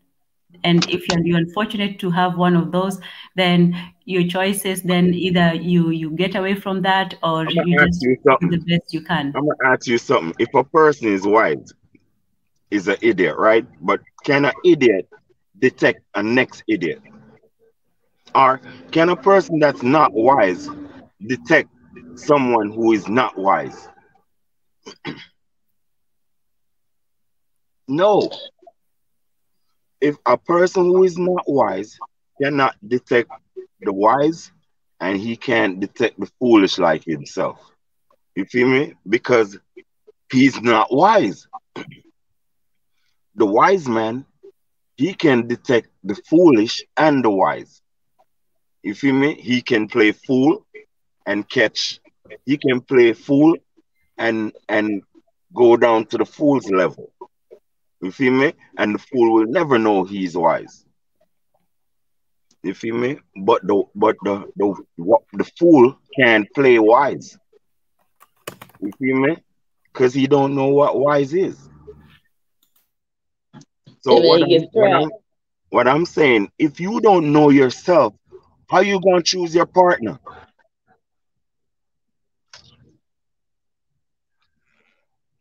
You understand? You don't know. You don't even know what you want. That's the whole thing. You feel me?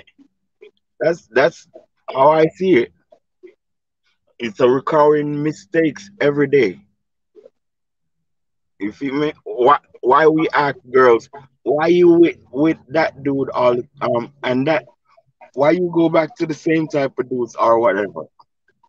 You feel me? Because you go back to what you know. Everybody nuts. That too.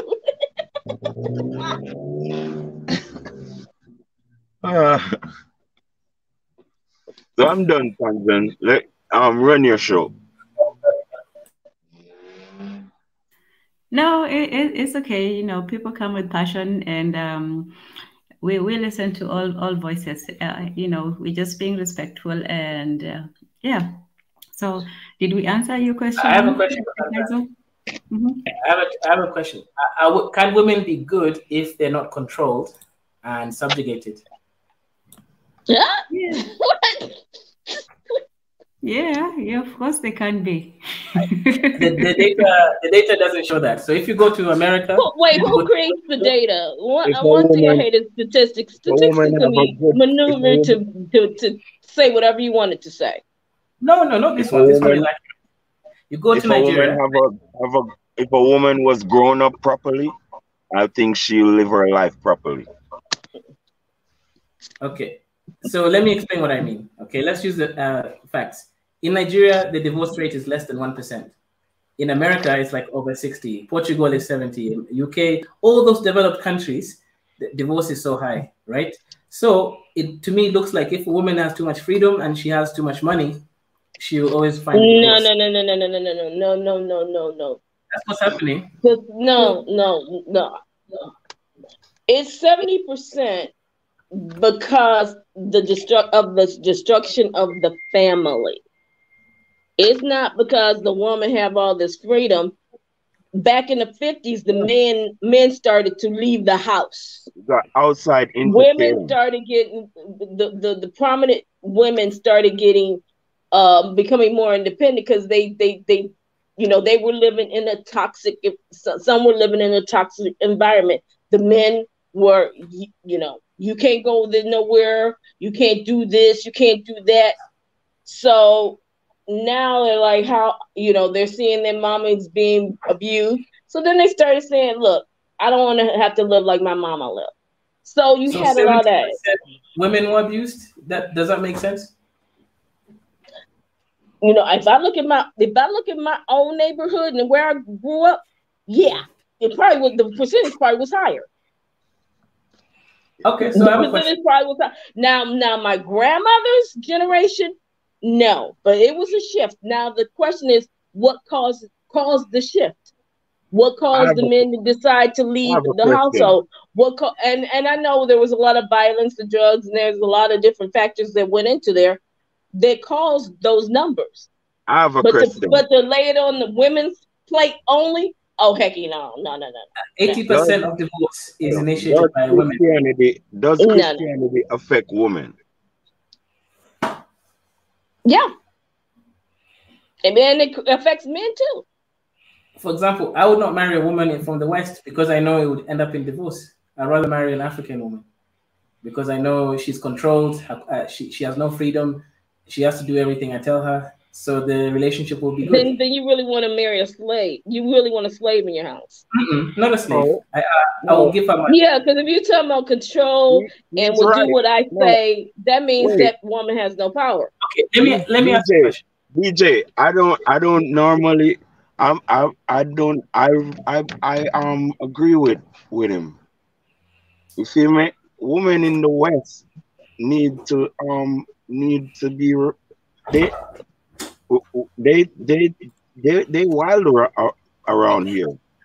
Okay. You feel me? Oh no, I'm not denying that. Let me tell you. But that's a part of it. The societal destruction of the family. Let me tell you, the police. Yeah, but it's the woman's fault too, cause she's just like, do what she feel like, and men, how men gonna take a lot of that? But I'm saying this, right?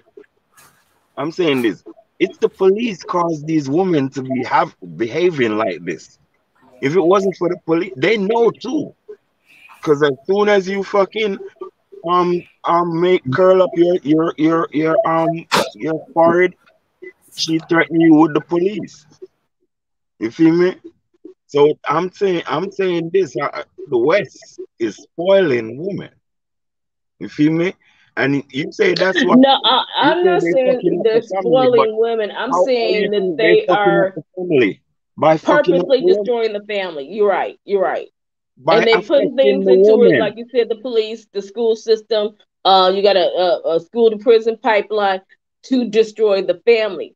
To put it all on a woman's plate, I don't think that's fair. Let me ask you all a question. So are you saying that women in the West have more freedom than women in Africa? And are you saying that freedom for women is a bad thing? Let me add one thing. Go. Yeah, so put it this way. Imagine you have a company. You have there's Tesla, and then there is the Mama Mboga. You know, the woman that sells vegetables on the street. Mama Mboga doesn't have good direction. Tesla, say whatever you want about Elon Musk, he's very good at making things work and forcing people to work.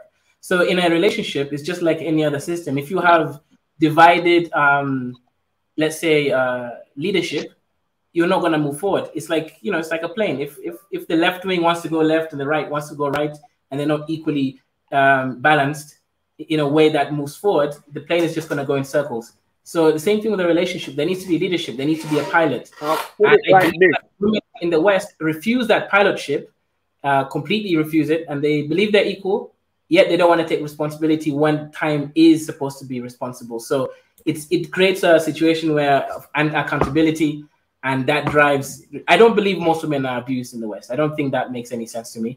And when I say West, I'm talking about America, Portugal, UK. Why is it that all the rich countries have this problem of divorce? And why is it that the poor countries don't have this problem? So I think the moment women start getting more money and freedom, could it be in the poor countries, I'm dependent on your money to survive, so I'm not leaving you? Well, yeah, 100%. You see, human beings, like I said. So then that's why the rates are so high for marriage, because I'm dependent upon you for my survival. So I'm gonna stay in a abusive relationship. Well, not abusive. BJ, I don't know. BJ, I think you say most of these relationships BJ, are abusive. Hold on, Outlaw. BJ, that's right. That's the right thing. I'm telling you, that's the right thing. It's like it looks odd. You feel me? It looks odd, very odd. But check this, BJ. Before an economy, before trucks and cars, before taxes and what the hell ever, didn't strong families. Didn't a man have to go hunt for you? Yep. Would you leave him to go on your own? No. Why? Because I was depending on him for my survival. Don't he get mad at you sometime? Wouldn't he? Don't you think he would have got mad at you sometime anyway? At that time? Yeah, sometimes, and then sometimes would he not get mad at me? So what I'm trying to say to you is, women should keep it going in terms of, okay, both of us are making money. But if it was the jungle, I would have never left him, because he would have run out, go kill some animal, or go what and the take hell it to somebody else. You understand? But now, this goddamn woman think that she has an option now. And that's the fucked up part. I agree with Keizo. Sometimes people need listen. Wow, that is historic. Okay, watch this BJ. Watch this BJ. Watch this BJ. I'ma tell you this in this modern world how it's supposed to go. You see if you and her together and she in this world right now and all that shit, to me, hands should be raised when she start looking for these options. That's how I see it. Because it's like, okay, what gonna keep you there now? What gonna keep you in line? What you gonna see? You understand what I'm saying? But don't you understand what I'm saying? Yeah, I do to a certain extent, but right now, a lot of men losing his woman because of the police. Because all he had to do is put hands on her and she go sit in the corner and behave herself. So you both are saying abusing women is the solution. It's not abusing women. That's not abuse. Slapping women around is going to keep your home happy. No. I'm saying this, right? What if you're all right now?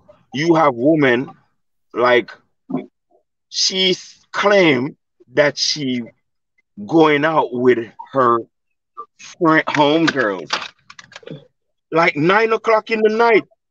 She leaving the house. What you think she need? What you think she needs to get? Hands. You heard? I'm like, if that's the case, then let her walk out and keep on walking. Yeah, but you don't understand. Are you advocating force in order to make a woman stay? This is what I'm saying, right? This is what I'm saying. In this world, you have the present world, right? Mm-hmm. The reason why I'm saying these things is not happening. You know why? Because you gonna get locked up. So now the woman is using at leisure her options. That's why they don't have relationships. That's why they're not married. All that. Okay. So it's better to be beaten and have a man than not be beaten and run around like a goddamn train. You feel me? All over the neighborhood. So that's my problem. Painting the town red. By the way, this goes the same way for men. You know, if you give men too much freedom, guess what? They do the same thing. That's why we have Pookies and Ray Rays. Women know how to keep men in line, man. I guess. Men have a fault. As I said, all of us is on a confused level. Okay, but you have to realize that we're still living in a very patriarchal world. So you can't say, okay, they will have freedom whether or not, they're responsible. But if you're talking about women, the police is their protection, because a woman cannot stand up to a man, obviously. So in that case, the police is her only option to have some... Mm-hmm. Yeah, you're right. And take that away and leave her at the mercy of her. If the police wasn't there, maybe she knows what she gonna get. So once you turn screw your mouth up or something, she just go sit. So the solution is more beatings. or no police. More beatings, less police. That's where we are. But I'm not advocating violence. What is a beating but violence?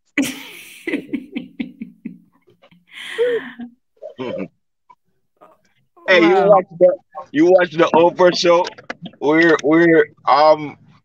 like Johnny took advice from his granny or mama or something, and she said she said beat her. And he went and put his hands on that woman, and that woman frazzled him out. She did what? She devastated him. Oh, okay. And you have women like that too. So, if you're going to do that, and that's the other thing. So you're all advocating for the submissive, nice woman who just does everything that she's told, correct? No. Oh, okay. Yeah, but You know, okay, a woman, so a woman look, the always have truth is rights. women are deceptive Very and deceptive. liars.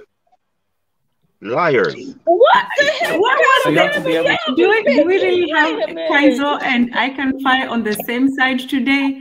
That is crazy to I'm me. There just must trying be to Hold on. some figure out child what the parents heck on Wait, or you thinking. something. bro, you see those tears will tear you down. It will just destroy you. Those tears, bro. My gosh. Do not Wow. let tears come out, bro. You lost. Hey, Mwenda Tezi. Words, please. Because at this point, okay, so But we can't do without women. We can't do without them. We can't do without them. But right now, look at what's going on. BJ, they getting gunshot in the street. Woman, don't you prefer a man just like order you to just sit and you just go sit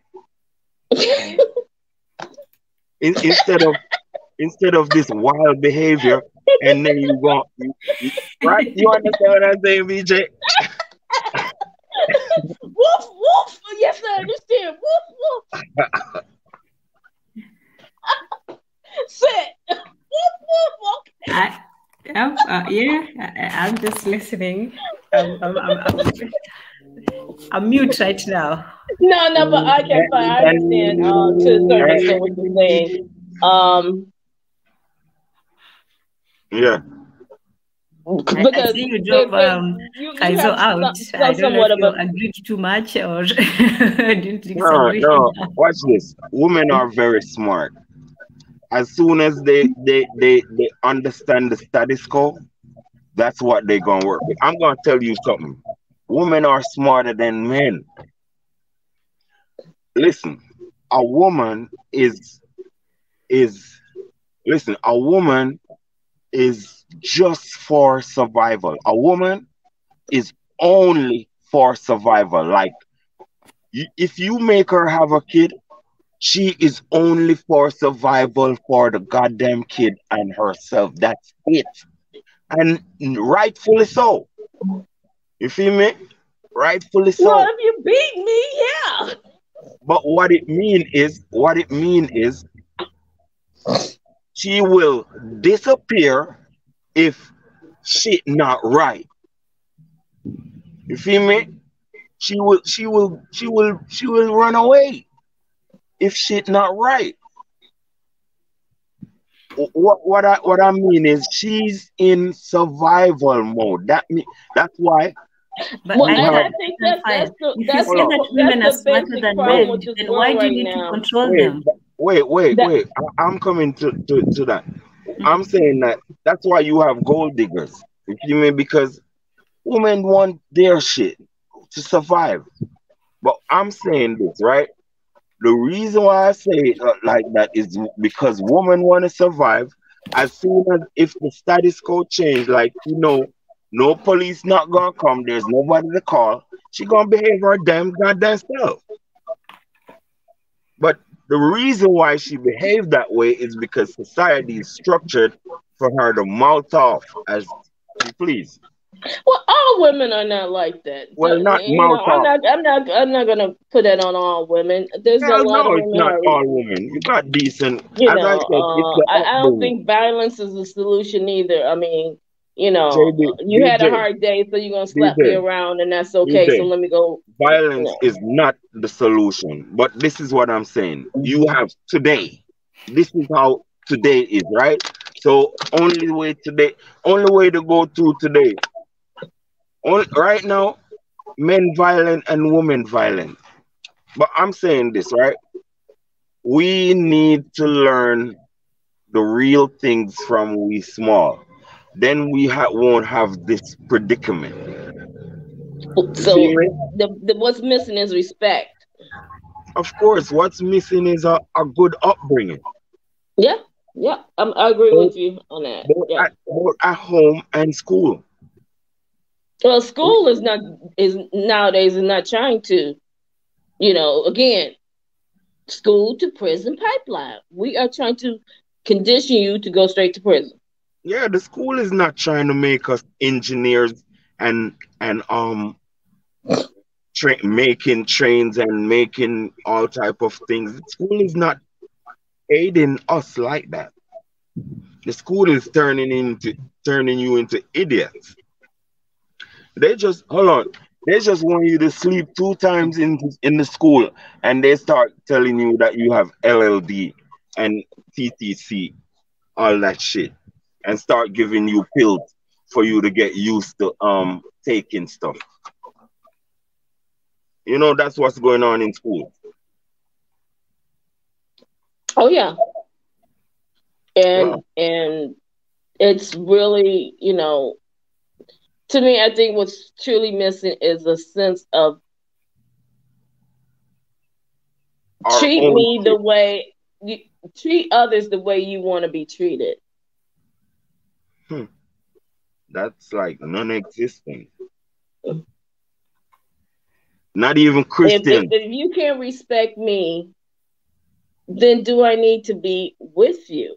And that's on both sides. Not even Christians go by that law. Look, if you look at the foundation of Christianity, they got a lot of questionable stuff floating all through all that. So I'm like, they our enslaver. Yeah. So how are you gonna say love thy neighbor, but let me put you in some chain and let me take a baby from you and put him in a cotton field? And have you worked for a couple centuries? Can God tell me that's what you deserve? Do you feel that women should be in positions of power? Of course, but I don't understand. No, that's her personal life. You're wrong for that. That's low. That's a low blow. I didn't even expect that, BJ.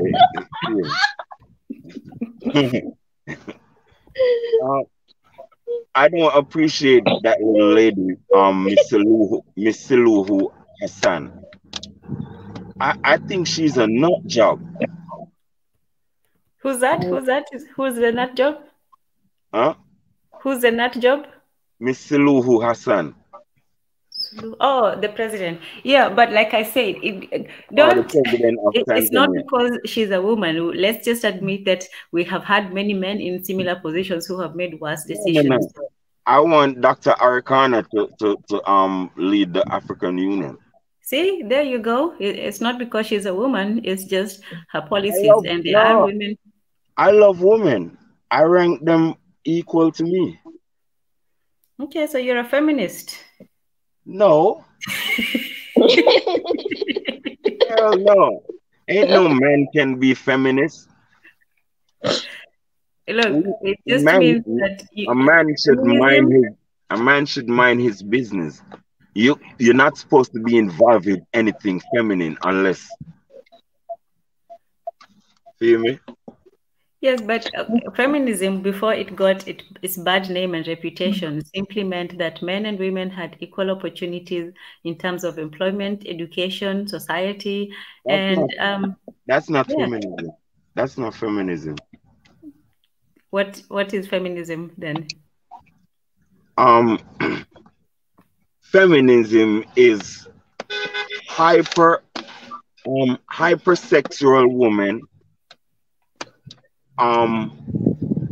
Women that don't want to take directions from no one. And hyper extra woman. You feel me? That's feminism. You feel me?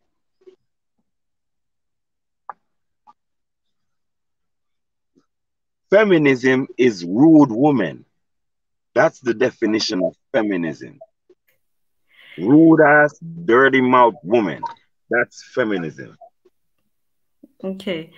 So can you let's tackle Yenatan says, I'm still confused. I was raised by a brilliant, educated mother who raised 6 kids on her own. She may be called a feminist, but she just never let her family be dictated by a man. Do you consider that to be feminist? No. I mean, she know that if her man is the man for the 6 kids, if her husband, if he died, then she has that option. You feel me? But if he's living, he is the man of her. But what if he was controlling? What if he was not the right, man for her? Maybe he was not the right father for the children, and she felt she could do it alone, and be a better mother than the man, because there are men who maybe. I cannot speak of individual people on that level. You feel me? Especially, I'm not saying that, but you have to admit there are many women who are raising the children alone. Sometimes because maybe I think it's because of the man, not the woman. Okay. In Africa, not over here. Over here is mostly because of the woman. Okay, that's fair enough. So yeah, there are women who shoulder the responsibility of raising their children by themselves, and that could be because of several circumstances. But there are women who are strong and who have power, and like we were saying earlier, even in African some communities, there were matriarchies. There were women who were soldiers and warriors. I don't know my father. My mom grew us up, 7 of us, by herself. Wow. So she was also a warrior mother. Yeah, but she wasn't no feminist. Okay, fair enough. So women can be strong without being feminists. Just an ordinary nice little lady. You feel me? Yes. Yeah. Okay, that's fair enough. So Yenatan, so you can be a strong, brilliant, educated mother, and you can raise your children, but you don't have to be a feminist.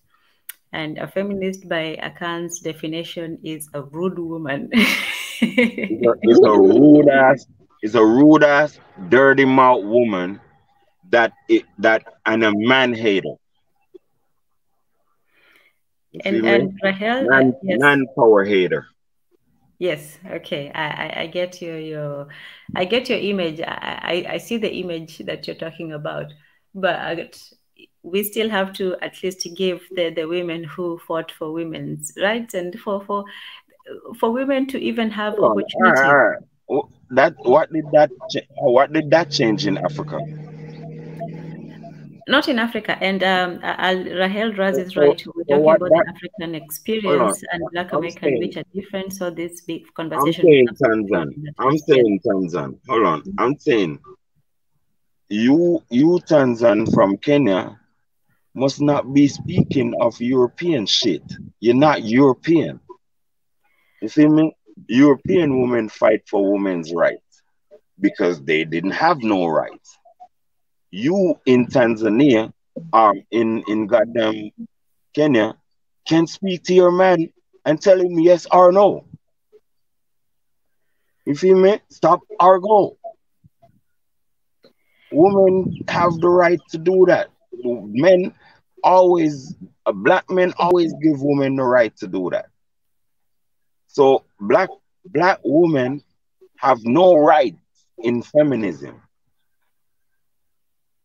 You feel me? No rights in that. You need to stay, mind your own business. You feel me? Drink water and mind your African business. Okay, so in terms of let's go back to minding that business. So we were trying to see whether in the African society, the women actually, what was their role and what were their rights and what was their their power, because even in Africa, we did have patriarchal societies. We did have societies, most of the men, there were women who achieved power. What's the defect? What's the defect you see, Tanzania, from your eyes? I see that sometimes women are not given the credit that they deserve. I think that some men still resent the idea of women being in charge, and they still feel that they have a right to domestically be violent towards their wives.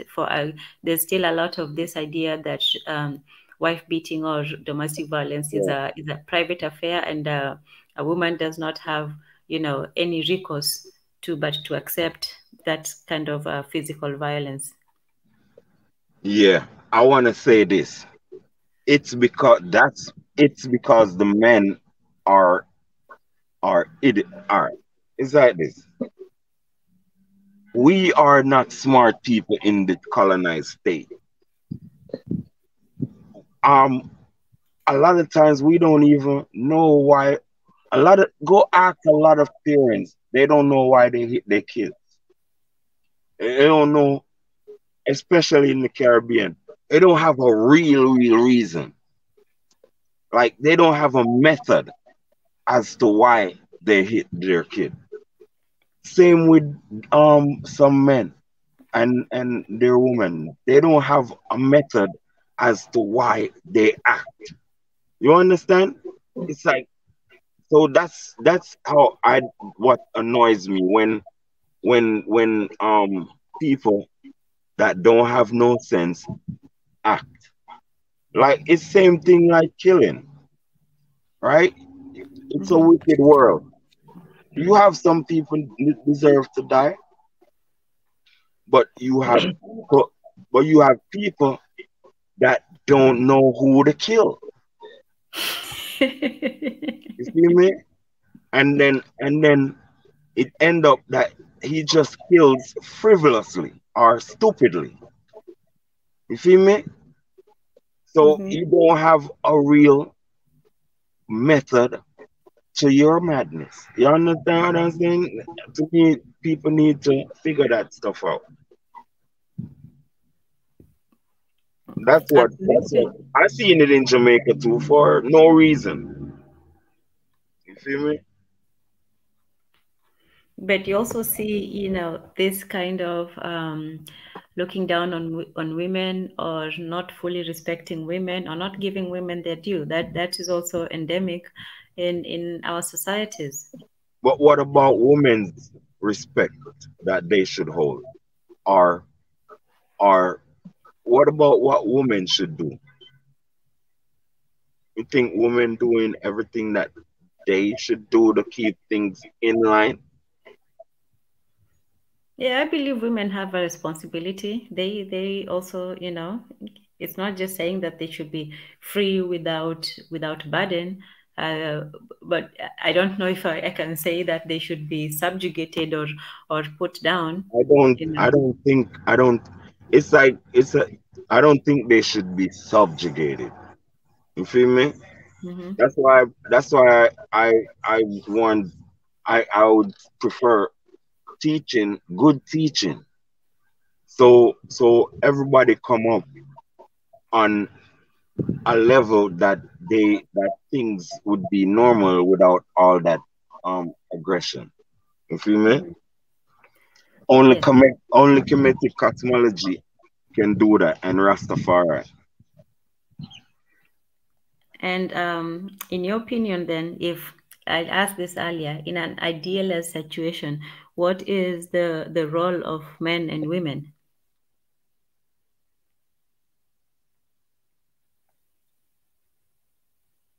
What is expected of men, and what is expected of women? I expect teamwork. I'm coming. Give me a second.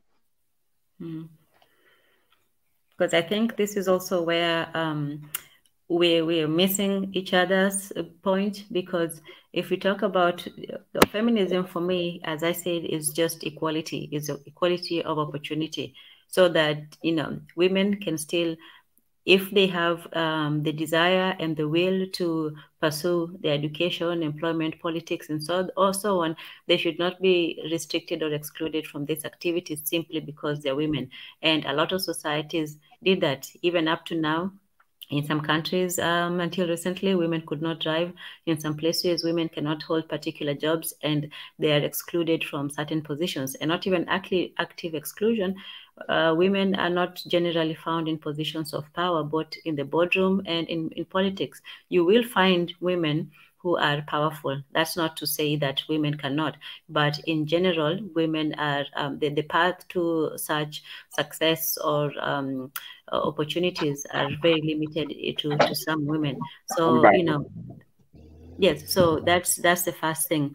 Now, the second thing is, if we are to give women power and men who have power, what is the role that is expected of both of them, especially to me in the domestic sphere? Because even if we give women these opportunities to go work and all this, at the end of the day, the family is still the fundamental unit of every society. And everything that, if we change one aspect of society, we have to look at how it affects the most vulnerable, which are the children. So what is the role even of the independent woman, or even of the traditional woman? The role of the traditional woman in general, not talking about matriarchy or this, but the role of the traditional woman is to be a wife and a mother, and to take care of her domestic Let me chores. tell you what's the real role of the woman. Okay. The real role of the woman is to make sure that the children get superior education, not just a good education. You feel me? Right now, I think women's role is to try and put back African studies in the schools for their daughters and their sons to get oriented with their self. You feel me? Because what most of who I see right now, if you talk to anybody on the street, they far from Africa. You feel me? Even the Africans on the continent, you talk to them, they far from actual. It's like yeah, they might think about making their neighborhood, thinking about their auntie or something like that, but they don't think of Africa rising, and you understand all that. It's weird. They're thinking of New York. You feel me? Mm-hmm. So if women don't take their own education in charge, we done for. Even men are done for. You feel me? So women's education to me is more important than a man's education. You feel me? I don't know how the dumbass Islam people do it. I think they have hard work, but women should be educated, because it's easier to educate your kids that way. Okay, done. I'm done. Okay, that's a fair point. So the role of women is as educators and as nurturers to the next generation of children. Okay, fair enough. BJ, what do you see as the role of women today?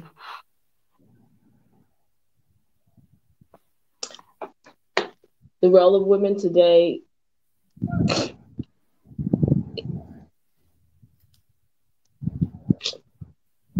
we're supposed to be given the opportunity. We also are supposed to be heard and listened to and respected. And I don't believe a woman's role is to be a man. And I think where the problem comes in is while we're fighting to be respected and heard and the opportunity, today it's always meaning in order to get that, that means we have to take something from the man and to silence the man. I don't think that's right, you know, because again, in that, it's destroying the family, you know, and somehow it's like you can't have one without the other. So it's like we're all constantly losing a balance. And I believe a man and a woman is meant to balance each other. And in that balance, the children will then see that as the example of the possibility of what I'm supposed to be. You know, we can't, you know. Yeah, they would be balanced. The children would be balanced. Mm-hmm. Right? If the parents are balanced. Yeah. A Jamaican proverb: what falls off the head falls on the shoulder. The parents is the head, kids is the shoulder. So anything the parents is, children is. See that? Okay, that's a good point. So women teaching and giving forward to the next generation. And BJ said, summarize, you said to support each other, to be responsible. Rahel Raz says, I don't think we should assign roles based on gender. As parents, both should work to provide for and protect the children. If the husband works, the wife should take care of the house duty. And if both work, they should share equal responsibilities. I think that would be ideal. That would be ideal. Most of the time. Sorry? Nothing wrong with that. Yeah, nothing wrong with that at all, especially. Perfect. We should aim towards that, you know. And I think a lot of times society is forcing us to do stuff that is detrimental to our family and detrimental to our unity. You got more African American functional family than dysfunctional family, though. I'm thinking. Because you got a lot of families I see, female, husband, wife, children. I see a lot of that in America. So it's still here. But it's just, the other part is just a lot. Yeah, true. Okay. Well, we can agree on that. So we are more on an equitable basis that both the men and the women work to provide for the family and both of them share in household responsibility. Are we much agreed on that? I think that's I think money responsibility. I don't know about household responsibility. Okay, money responsibilities. So the woman can still keep her kitchen, her dominion in the kitchen. Oh yeah, you can always keep that shit.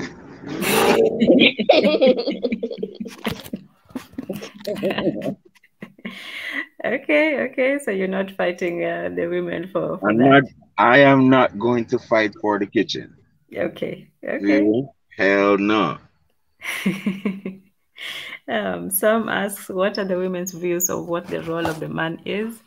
Then see how that corresponds to what you think the role of a woman is. I'll fight for mixing the concrete.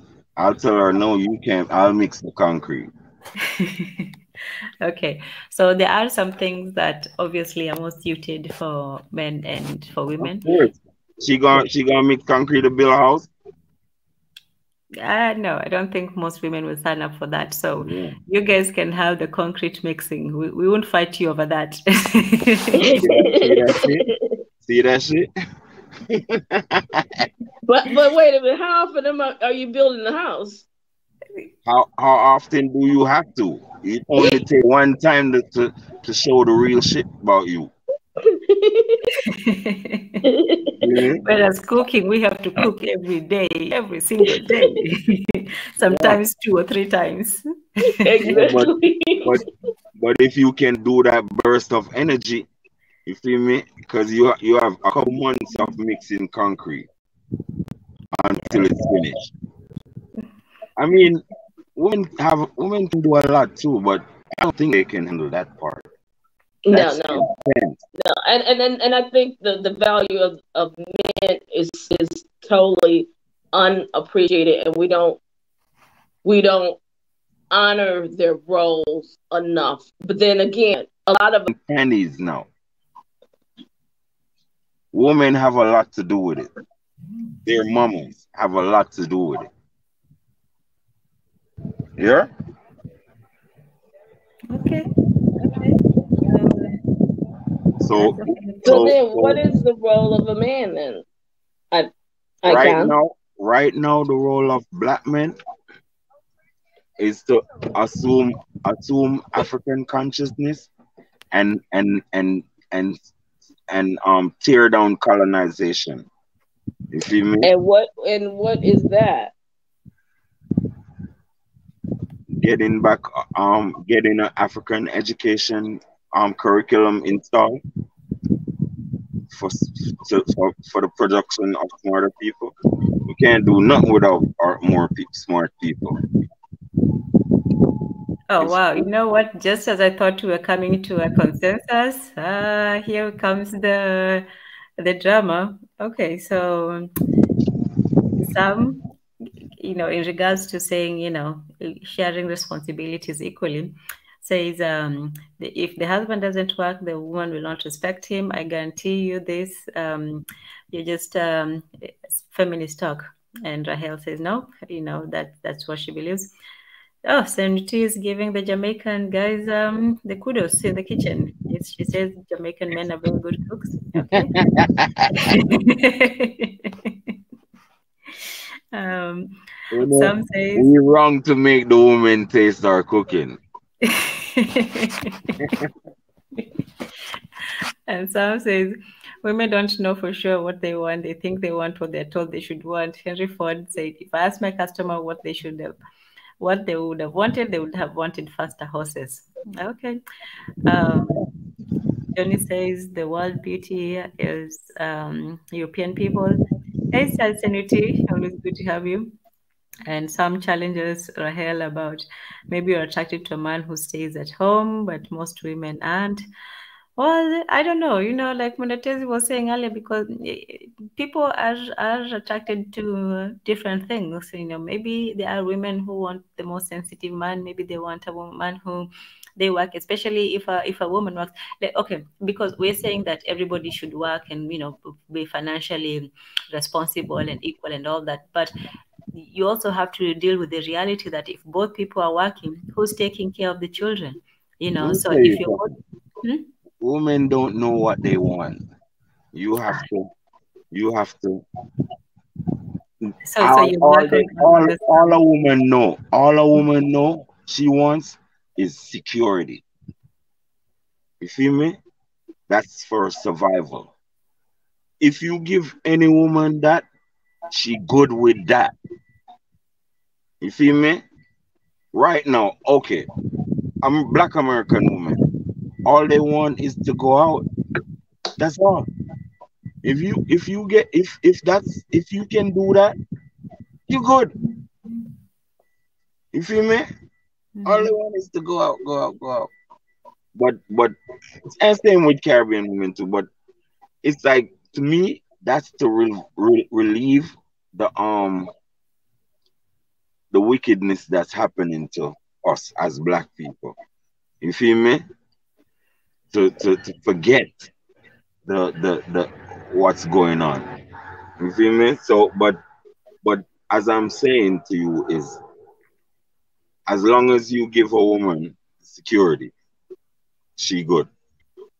Well, let me ask you this, Akan, as a man, would you feel threatened if your female significant other was earning more than you? If you're still making money, but maybe she's making more, would that affect your relationship?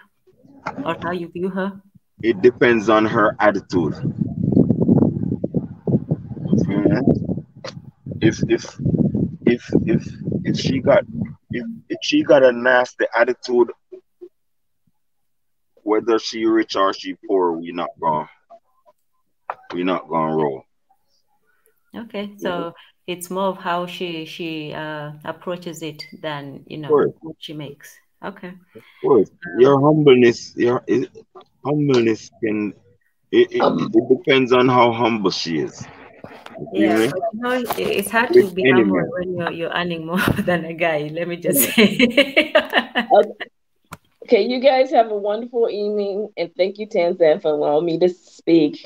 No, And thank you, BJ, for I being can't here. stop beating women. Okay. You know, I was just kidding. You know, I was just I kidding. know.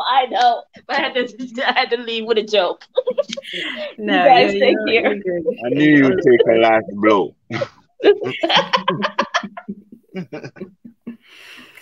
Oh, All right. wow. Well, this was a good one. I'm glad we had we didn't come to blows, even though, you know, some people might, you know, be up for a beating. But no, it was good. It's a discussion that we need to have as men and women because, I you might know, sound emotional, Tanzan, but I'm just what you'd call expressive.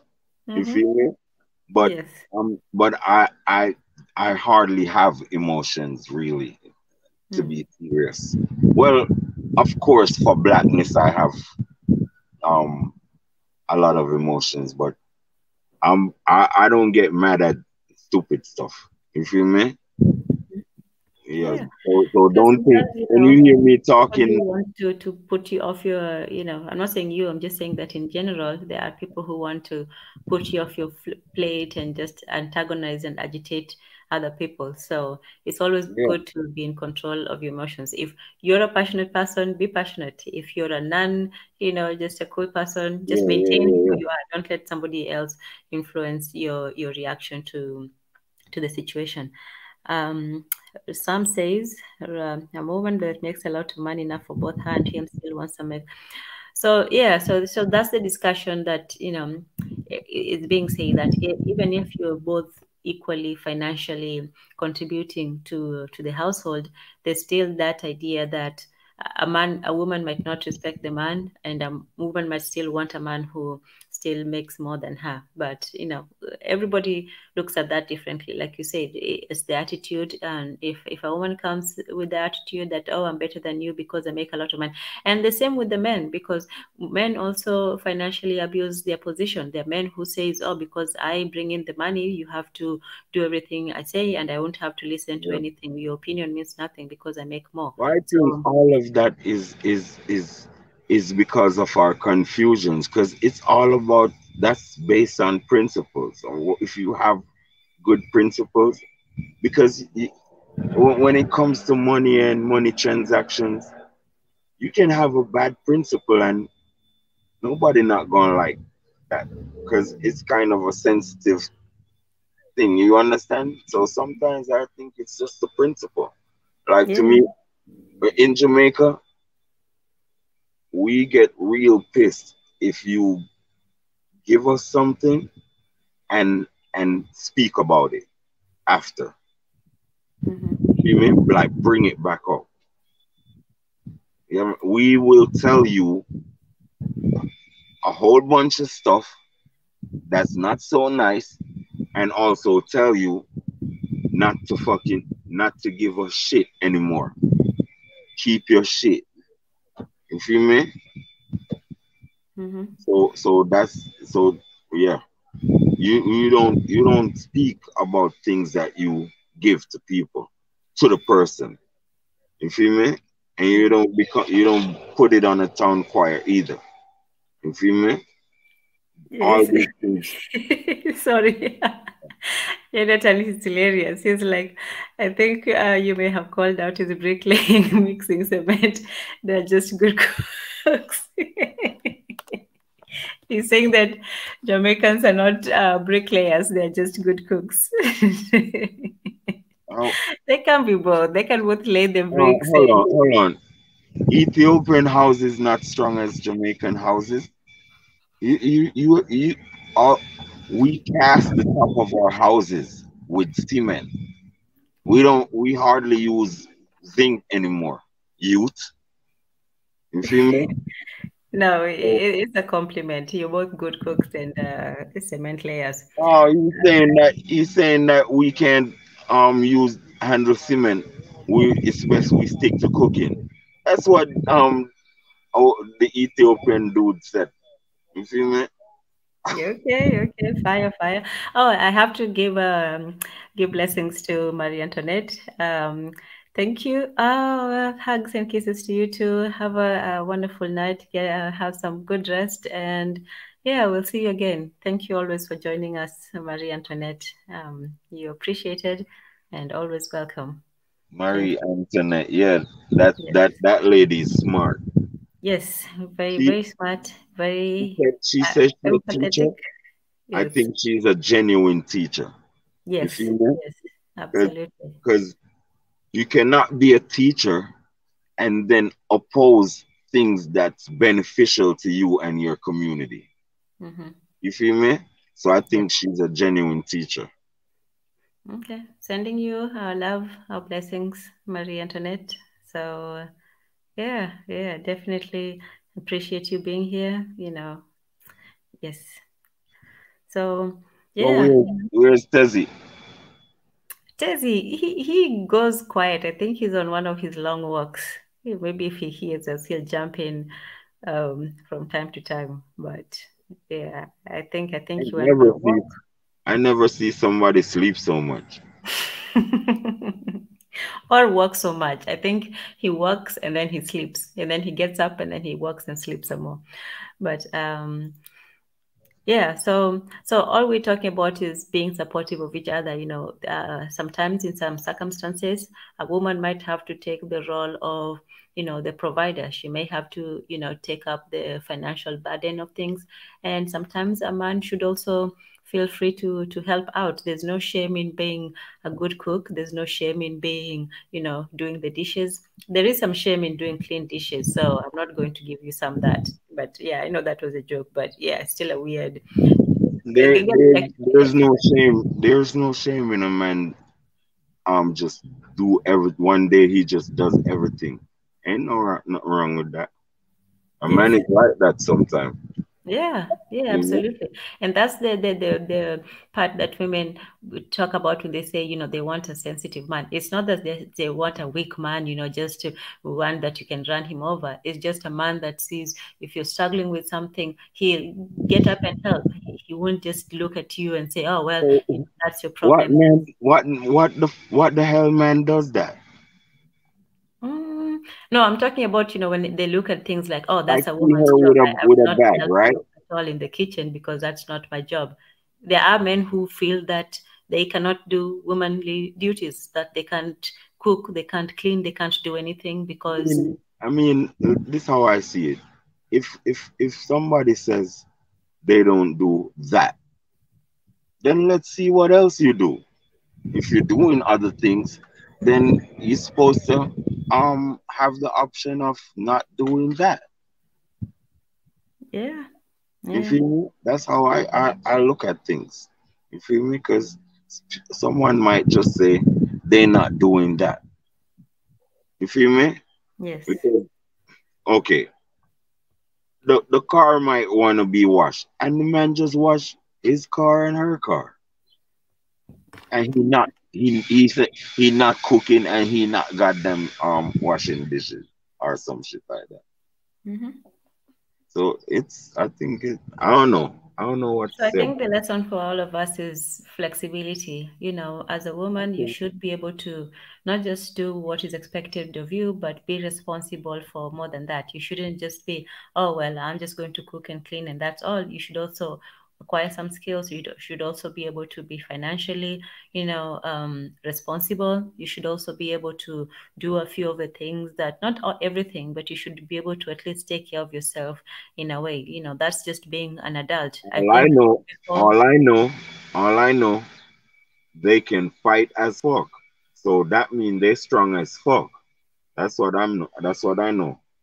And also with the women women, can do a you lot. should also defend yourself. You should also take classes. You know, you should be confident as a woman that, you know. Oh, I mean, I'm just saying that I seen them fight each other. You feel me? So I know they're strong. So a woman can do a lot of things. Okay. If she has to. Okay. Aboyak questions the logic of a woman wanting to attract more income when they have it. Well, what is enough? You know, sometimes people don't always agree on what is enough. Some people always want more. People are ambitious, you know. So what if you want to be a billionaire? What's wrong with that? Yeah, so that also is something that, you know, couples also have to discuss. What is enough? What if you struck oil and you just suddenly get rich? You didn't even do nothing and you got rich. What are you gonna say there? Don't get rich? Yeah, so, you know, and that's why there are individual problems and solutions, and there are society's problems and solutions. And sometimes we do generalize, but the reason for generalization is because it's a pattern. It's even though people may have different needs, but sometimes society is going in a direction that people might not really, you know, agree with. You know, right now society is going towards a very individualistic attitude, not just in terms of relationship between men and women, but just between us as human beings. People are just more looking out for themselves. The idea of community and responsibility has been greatly diminished. So this is why we have to get back to the conversations of, you know, what is expected of us as a people, as individuals, as society, and not just as individuals. The responsibility to us, the next generation, is also something that we have to think about. We can have all the freedom in the world, but if nobody's taking care of the children, that's also a problem. Yenatan says, your shows are intense and basically a mirror to society. Oh, wow. Yeah, it's exhausting because these problems are exhausting. It's like fighting a tide against, you know, the trend of society. We are going towards a direction that it's very difficult. It's confusing. The role of men and women is confusing. The role of parents, you know, we're getting into a time where nothing means anything, and people can simply pick and choose what they want. And so the discussion is, where do we want to go as individuals and as a people? And as Africans, we have to ask ourselves that what is our heritage, what was given to us, what was good, what was bad, and what can we do to make things better. So yes, I know it's exhausting, I know, but we tried to keep it. Today was a very mellow discussion. We tried to have a very balanced view of both sides. So don't worry, we'll be okay. We'll be okay. And it's okay to disagree. We're not all going to have the same opinion. We're not always have to agree on everything. Like we said, everybody has an idea, and the more we work towards the best for society, we will get there in the end. Aboyak will point to society, perhaps some deep wiring. Humans are competitive, so yeah. Hey, Jonathan says, I think he disagree with you, but in a good way. Don't bring down the fire on Jonathan. You're both cool. Sounds Bantu says to support. Jonathan, I'm not serious. I'm not serious, man. Okay. Yeah, that's cool. See? I might No, sound. I understand. Me and you, we've never, you know, I just don't know how to talk nice, man. You feel me? Yes, absolutely. And Biggie, respect. I don't even know the meaning of vocabulary, bro. Yes, respect to Biggie, respect to the working with the busy. So what you think Tanzan, what you think women should do to make Africa great?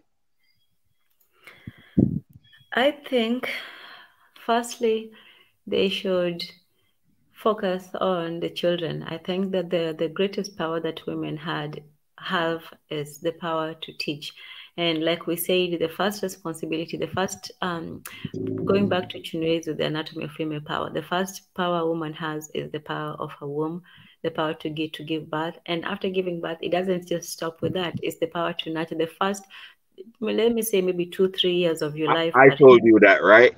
Yes, you did. I'm you know. Well, I know you knew already, though. Yes, and I do agree absolutely. That was a great point you said.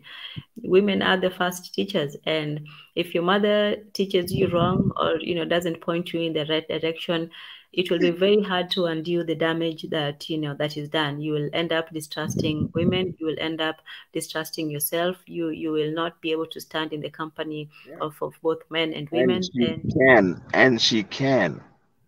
Mm-hmm. She can make the father get hated. Yeah.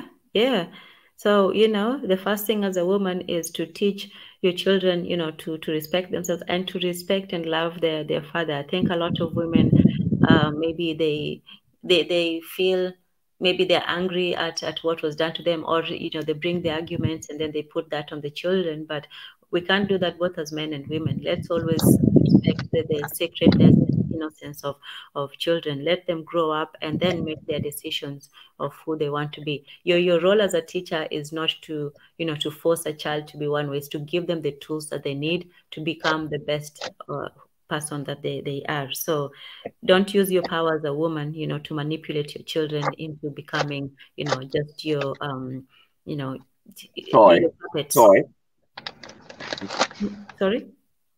Toy. Yes, best one. Yeah. So I think that's what they can do by loving your children and focusing on your children. That will also give you that respect for your husband and the father of your children, because you understand that you cannot have children without the man, and you cannot raise children without a man. Circumstances can force it to happen, but you don't want to do that, not just because for yourself, but also for your children. For yourself, first of all, because you're taking on responsibilities and burdens that somebody else can lighten for you. You don't always have to be the one to do everything. You can have somebody, and choose wisely. Choose the person who's going to be the father of your children. See, I always tell women, a man can walk away. A man who stays in the house is quite an achievement, because a man in this day and time, not in the past. In the past, men actually took pride in their children and in their family. But in this day and age, you almost have to compel a man to stay. So if you're going to have children, first and foremost, choose a man who is going to stay. If you have to wait, if you have to sift through, that will be your legacy as a woman, the choice you make in your partner. So definitely, I think that always focusing on the children, not so much your career. And I know that goes against, the women's empowerment movement, but what are you going to choose first? Your children? You can still have a career with your children, but know that if you do have children, that's the first priority. So that's what I would say. And for the men, you might have something to say to that as well. Jonathan says it was a compliment. Of course, it's all good here. I know that we're here to learn and discuss. We can disagree, but we like each other. We're cool. Okay. Yeah, Ethiopia's friends, man. Yes, absolutely. Hey, President Sister Senuti. She was nominated for president by some, so hey, we have to accept it. This is a dictatorship now. Senuti, yes, she should come up once in a while too. Senuti, I'll put some fire on you too. I'll send I Can Fire to That's one of my favorite girls. She has some very strong opinions that should be aired. So we're trying to get her and some, up here, but they're bold in the comments and shy, up front. Just kidding. Okay. Come on up, Miss T. Say that again. I'm telling Miss T to come up. Yeah. We've told them, we've begged and pleaded and all kinds of things. I think they just like fighting in the comment section. She's nominating you for president too. No, you're already Yeah. nominated. That's your responsibility. You're not putting that on me, Sanity. But yeah, so we're so happy, and thank you all for sticking around. I know we had a bit of a bumpy ride in the beginning. I was still finding my way, so I really appreciate everybody for coming, for staying, for joining, for commenting, for just being there. All our conversations, they teach us something. We learn something new. Sometimes you change your mind, sometimes you get reinforced in what you believe already. So yeah, this conversation is just the beginning. There's a lot that men and women have experienced. There's a lot that we experience both in the personal life and the things that we see happening in society. So it's just the beginning, but it's important to know that not just the roles that we occupy, but I think we should focus on our responsibilities. What is expected of us as firstly as adults, as people who have some sort of logical sense in their heads.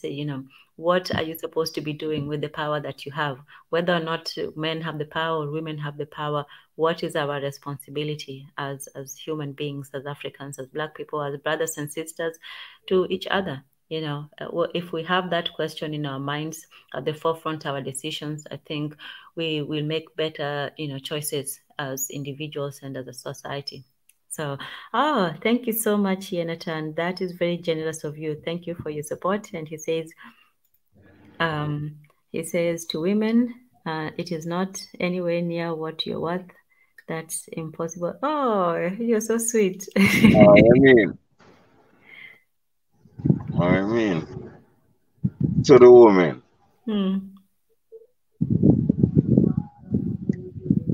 Yes. A toast to the woman. Yes, he says he gives a gift to the women, and he says it is not anywhere near what you're worth. That is infinitely impossible to give. Yes, that's a beautiful sentiment. But let me tell you personally how I think, what I think it need we as men, women are waiting for us to deliver them. You see me? From wickedness. You see me? 500 years of wickedness, maybe more. You feel me? Maybe 2,000 years of wickedness. You feel me? So that's what I think. And we as men is playing. You feel me? All we do is fucking la-di-da. Yes. And part of that la-di-da, Johnny Johnson is saying, how many men listening now when they see a beautiful woman take off their wedding band? Well, you know what? There is chicanery and shenanigans on both sides. And, we do manipulate each other. That's what I was saying. Both us men and women, we use whatever is in our power to control each other and to manipulate each other. But I think the overall arching lesson is that, yeah, you can control somebody for a little bit, but wouldn't it be better if both of you grew together and both of you became the best? It's better to help somebody become a better person than to destroy them. Listen, the two of us, male and female, Black men, male and female, are like puppets on a string. You feel me? None of us are in charge of our actions. Not in totality. If you doubt me, then look around. Why you see? Okay. Church and Sunday. It's not an African thing. It wasn't a thing. Now it is everything to some people who make it is a programming causing you to do that. You don't think so, Tanzan? No, I do. I think that there's a lot that we have lost. There's a lot that we have forgotten, and we have to come back to the source and sift through and be the judge of ourselves and even of our past, not just of our present. There's still a lot that we should still dig up and treasures that we may have maybe not known, because I think that sometimes we think that just being contemporary means that we have known it all, that we automatically have the gift of 10 centuries before us. But A lot of people think they know everything. A lot of people. Yeah. You know? Mm-hmm. You got people never went to a museum and you can't tell them nothing. You feel me? Know everything. And that's the painful thing that's going on. Crazy people walking around thinking that they got the sense. Terrible. And if you think you know everything, that just means that you don't, and that you have closed yourself to knowing more. So as much as we know, let's always be, just humble to know a little bit more. Somebody or someone might have information or a new viewpoint that you might not have considered, or even if you consider them wrong, it's still good to listen, and still good to even to listen to somebody that disagrees with you, just so that you can know how to answer that objection. There may be things that you may not have considered, and somebody brings it to your attention and say, okay, I see your point, I see where you're coming with that. And that also applies. What if you on a mission? I'm sorry? What if you on a mission? It's like this. You are seeking our certain knowledge, right? Mm-hmm. When you get it and you corresponding, what should you do? What you think you should do? It's like this. If someone is a mason, right? Mm-hmm. And I go there and say, I'm just there, and whether I want to learn or not, I'm just there, and then I'm going like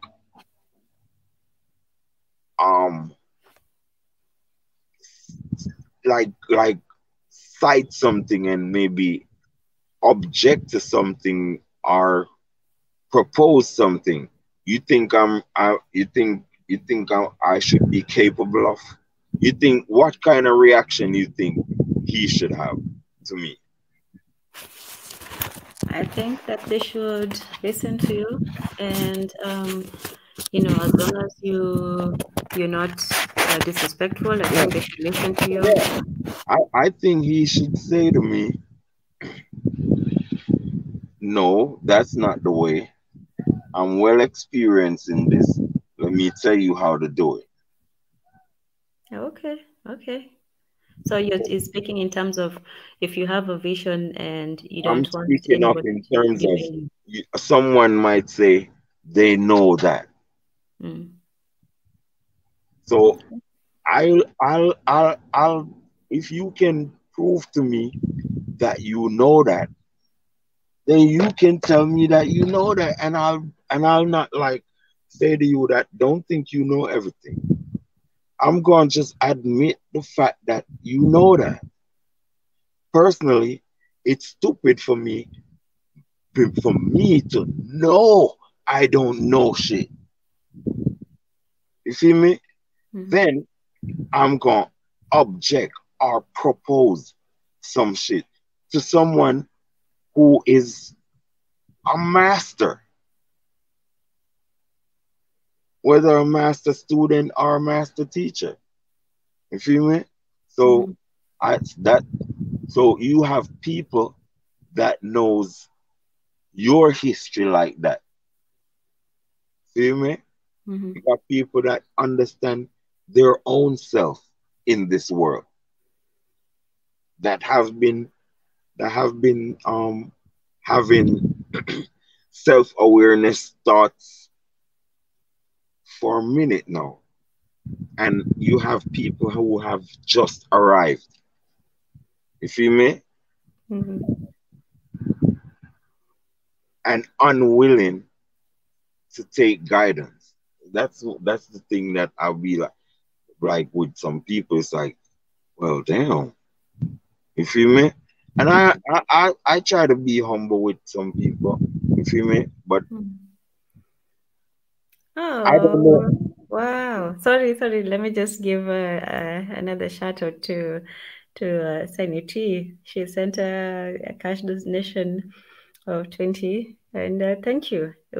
And just to let you guys know, we really do appreciate not just your presence, not just your comments and all that, but it takes a lot to run this channel. It takes a lot to dedicate time and preparation and all that. So please do support SNN. Please support Mika as much as you can, because he really does put his heart and time into this, and everything helps. It helps to keep him traveling, bringing us the videos, bring us the information, and having a platform where we can just come and talk and be with Getting that love from Canada.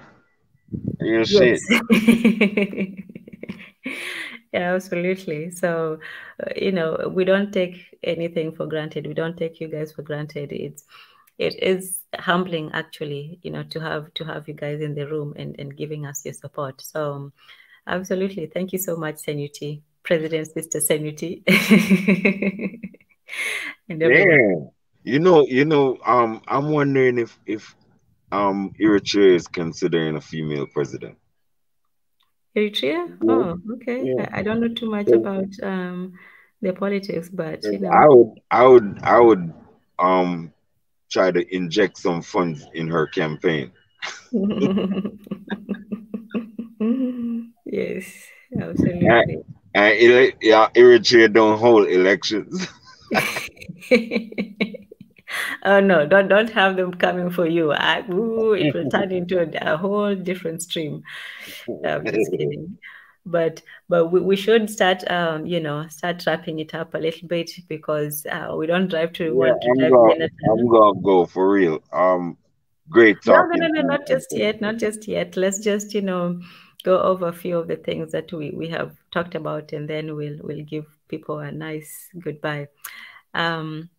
Yeah, so basically we talked about the role, patriarchy, power and the relationship between men and women, both traditionally and presently. And Aboyak made a very good pertinent comment. I had it earlier, that Africans, that we should teach relationship. Oh, there it is. No, not that one.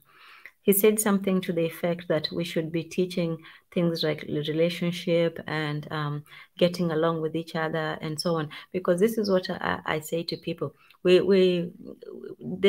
we define civilization now is skyscrapers and buildings and all of that stuff, but the root of civilization is being civil, is being able to get along with each other. That is the hardest thing in the world. It's easy to go off alone in your room or at the top of a mountain and just say goodbye to the world, but to be involved in the world, to actually have relationship with other human beings, that's not easy, because everybody has their own agenda, everybody has their own will and desire and vision and aims. So putting all of that together, that's not an easy thing. But one thing that we Africans really figured out is that, oh, there you go.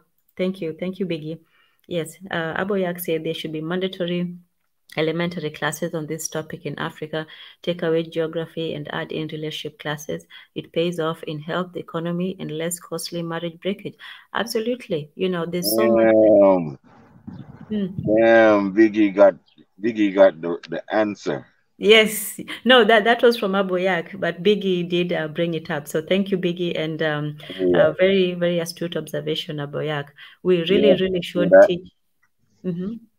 the important things in life, because you might have all the knowledge about geography and history and quantum physics and all of this stuff, but if you're going home to, you know, a terrible marriage or a lonely house, or you're just unhappy in general, or, you know, that's not a good life, and you will take out some of that anger and frustration on other people, and you will not be a happy person. And on the other hand, you could be poor and happy. Well, we're not advocating it, but you have to take care of yourself first. You have to be complete. So I'm wondering if Biggie, somebody got to do something about. You see what Abu Yak said. Mm-hmm.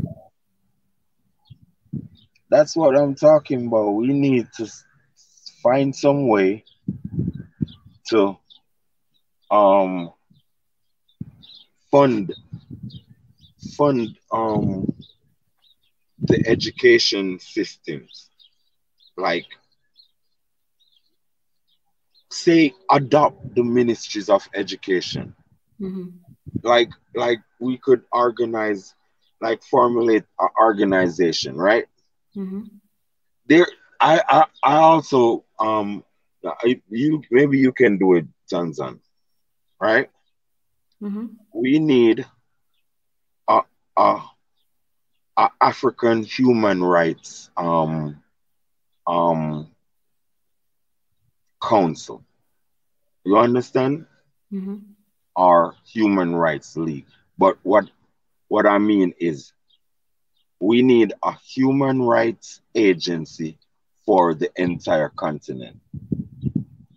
So you have Human Watch. You have Human Rights Watch. That's picking and choosing what to talk about in Africa. Mm-hmm. Feel me? You got women in trouble, kids in trouble. They don't talk about that. Feel me? Mm-hmm. So actually, Africa don't have a human rights body. So that's what you can do, Tanzan. You feel me?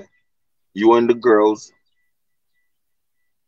set up an organization and call it the Human Rights. You can do the name. You feel me? Yes. You can give it a Swahili name. You feel me? Mm-hmm. The Human Rights Tukopamoja. You feel me? That's a good one. That's a good one. You should definitely call it. We do have also one dedicated. All these things really work together. It's not, you know, one versus the other. Everything that we do is related. You know, education related to What I mean is one. And what I'm saying, it's you should do it like it's a entire continent, or okay, yes, absolutely. you can say borderless human rights authority. Mm-hmm. You feel me? Yes. Where I agree with you. Your organization, you can try to grow it, that you can get to speak to it's a citizens initiative. So what happened is, you can go address your organization. You can structure your organization that you go address the police force, watch them, all of that stuff. You feel me? Mm-hmm. And take them to court. You need to try and get these people in it, judge, lawyers, all of that stuff. You feel me? But a borderless human rights authority, where you get people in the French quarters and the south, east, west, north. You want to? Well, not. I don't care about north, but I'm talking about. You're the president. Come on. No.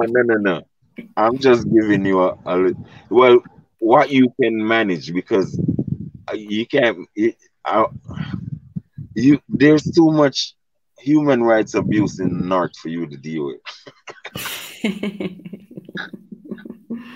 Yes, I agree. I will take that into great consideration, and I Yeah. will do what is in my power. And So it's actually a idea that does not exist. mhm. You feel me? And it So should. there is where you can even eliminate the world body. You feel me? Mm. The human Oh, rights. Begin actually says that there is an African human rights system. The African Charter is a human rights document made up of 68 articles, human and people's rights, duties, procedure of commission, applicable principles. It merges civil, political rights, economic, social, and cultural rights, and groups and people's rights. Okay, that's good to know. So that could be your those are your protocol. Those are what you work towards, and you can put new things in it also. That type of shit. Yes. Okay. Well, you had it here, all of you. You had it here first. So when it comes to fruition, you were part of the genesis of this great thing. Yeah, of Yes. course. Yeah, of course. We need to formulate ways to protect each other. Yes, See me? absolutely. We are responsible for each other. We're responsible for ourselves, and we're responsible to For the the future. person who created us, our We're creator. responsible for the future. Yes, we're responsible for our creator and our descendants. And with that, people, I wish you the best. And don't forget, all these things, like we said, they are intertwined with each other. We have programs, we have monetary with the political, the hidden hand. We have education in the 21st century. That will also be a good one with Professor Ezra. That one is upcoming. We have Pastor Ezra does the recap we had the diaspora talks with Big E. Miss T says she would be your assistant. No, I told her she's the president. No, see, you have a team already. You got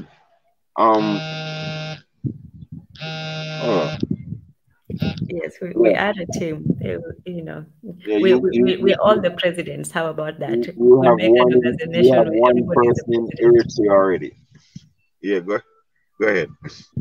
Yeah, no. I was just building on that. So yeah, I didn't think we were going to be here for this long, but I do appreciate everybody showing up. Thank you, Sam. Yes, it was a very nice stream. I enjoyed being here. I enjoyed all of you coming around and sticking around. And, I can't fire. Thank you always for coming on the show and giving us this very great, fiery. Yes, Empress. Yeah, I gotta go. Yes. I just couldn't leave without giving you an idea because I get them all the time. That's an awesome one. All right. Definitely. Okay. Peace and blessings. And once again, we appreciate you being here. Thank you. Okay. So it's just me and the silent Tezi, who's probably out for a walk. And we're looking forward to seeing you tomorrow. So at this time, every day, you should be on SNN, supporting us, being part of the conversation. And one day we'll find a bold person to finally, get on. I'm looking at the two S's. You know who you are. President Sam, President Sister Senuti. So with that, I thank you. We'll close out and say gratitude to our ancestors, gratitude to the Creator who made us. And we look forward to being the responsible people and being looked up to by the descendants. We owe them an explanation. We owe them, we're responsible for what was given to us, and let us pass down something that is great to them. So thank you so much, Senuti. Thank you, Yenatan. Thank you, Sam. Biggie, always a pleasure. Sounds Bantu. One day we'll hear your voice too. We'll hear you sound how Bantu you sound. So looking forward to hearing your voices, even just once, so I know at least. Okay, so that's the voice to the name. Aboyak, thank you very much for your wonderful suggestion. We definitely should teach these important things, these civil relationships. Johnny Johnson, you hold the record for marriage. You should also come up here one day and then share your knowledge, your wisdom, and yeah. Nana Dreams was here. Okay. Oh wow, briefly better. Okay. I didn't even see you. Marie Antoinette, I know you're going to get some rest, but you know it's always a pleasure to have you here, and we appreciate. Rahel Raz, hey, you have been being frequent. Hey, we like you to be around too. Rahel Raz, that's a cool name. And I hope I didn't forget anybody. It was definitely a pleasure, an honor, and always a learning experience for me, and I hope for you too. So with that, peace and blessings, and we'll see you throughout the week on SNN. Goodbye, everybody.